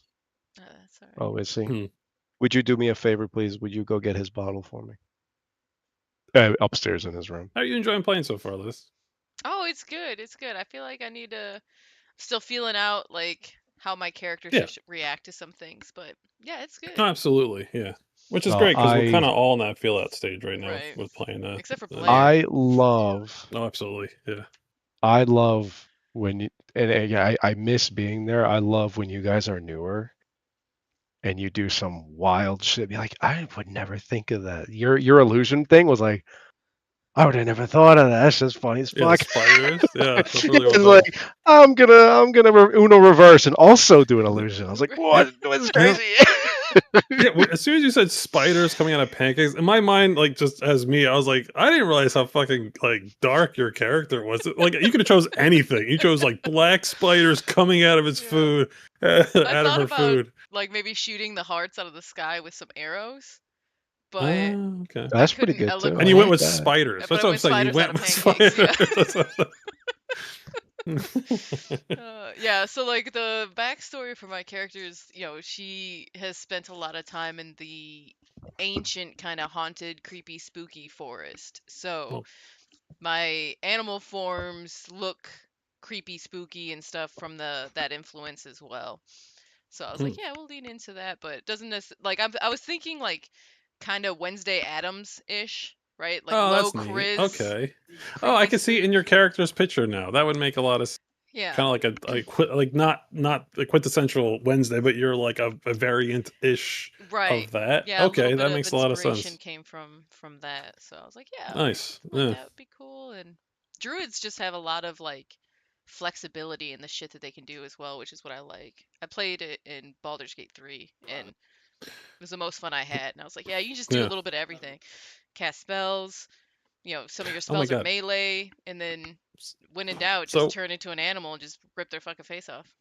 I just realized. So you're basically Lydia and Beetlejuice in one character. Yeah, perfect. Yeah. Yeah. That's so cool. And I think when we get out of the castle, you'll see more like I'm kind of twitchy, so if anything like startles me or like catches me off guard, I'm going to instantly wild shape wherever the hell we are. So Nice. if All right. Thank you for telling me how to waste your resources. I love that. No. I only have 2, Yeah. so it's going to happen. Don't, Oh, 2 million, she means. oh, a so long you have rest. plenty for me to raise. Oh, That's okay.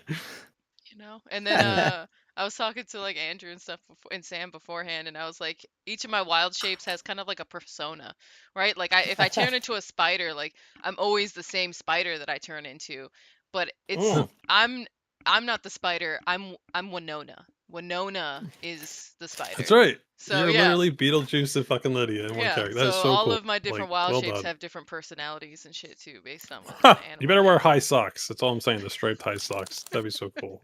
You know what I mean? Next time, That's where I'll it's put at. my leg That's up so you can see right. Beetlejuice socks. That's where it's at. That's actually a really interesting concept that you just talked about. That is very specific to this world. Huh. Beetlejuice good. socks? No. Yeah, socks. Are socks a thing? No. The idea. Is this rolled yet? Do socks exist in this world yet? No, the idea that when you shapeshift into things, you have it's like a specific iteration of you. Yeah, I thought that was gonna be kind of neat. And so then once I figure out what those are, I wouldn't be like, hey, oh, it's your turn, what are you doing? It's not gonna be like, oh, I'm gonna wild shape into a spider. I'll be like, Winona, bitch, and then whoop, I'm a giant spider. And eventually everyone will just know what I'm talking about. So Or a big snake with like right, the or Beetlejuice even head like in, the front in of it, context, you know what I mean? yeah, you could be like, this would be a great time for Winona to show up, like. I'll be like, well, you scared me, and now I ran out of wild shapes. Okay, so I can't Winona right now. So, I think We'll it's say your cool. name 3 times. We'll get one back. Like Mel, Mel, Mel. I'm really looking forward to the shorts in this. I'm not gonna lie. Yay. I do have to get off my ass. We appreciate you, Mark. I love doing it. It's just been Very much busy, so. busy Yeah. time. Yeah, I know. So for those that are watching, Merc and Liz are actually the individuals who usually put together our shorts. Merc is, we call him like the short magician. He's actually not short, but he puts together pretty incredible shorts. And Liz, of course, is our streaming master. And we have Maddie over there, who's actually in charge of the social media in general. And we have not really been providing enough content, which is what Merc is talking about in terms of the social media attack of things that we do. So, but yeah, the team is all here. With that said, I will engage with you, so feel free to comment anytime you want to on anything. That's right. She's watching it all. She is Crystal Raven social. If you want to start an argument, you know who you're going to be talking to.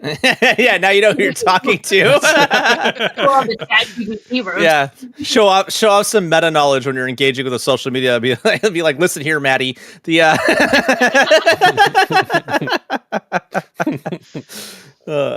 all right, I can't remember what time I said we were coming back, but I feel like we're over time. Flipping now. Flipped. We got flipped. Okay, we're back. Okay, Yosan was going to go track down someone real quick. Yosan, what do you intend to do? So assuming everyone has retreated to their rooms and get ready to tuck in for the night. Draven, there is a knock at your door. Oh, he doesn't like that. He pulls out a Glock.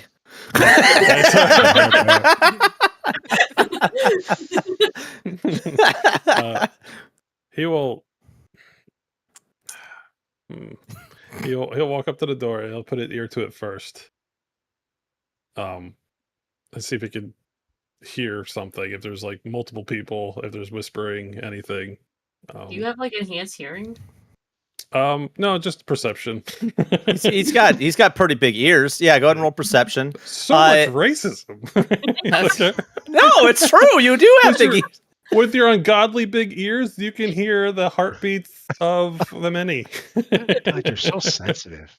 My God. You wouldn't be mad if you were Daredevil. You'd be like, yeah, of course I can hear. I knock back to see the wave. You know what I mean? You said perception? Yeah, perception. Yosan, what is your passive perception? I'm pretty sure it's insane. It's not insane. It's 18. Oh, okay. I would say with 18, you absolutely notice that you see a shadow at the bottom of the door, and you hear the wood creak, and kind of feel the door kind of press outward as someone's putting their face against it to listen. And then he's not like humping the wall. I didn't say it. I didn't say it wiggled. I didn't say party in my room. I didn't say the door was like. I just said it kind of like depressed out.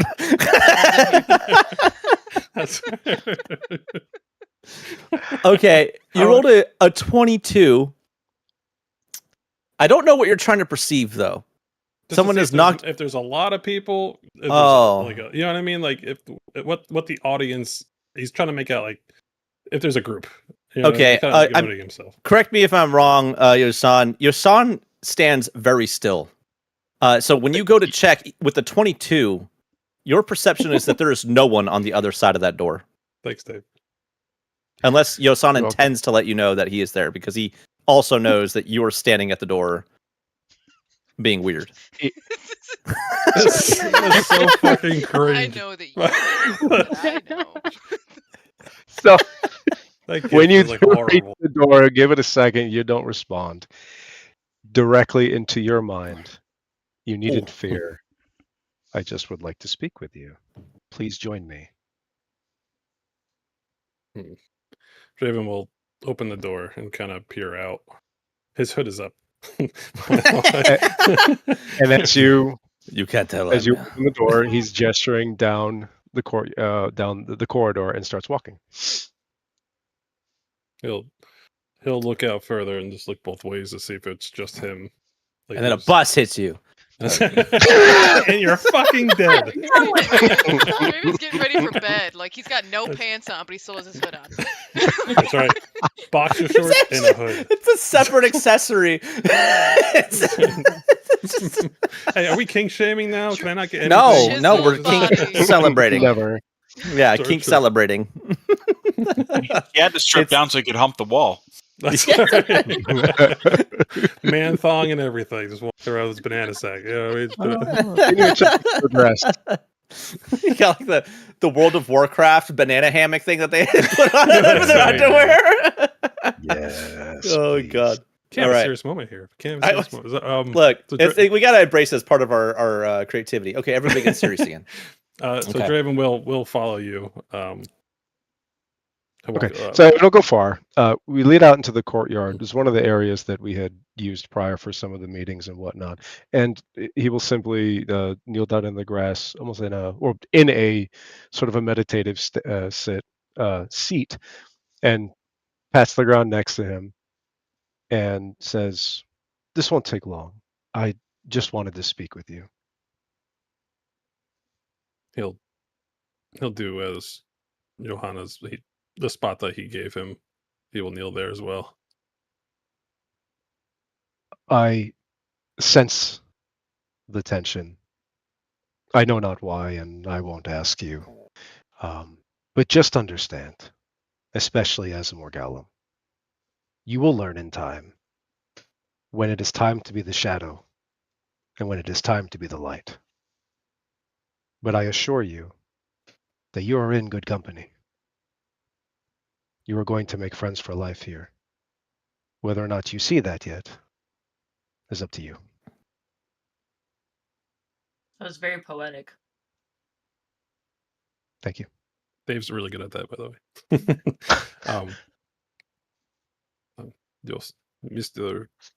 Joson. You can call me John. Very well. John.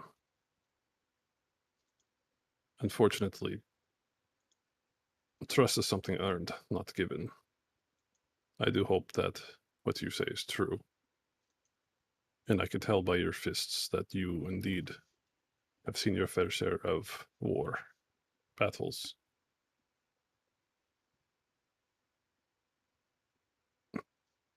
I also understand why I'm actually here.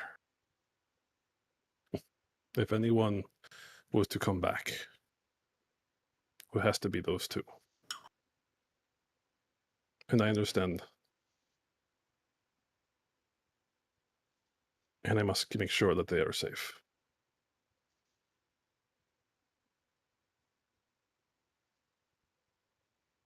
You have the right attitude.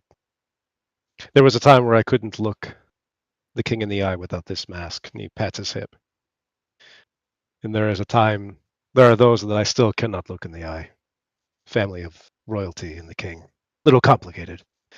But I agree with you. Actions speak louder than words. But you will find that time, and I encourage you to keep an open mind. It took me a while. It's because of your race. Oddly enough, I thought so, but no. It was simply because of happenstance and my situation. It actually had nothing to do with my race. Nothing at all. But that is what I thought. And that is why I took up the hand, and that is why I wore the mask.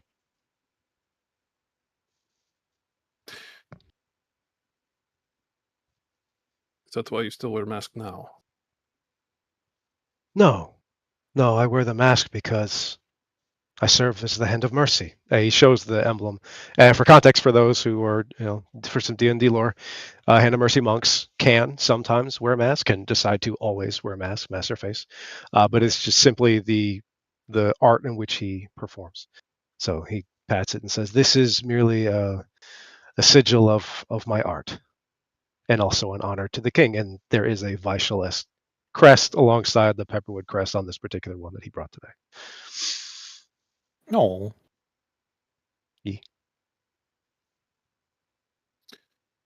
I understand that clearly the king and queen and what they used to represent. Is there anything I need to be aware of? Watch out for? The same thing that you and your organization has always been trained to be aware of, which is deception. Not from the king and queen, but you serve a very valuable purpose. We would call it paranoia, is a skill. If you don't think something is right, speak up. Be that advisor that you could be. Just don't take too much unnecessary leaps. I've incidentally once or twice might have accidentally lead Baxter astray.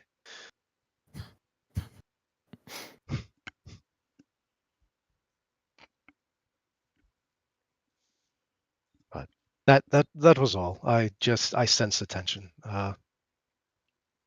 If there's nothing I can do, you feel free. I just enjoy, especially this time of year, meditate out in the courtyard and reflect on some things. You can stay as long as you'd like.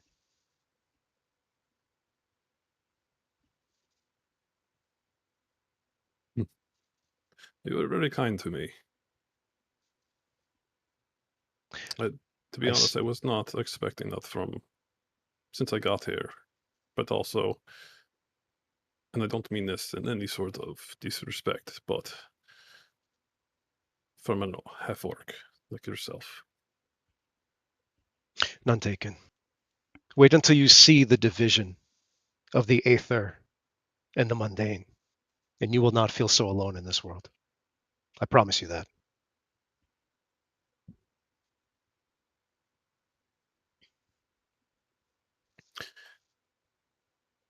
It was nice speaking with you, John.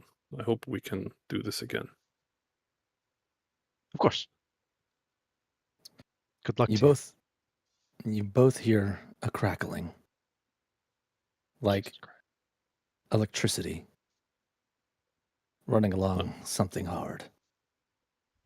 Hot. A cracking.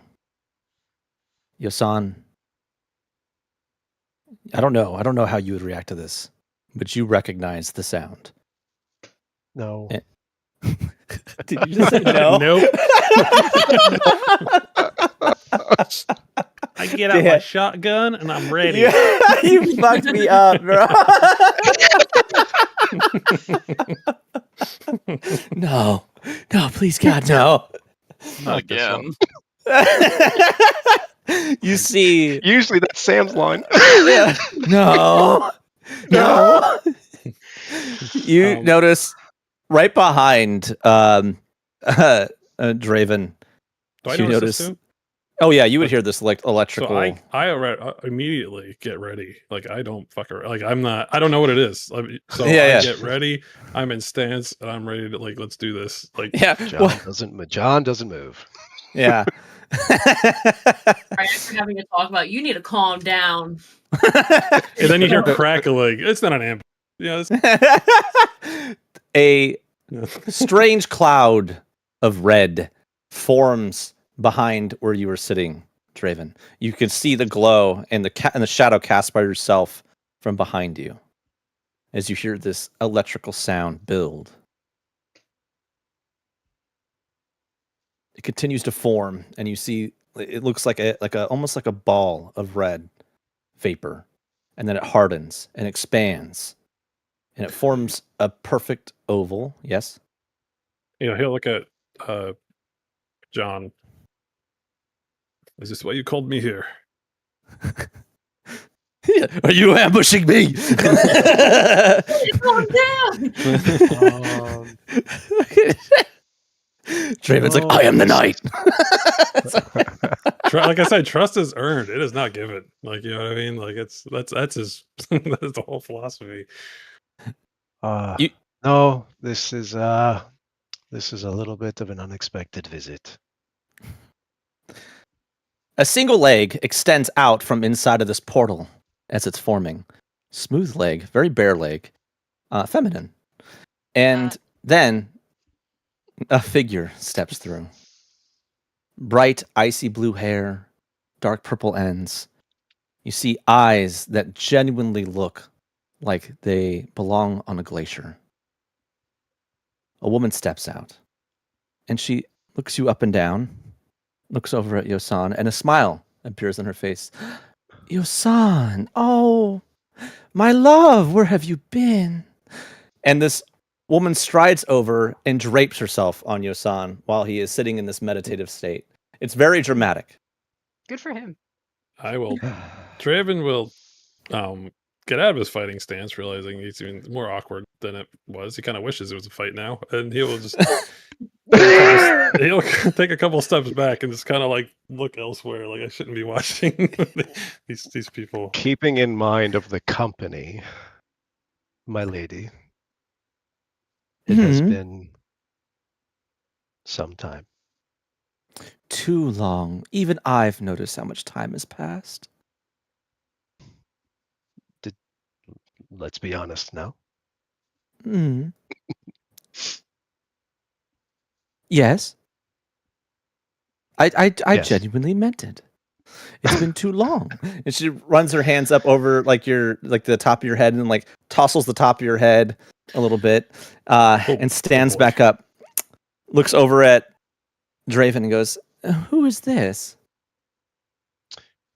That would be one of several that Baxter has chosen for an assignment. There has been a problem, I assume. That is why you are here, my lady. No, it's just time for me to see my grandchildren. Of course. Some chaos happening in the world, of course. Oh, you would know, wouldn't you, though? No, I don't busy myself with that stuff anymore, Yosan. I think I've had my absolute fill of adventures.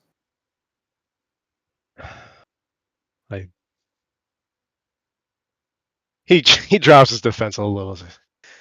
It is good to see you safe, but I also know that can't last forever. You know this. Why would anyone mess with little old Nora? I don't understand. Come. Why are you still sitting down there? Where is my hug, Yosan? We're gonna walk back a little bit further because he's like starting to head out like slightly. He's like, I really shouldn't be here. Your family is waiting for you. Why do you torment me? Aw, and she gets down on her like knees and hands and like crawls over to you, puts a finger on your nose and says, "Because your family." That's how you treat family? What the hell? What? They're Well, close. we're down in the courtyard. You guys are too. Damn. Okay. They are She's putting coming, the children don't worry. to bed. You should. She is. In all seriousness, you may wish to speak to Baxter sooner rather than later. There may be some concerns. There's always concerns. I don't care for them. Last time I had a concern, I got in trouble. Okay? I took him and the family on a little planar visit, and he was not too happy about it. So, I don't concern myself with things anymore.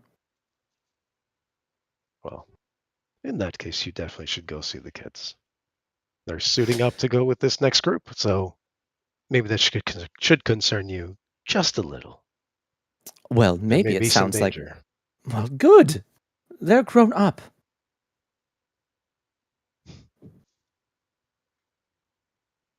And, you know, they won't find their answers unless they go out on an adventure, much like their father. This is true. But I sense There's no I'm not problem. going to get a hug today. I cannot believe you are rejecting me. Once again, you've broken my heart. I don't know how I shall ever recover. She stands up, looks over at Draven. Well, goodness, it's been a long time since I've seen one of your kind. Oh. Why you gotta say it like that, Devin? Oh. There's a little stank on that. What are your kind? I make sure I'm not standing on the lawn. Does Baxter know the Morgalim are here? He hired him. Oh, there must be something very interesting going on. Come, Draven. And you don't know how she knows your name.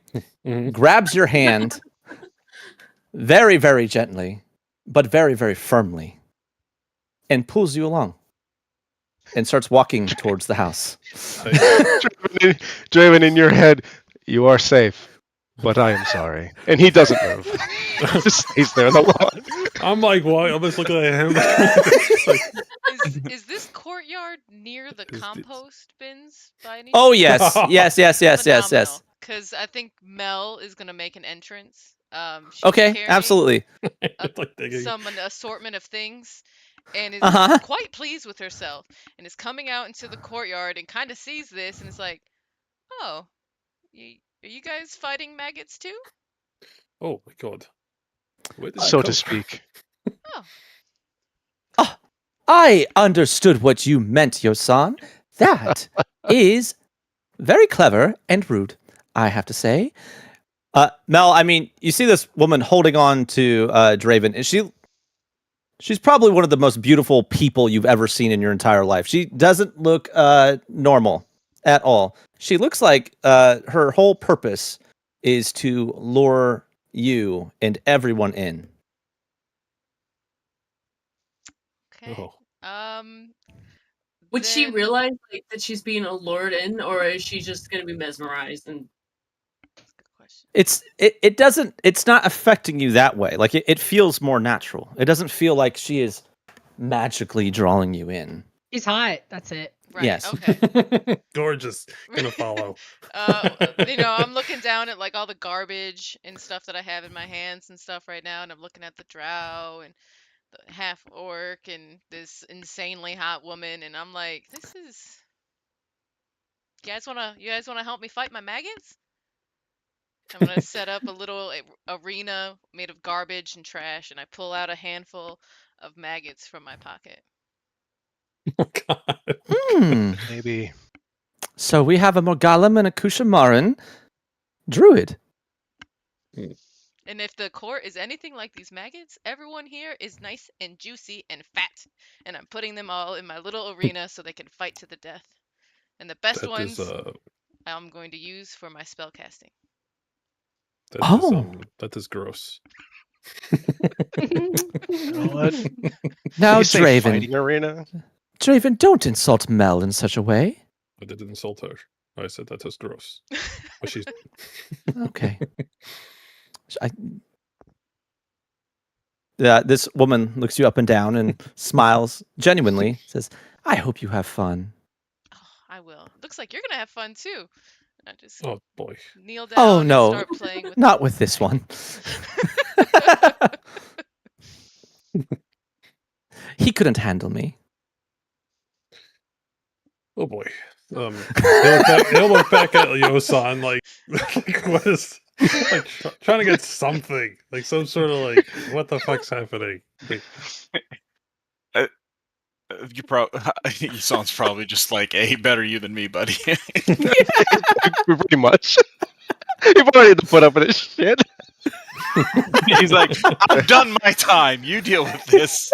He doesn't want to start spewing words. He'll let the rest of it just happen. He'll just let it happen. so, Actually, matter of fact, you mentioned arena, fighting arena, Mel, and Yosan actually looks over the little arena. They chucks a gold piece. I got the one down there looks quite strong with the one missing leg. He'll do. Oh, good That choice, good choice. Yeah, they always fight better under the moon. I had to find a nice place for them. I've made a little fighting arena out of like corn cobs and other trash and things, and I'm pairing them up into different things, and they're getting ready to fight over a piece of pancake, and it's very serious. I'm very serious about this, and I put your gold Gladiatorial over arenas by is where your I was born. Did you know that the last time I died was at an arena? Were you a maggot?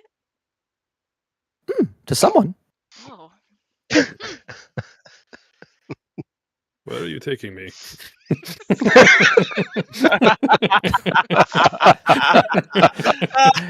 Inside, you silly goose.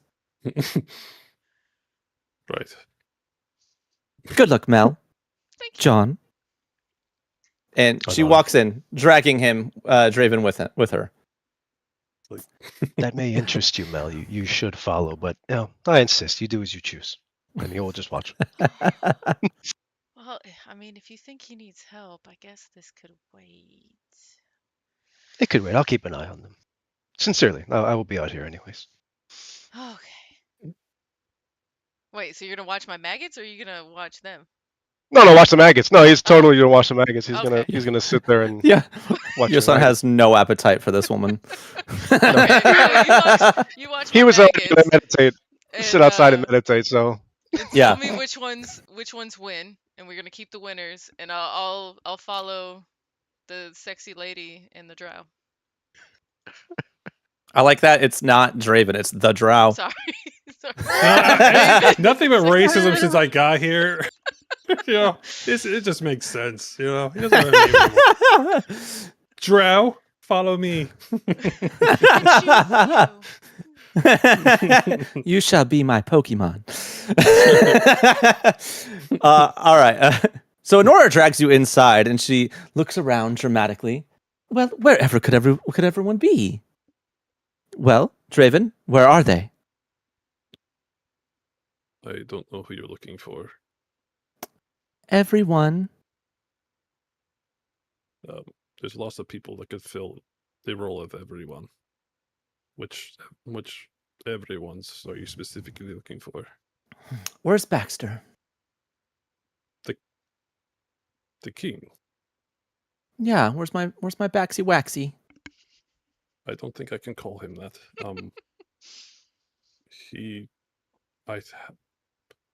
I think it'd be a little suspicious if a drow such as myself was keeping tabs of where the king was. Oh, little guy. She like taps her nose. You know, that's only going to be a problem for you if you keep making it a problem. I haven't made it a problem. I think the only person bringing it up more than everyone else is you. I disagree.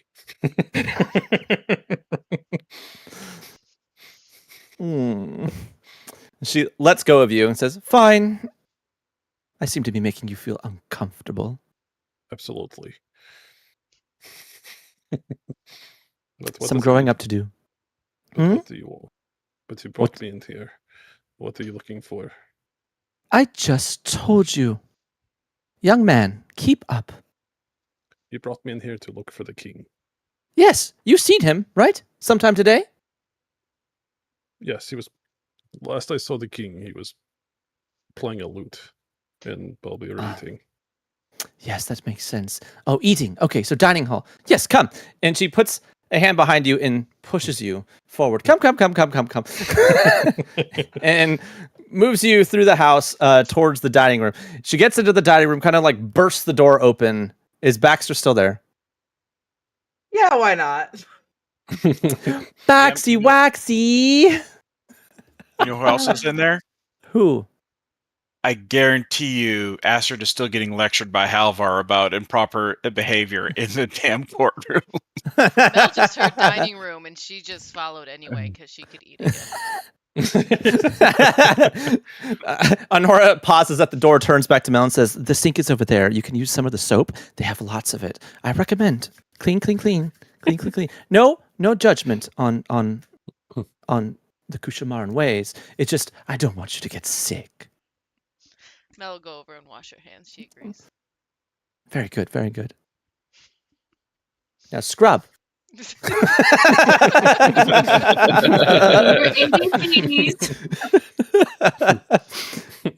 Turns back to the room. My loves, how are you all? I can't hear you, see. Oh. Hello, Mother. Hi, it's wonderful to see you.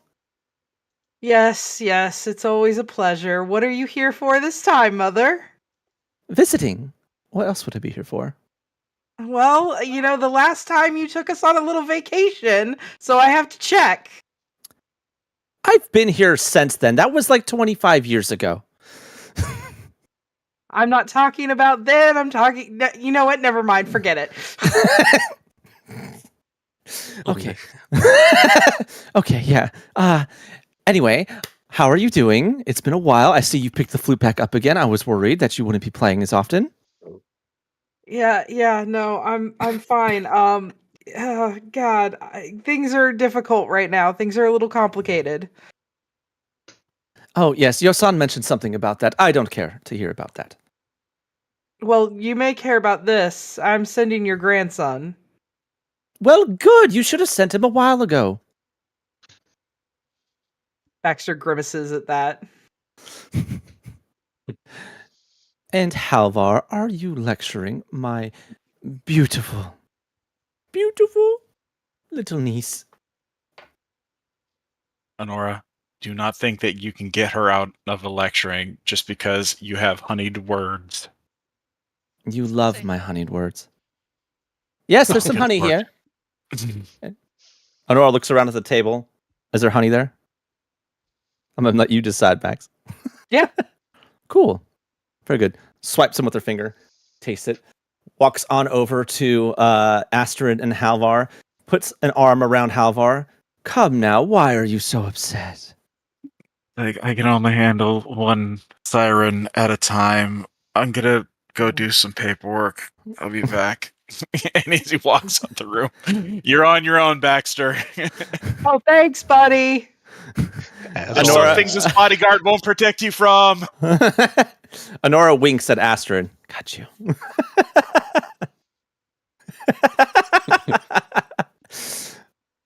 So, what is going on? We have a little mission happening. I hear perhaps a whole new group of people. That's correct. Do they need a little help? No, they don't need your help. They don't? I mean, technically, I'm a priest of her, so I mean, you can't say we don't need some help, Uncle. I do need. So technically. Mother, I love you, but every time you come around, things get complicated. I think you're mispronouncing the words interesting, Uncle.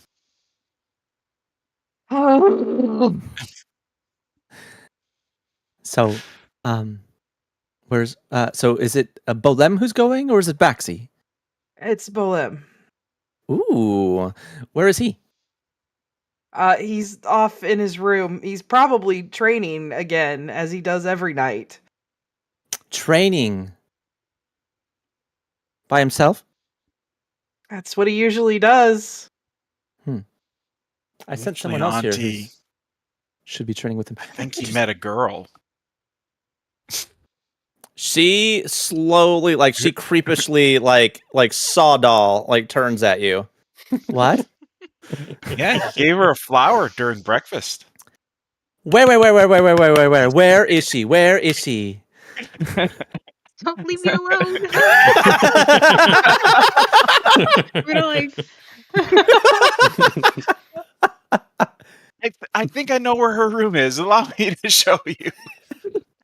Joke's on you. Blair's been lost in the castle for 30 minutes. Did you want No, she was escorted by the queen back to her room. Hello. It's part of her hero's quest to figure out the layout of the castle. She left the bathhouse, which was like down the hall, got lost somehow. Where the hell am I? Take me to her now. Thank you. Okay, let's go. As we're going, is like, you want to see Bolame freak out too? Yes. Okay, I cast signage to Bolame. Is like, your grandmother's here. We're going to go see your new girlfriend. And that's it. Oh my god. You said it was ascending, right?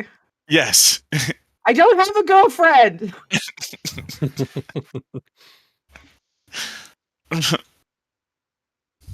But I'm pretty sure you can What? figure out who I was referring to. Yeah, I'm probably gonna make my way towards the room that I know that she's probably at because I don't trust grandmother. Okay. And I leave them there. It's like, oh, see, and I told you the knight in shining armor comes to save his boo.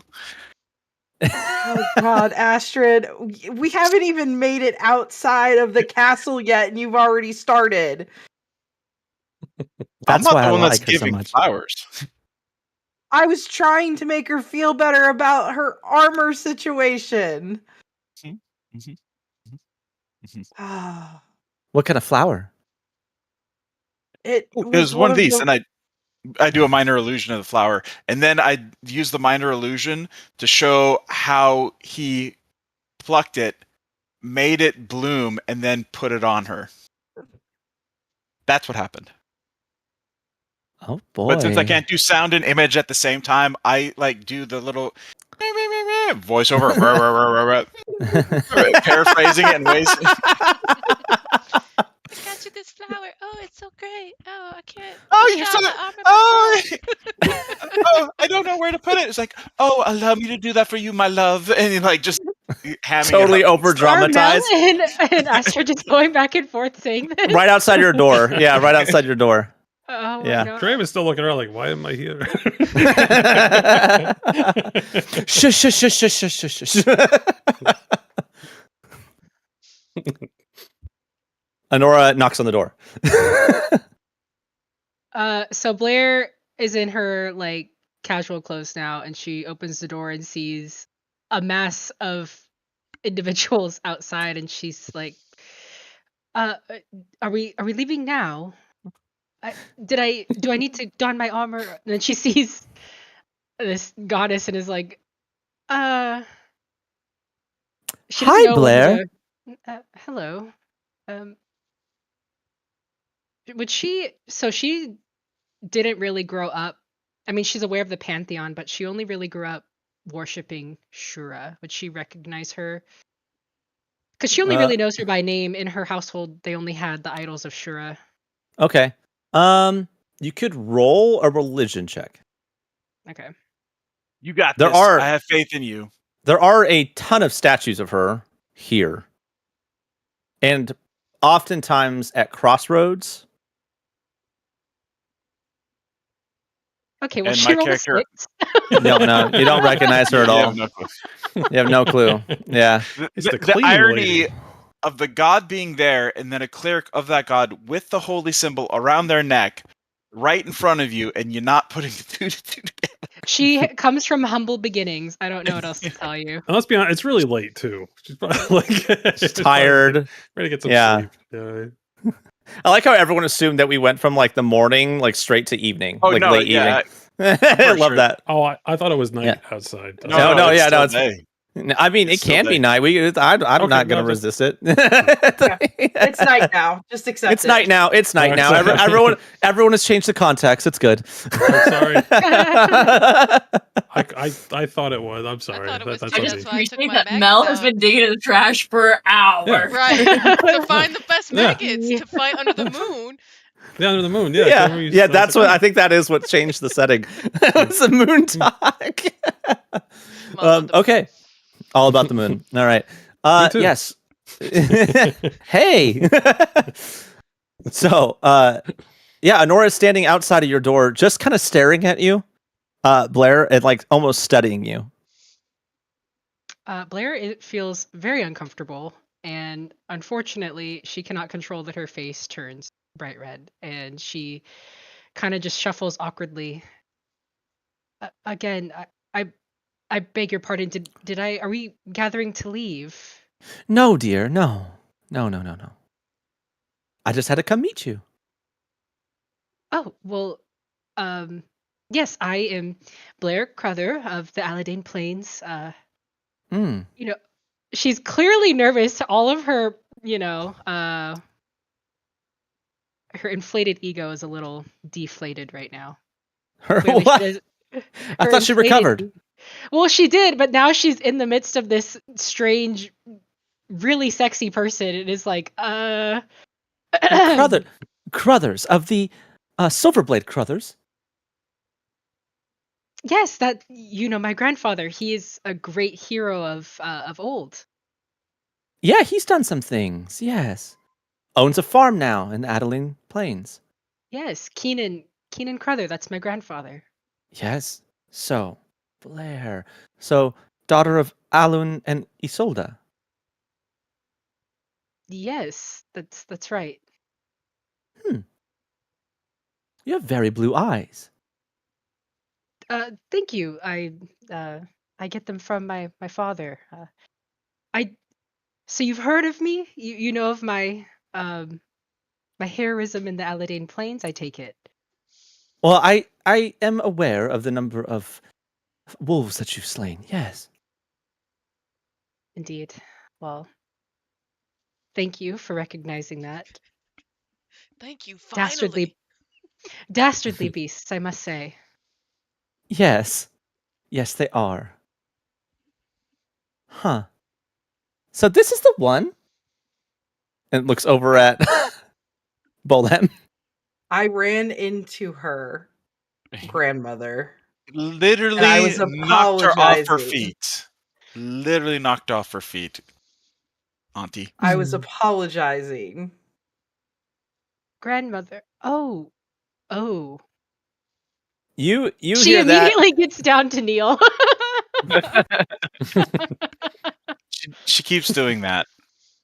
Yeah, you might. So for Blair, the problem with hearing grandmother is you might assume that they mean Angelica Farrow, or sorry, not Farrow. It's Angelica. Kailu. Yeah. Well, it is Farrow. She married Farrow, but yeah. So, which was the previous queen, but you would have like information and like paintings of that individual. This person looks nothing like that person. And which only adds to her confusion as she kneels there. She's not putting the puzzle pieces together in any way. Why is she doing that?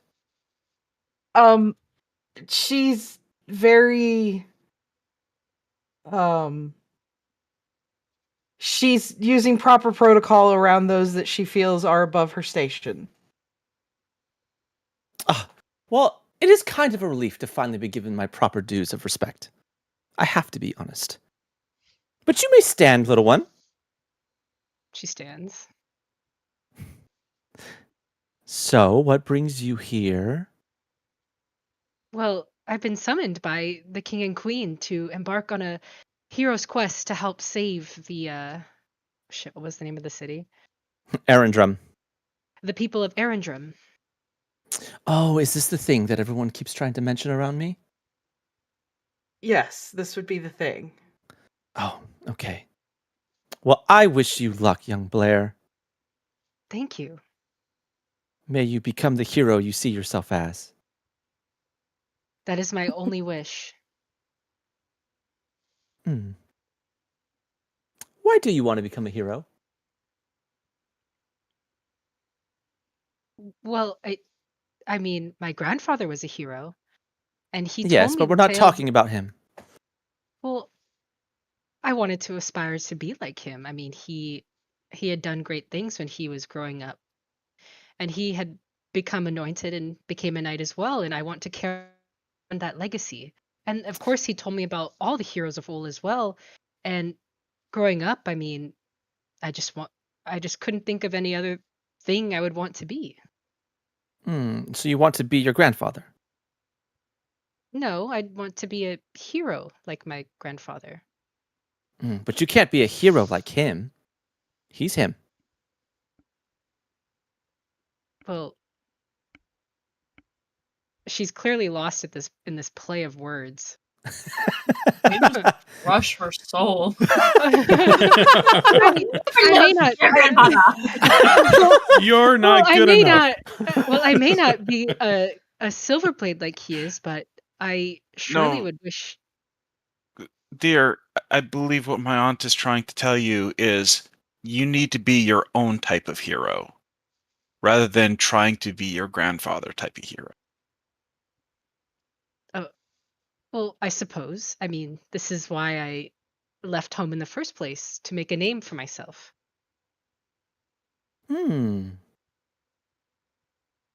Okay. All right. I suppose that's good enough. I suppose she's good enough. I don't know, maybe. Good. I beg your pardon. You'll do fine. And she pats her head. Thank you. Don't mind grandmother. We love her dearly, and she's just a little bit extra. Oh my god. Oh shit. Wow, that was... You that never was the tell best. someone who's extra that they're extra. They get very extra. Passive aggressive. Love it. Very true, though. It is very true. I sense one more person in here. Who is this other person? Where are they?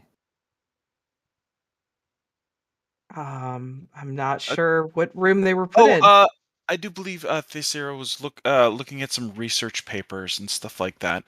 I think you remember I told you about my friend that I worked with some collaboration at the college. She's the other one that's coming with us. Oh, Ignacio's study partner. Oh, very good. Okay. So you do have Yes. some people of some capability as well on this team.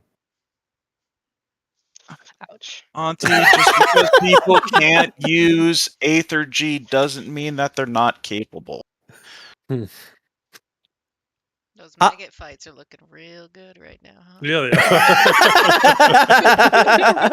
you know what? It's not so gross anymore. I'm downstairs separating the winners from the losers. Don't you worry. Your son's I mean- like, thank God I'm not there. He's like, I've had enough sirens for one life.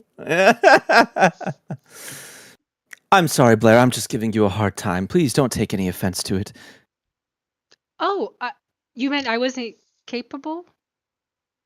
She did not think that applied to her in any way. Oh no. She was. It's her weird. It's her sense of humor, Blair. Oh. She Yeah. tried to make a joke. So I funny. am very funny. First of all, I am very funny. Oh no. Now, where is the Sira? I would like to meet her. Okay. And then lead her to the Sears room. She's gonna knock on your door before she's even there. She's gonna wiggle her hand, and there's gonna be a on her door. So Thess was reading some of the scrolls that were brought up. Hopefully, within these couple of hours, it just Yeah. Oh, it was a lot of hours apparently. It just swung by, just swifted by. Yeah. So, sorry, out of character. Before we go on, when we were talking about the threat that's going on in the city, whose name I've already forgotten, even though you've mentioned it a bunch of Aaron times. Drum. Yeah. Thank you, Aaron Drum. It stands for Orin's Dream. Orange Dream. Orin's Dream. Yeah. Oh. Yes. Anyways, would I have realized that this may have been like familiar or like have any sense of like this is something that has resolved from the previous like traumas I was talking about that Baxter had to save me from? I think that you would notice that there are some similarities in some ways, but like, for instance, like you might draw some parallels like through logical leaps of like similarities of different crises. Like people acting irrationally might sound like the Heartfire crisis.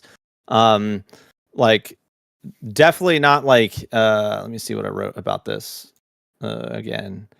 You definitely don't have anything that talks about like a strange iridescent object. Like that's not something that you found any reference to before. Mirrors in the sky, like that's not something you've seen before.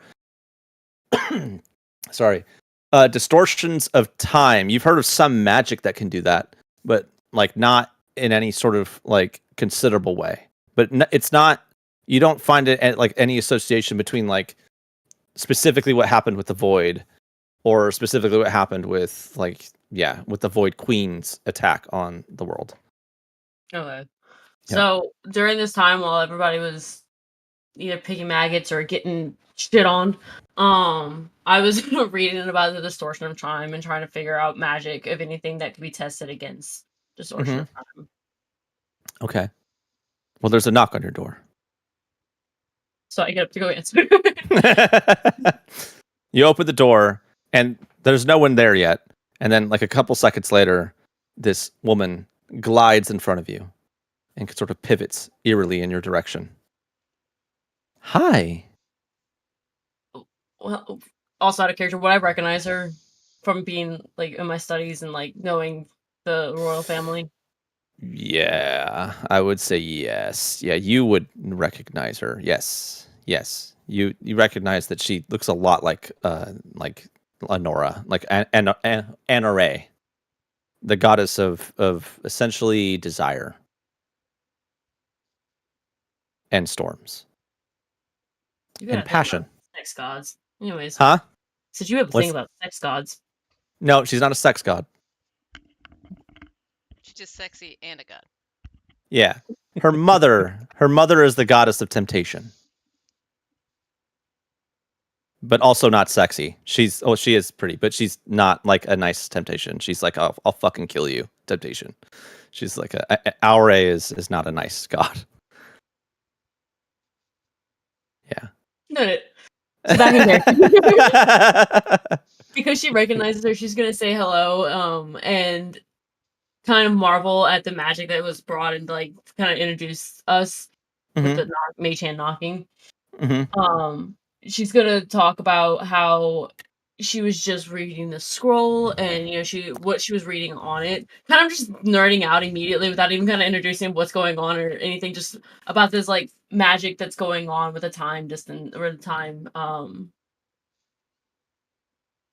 Yes. Yeah, everything going on with this situation that's happening. So you just gush about all your research that you were figuring out between what's happening in Erangem and then all that. Yes, because she's definitely like focused like study mode, so she's just geeking out as a student right now. Like yes, as she's just reading all the scrolls. Yeah, Honora like glances over at Astrid and goes, "I see why this is a friend of yours." Oh, wow. Well, What's it's that good. supposed to mean? You just both are very, very passionate about. It means you're a nerd from down the hallway. Yes, that is what that means. Thank you, Bolly. That's good though. I'm glad that someone else smart is on this team. That is very good. Yeah. Sorry, speaking of people being smart, hold on. Did Blair come down with him, or is Blair still in her room kind of like, what the fuck just happened? She's still in her room. She's like, what was that? Like... Everyone shows up. Everyone shows up. She gets shit on, and then she's like, okay. I'll just stay in my room, I guess. Train of people down to my room. At this point, I'm just invested. So since Blair's not in the group, Tess is gonna be like, yeah, so what is this about somebody thinking she was getting knighted today? Like, and we're in a group of this? Like, where are we going? How did we all get picked together? Ooh, how did you all get picked? Oh. Well, I think that Blair got picked because I'm pretty sure that the governor of her area probably referenced her and provided a name to the king, is what I'm thinking. And I think that Mel was offered because Mel knows Queen Amariel. Of course. Bolem and Astrid got selected because, well, they need to do something. They can't just lounge around and, study all day and train all day and not do anything with their lives. They have to go experience some things. And I've been doing very important research. Yes, sweetie, you have. Anyway, and then Draven, well, Draven is picked because he happens to be a wraith in the Mogalem, and they are very capable, although he's just very recently actually achieved his first accomplishment. And you've been picked because of your relation, I assume, to Ignacio Mondeses. Yes. Sorry, you just achieved your accomplishment. What accomplishment? Oh, he claimed his first kill. I brought another person to Rizrin. And spoke the words. You did very good, dear. He's like kind of confused looking. He still doesn't know who this is. So yeah. He's like, his mind's like, are they in the Morgana? Like, should I know this person? Like, it's kind of like, no, I did. Yes, you did. You really beat all of their expectations. Will you be joining us on this mission? No, I will not be. No. It wouldn't be much of a mission then. No, that's not fair. So why are you here? I'm visiting. And I'm more than pleased and inspired the fact that you've decided to come knock on my door and say hello to me, of all people. But okay. I'm sorry I upset you. No, never upset it. Please. I'm just inquisitive of your intentions. Oh, I often make everyone inquisitive of my intentions. That's one of my favorite things in the world. I like to make people nervous. Oh, don't you do a good job of that? I know. It's fun. It's the very only fun. one that seems to be immune to her is Yosan, and I don't know how he does it. It's because he's not immune to me. That's why. It's a weird contradiction. I used to really piss him off.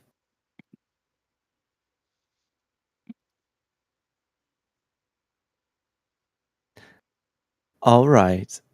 I shall let you go. I am going to go spend some time with my son and bother him some more. Go check out Plus, my I have. maggots. You should do that. I believe you have about 24 winners. That's a good lot. It's a good lot. It is. Maggots? What's this about maggots? I'm very interested. Ooh, come check out my winners. Oh, awesome. Tessira, keep researching. Very good. I like where your head's at. I imagine you're not going to find your answer in the past this time. Do I pick up in the? Hold on, actually, we're gonna ask. If you don't imagine I'm gonna find anything in the past, do you understand what it is we're about to get into then? No, not really. So how do you know I'm not gonna find anything in the past? Because it hasn't happened before. If it happened before, I would know about it. You seem to know a lot about this situation already without being involved. Yes. Kind of what she does.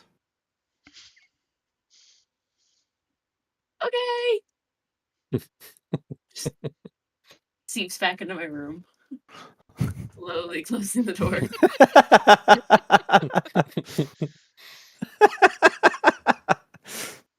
She's a doll.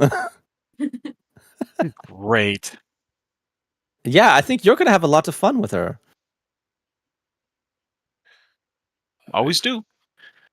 Bowling, you should go check on your girlfriend. I think her feelings might be hurt. I think that Really? I think you're going to scare Blair with all this talk before she's even thinking about anything like that. Her mind is totally and completely on her mission. No, Which but is I what wouldn't our be able- mind should be focused on as well. And if I you'd like to mean- spend more time with her, you should probably just train with her. She'd probably like that. As I start elbowing him. Again, our mind Leading should be up to- focused. Our minds should be focused on the mission at hand, and I am going to go train. With her? Are y'all just talking outside my door, like just standing there? We're outside your door in the hallway, and I say it loudly, so like I'm not necessarily point blank inviting anybody, but everybody heard me say I'm going to go train. I'm gonna go check out maggots. This is fascinating. I'm going to go All back right. to my room now. Okay, Draven. It was pleasure meeting you. I'm afraid I don't quite understand who you are, and I do apologize for that. My name is Honora. I know. Do I know who that is? Yeah. Like, I know it's okay. And my eyes will widen a little bit, and then I will like a deep bow. No, stop it. And she like grabs you by your hair and lifts you back to standing straight up. Stop that, thank you. It is, No. I meant no disrespect. Earlier, I do apologize. In order to disrespect me, you would have to be someone that I respect. Damn. Understood. Oh, what? Jeez. I've been called worse by. I'm not gonna say this in character. I understand, and he'll turn around and start walking back towards his room. I meant no ill by my words. It's just is what it is. There's been a lot of apologies directed towards me today. I understand, and he'll turn and keep walking. Ah, the drow are so sensitive. Anyway. I wasn't crying about it. You guys are stupid. And I hate Everybody hates me. Well, this is the thing, right? He's drow, which is a lot of people are unsure about them, right? 2, it's a Morgellum. Like a lot of people are unsure about. So there's a lot kind of against. So it's kind of like he's used to it, but it's still. But this is the difference is it's a lot of higher ups here, right? You have kings, you have queens, you have the royal, like the royal family, you have a goddess. So it's a little bit more impactful because of that, but he still understands his place in his mind. So he's Sounds like not. you have more. Sounds like you have more baggage than an airport terminal. Yeah, it's true. Damn. It's just like, have we transitioned into the shitting on everybody stage? Is it my fault? It's my fault. This is his lot, and he Yeah. understands that. But that's what I'm saying. But he doesn't take it. He doesn't. He's not insulted. Like how dare you? I'm leaving. It's like. I understand. But yeah, he'll head back towards his room now. Okay. Honora abruptly breaks off from this gaggle of individuals outside the door, walks over to Blair's door, opens it, walks in, shuts it. So Blair's already still feeling like equal parts confused and aroused from their last interaction. So I was not expecting that word. I was not expecting that word. and insulted. So I guess it's 3 parts. Oh, well, now we know you got a kink. And I say, what a kink. Yeah. Got a degradation She's kink. she's from a farm, all right? Someone strangle me. Sorry, I'm done. She's like, I'm done. open the door, and there's like a model outside. She's like, what the Yeah. fuck? Again, humble background. We don't get people like that on the farm, all right? Tried to woo her with Don't my need you to use maggots. my It didn't accent work. against me like this. All right, she walks in. She says, Blair. So, Blair, you wanted to be hello a again. hero. Yes, you want to be a hero, and you're from a farm. Yes, this is true. Well, what do you feel about yourself? How are you doing? How do you think you're doing? Well, I think I'm doing quite well. I mean, the king and queen, again, I mean, I was chosen by royal hands. Clearly that tells me that I'm doing all the right things. You know what? I agree. Oh, okay. Well, it just seemed like you had kind of insulted me earlier, so I'm a little confused right now. Oh, yeah, I do that. Don't take it personally. So, to what do I owe the pleasure of you being in here right now? I was sensing a lot of mixed feelings. I was sensing insecurities and then also overconfidence all at the same time. So I wanted to check in on you. Oh, overconfidence. I think I have a healthy amount.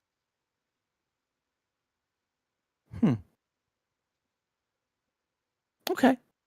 Very well. I just don't want you to run headfirst into something that you probably shouldn't run headfirst into. Absolutely, you should go on this journey because I think you would get a lot of growth out of it. I just want you to have a modicum of caution. I mean, if I'm to be a knight, I can't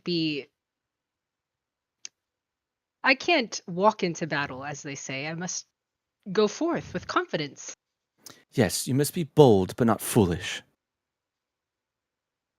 Oh, well, I'll take this advice and keep it in mind. Very well. You can do this. Thank you. I think it'll be fun to see a farmer become a hero. Don't ruin the Well- story for me by dying too early. Well, I mean, King Baxter's grandfather also hailed from common roots. He did. Kind of. Well, kind of. The Faroes are... Well, they've been heroes for a long time. But I believe he started as a commoner. Yes, they did. Yes, they did. Or So perhaps did his father, technically. And I loved his father. Wow.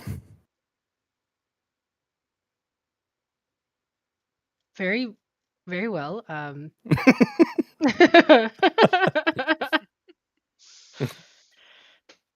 Again, I will take your words of advice and encouragement. Thank you. And take them forth when we leave tomorrow. Of course.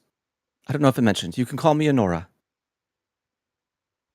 She does recognize that name now. And now Yes. it's like she's like, oh, Your Eminence. She's like, she not to No, kneel, no. so she doesn't No, know no. what to do now. No. Oh All my I'm God. saying is that you are at a crossroads, and I can sense it. I think that many of the other ones are not at a crossroads. You are. Well, a crossroads entails 2 choices. I only have one in my mind. Oftentimes you come across a crossroad and you know exactly which direction you're going. It doesn't change the fact that you are on, in fact, a crossroad. Well, then, by the light of Shura, I'm sure I will choose the right way. By the light of Shura, you are risen a hero. Like, I'm a hero now? Oh, I'm sure you have the heart I of knew one, it. dear. You absolutely have the...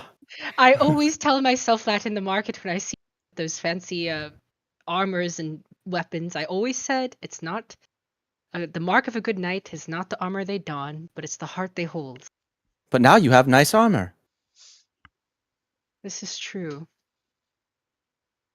Don't wear your shitty armor.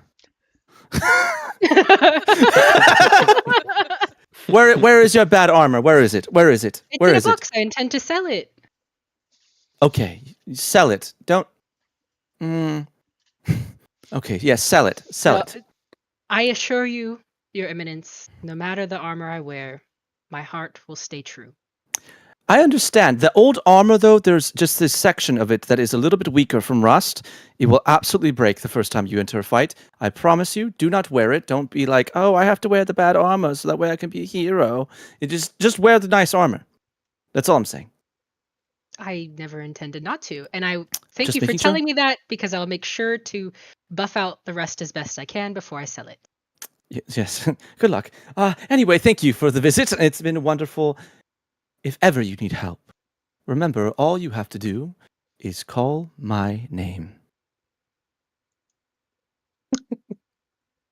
In her head, she's like, why would I do that? Shura is the one that I worship, so... Yeah. And then you just have like the little butterfly symbol. Blair will remember this. Blair will not remember this. Man, Honora leaves. I love how the whole family wants to bang your character right now. Yeah, the I mom, the did- grandma. You have Bowen. Honora does not want to bang Blair. Oh, I thought you said it was sexual tension. I'm sorry. That's what I thought you No, were I think that's what you saw. Oh, I'm sorry. Okay, it was just. That's If it definitely were, not. That's Blair's definitely not the character for that. Yeah. That's so cool. Yeah, I think after Astrid made the inference that Bolem might be interested, there was no way in hell that was happening. Oh, okay. I got you.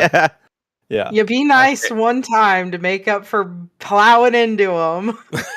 Yeah, no. Astrid is purposely just trolling because, yeah. Yeah. Oh, I got you. If Astrid actually thought there was something going on there, Astrid would not be fucking with Bolem. Oh, okay. This is just like a. Yeah, this is the cousin. Cousin, you know, like kind of cousin fucking with their cousin. This is Andrew finding a way to troll Sam through every character possible. That's what it is. Well played. Yeah. Life finds a way when it's Andrew looking for a way to troll Sam. All right. You guys all rest for the evening, and we will pick up the next session on your first day leaving the capital. The hero's journey. The hero's journey. Now I have to figure out exactly where your underworld is, and then let you all go down and then come back up and all that stuff. We were gonna watch the maggot fights. I was hoping you'd have a whole system ready where we could do dice rolls, and we could do combat and simulate it. We'd use I'm just messing with you. Next session we'll open with maggot fights. Yep. Yeah. Yeah. We'll do opposed dice rolls, and we'll make stats for the maggots. And we'll spend a whole session doing on the line. You know, we gotta. You have to find out which ones are the best. They're the only ones that will work. Can I name one of them? Like, Maggot Man, Rady Savage. Yeah, I was about to say, these damn maggots better be coming with us on this journey. Yeah. Maggot Man, Rady Savage. Oh yeah. It's pretty sick spell. The one time you accidentally drop it and step on it. It's a sick spell. It turns into a 6-inch long maggot that eats people from the inside. It's amazing. What the? Yeah. That is. You have a spell? What's pretty cool. What spell is that? Oh, am I not supposed to pick? It's a necromancy spell. Oh, nice. No, which one? I'm still learning 2020. Krail's maggot. Oh, that must be from one of the third-party things that Devin turned on. Nice. Oh yeah, I I did. followed the clicky thingies on the setup. Yeah. It's in there. You're fine. No, that's Nope, awesome. yep. Yeah. Nope. There are absolutely some OP spells in there, and luckily, Aelmyr is the world for that. Nice. I mean, it Nice. only does Yeah. 1d8 plus 5 damage, so I mean, it's not like That's cray-cray. really That's good. actually really good. Yeah, let's say that's pretty Yeah. hardy. Everyone else is looking at the level 5 damage, like, wow, that's so. So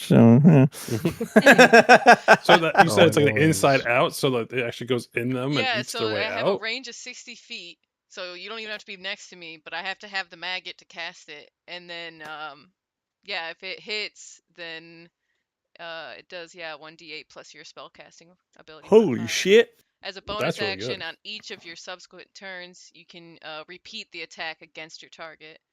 And then Woo. the person who has the maggot in them, they can make a I- melee attack against the maggot with a weapon that deals piercing or slashing damage.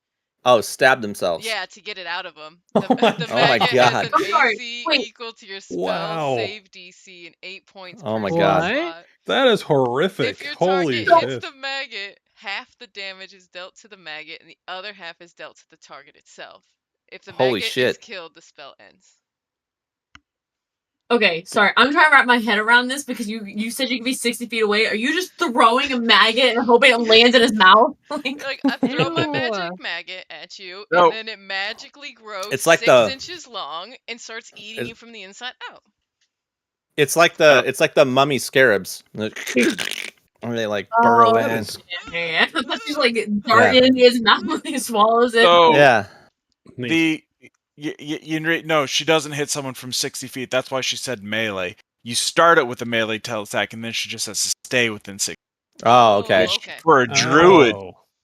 for which a druid is not too hard, because again, you can just concentrate while wild shaped and Right. just fly as a bird as the I can't maggot fly yet. slowly eats them from. Oh. Well, Level 8. She didn't earn is her that, level wings 8? yet. Level 8. Soon, Level soon 8. I'll be able to fly. But soon. yeah, so I could cast this, and then while I'm concentrating, I can wild shape, and as long as my concentration doesn't break, it'll continue. Yeah. Yeah. That All right. is I do that's want an to. awesome spell. Sorry. I do want to say, at least for anyone who might still be watching, we are done now for the night. We will pick up. My goal is next week. So next week, same time, 5. And then we will reassess to see how the team is doing with one of my long sessions and see if we need to adjust it and have an earlier cutoff time, because I know this team is not used to pushing that late. So, but we will adjust as necessary. Thank you so much for tuning in. If you are tuned in, and see you next time at Crystal Raven Games is Aelmyr.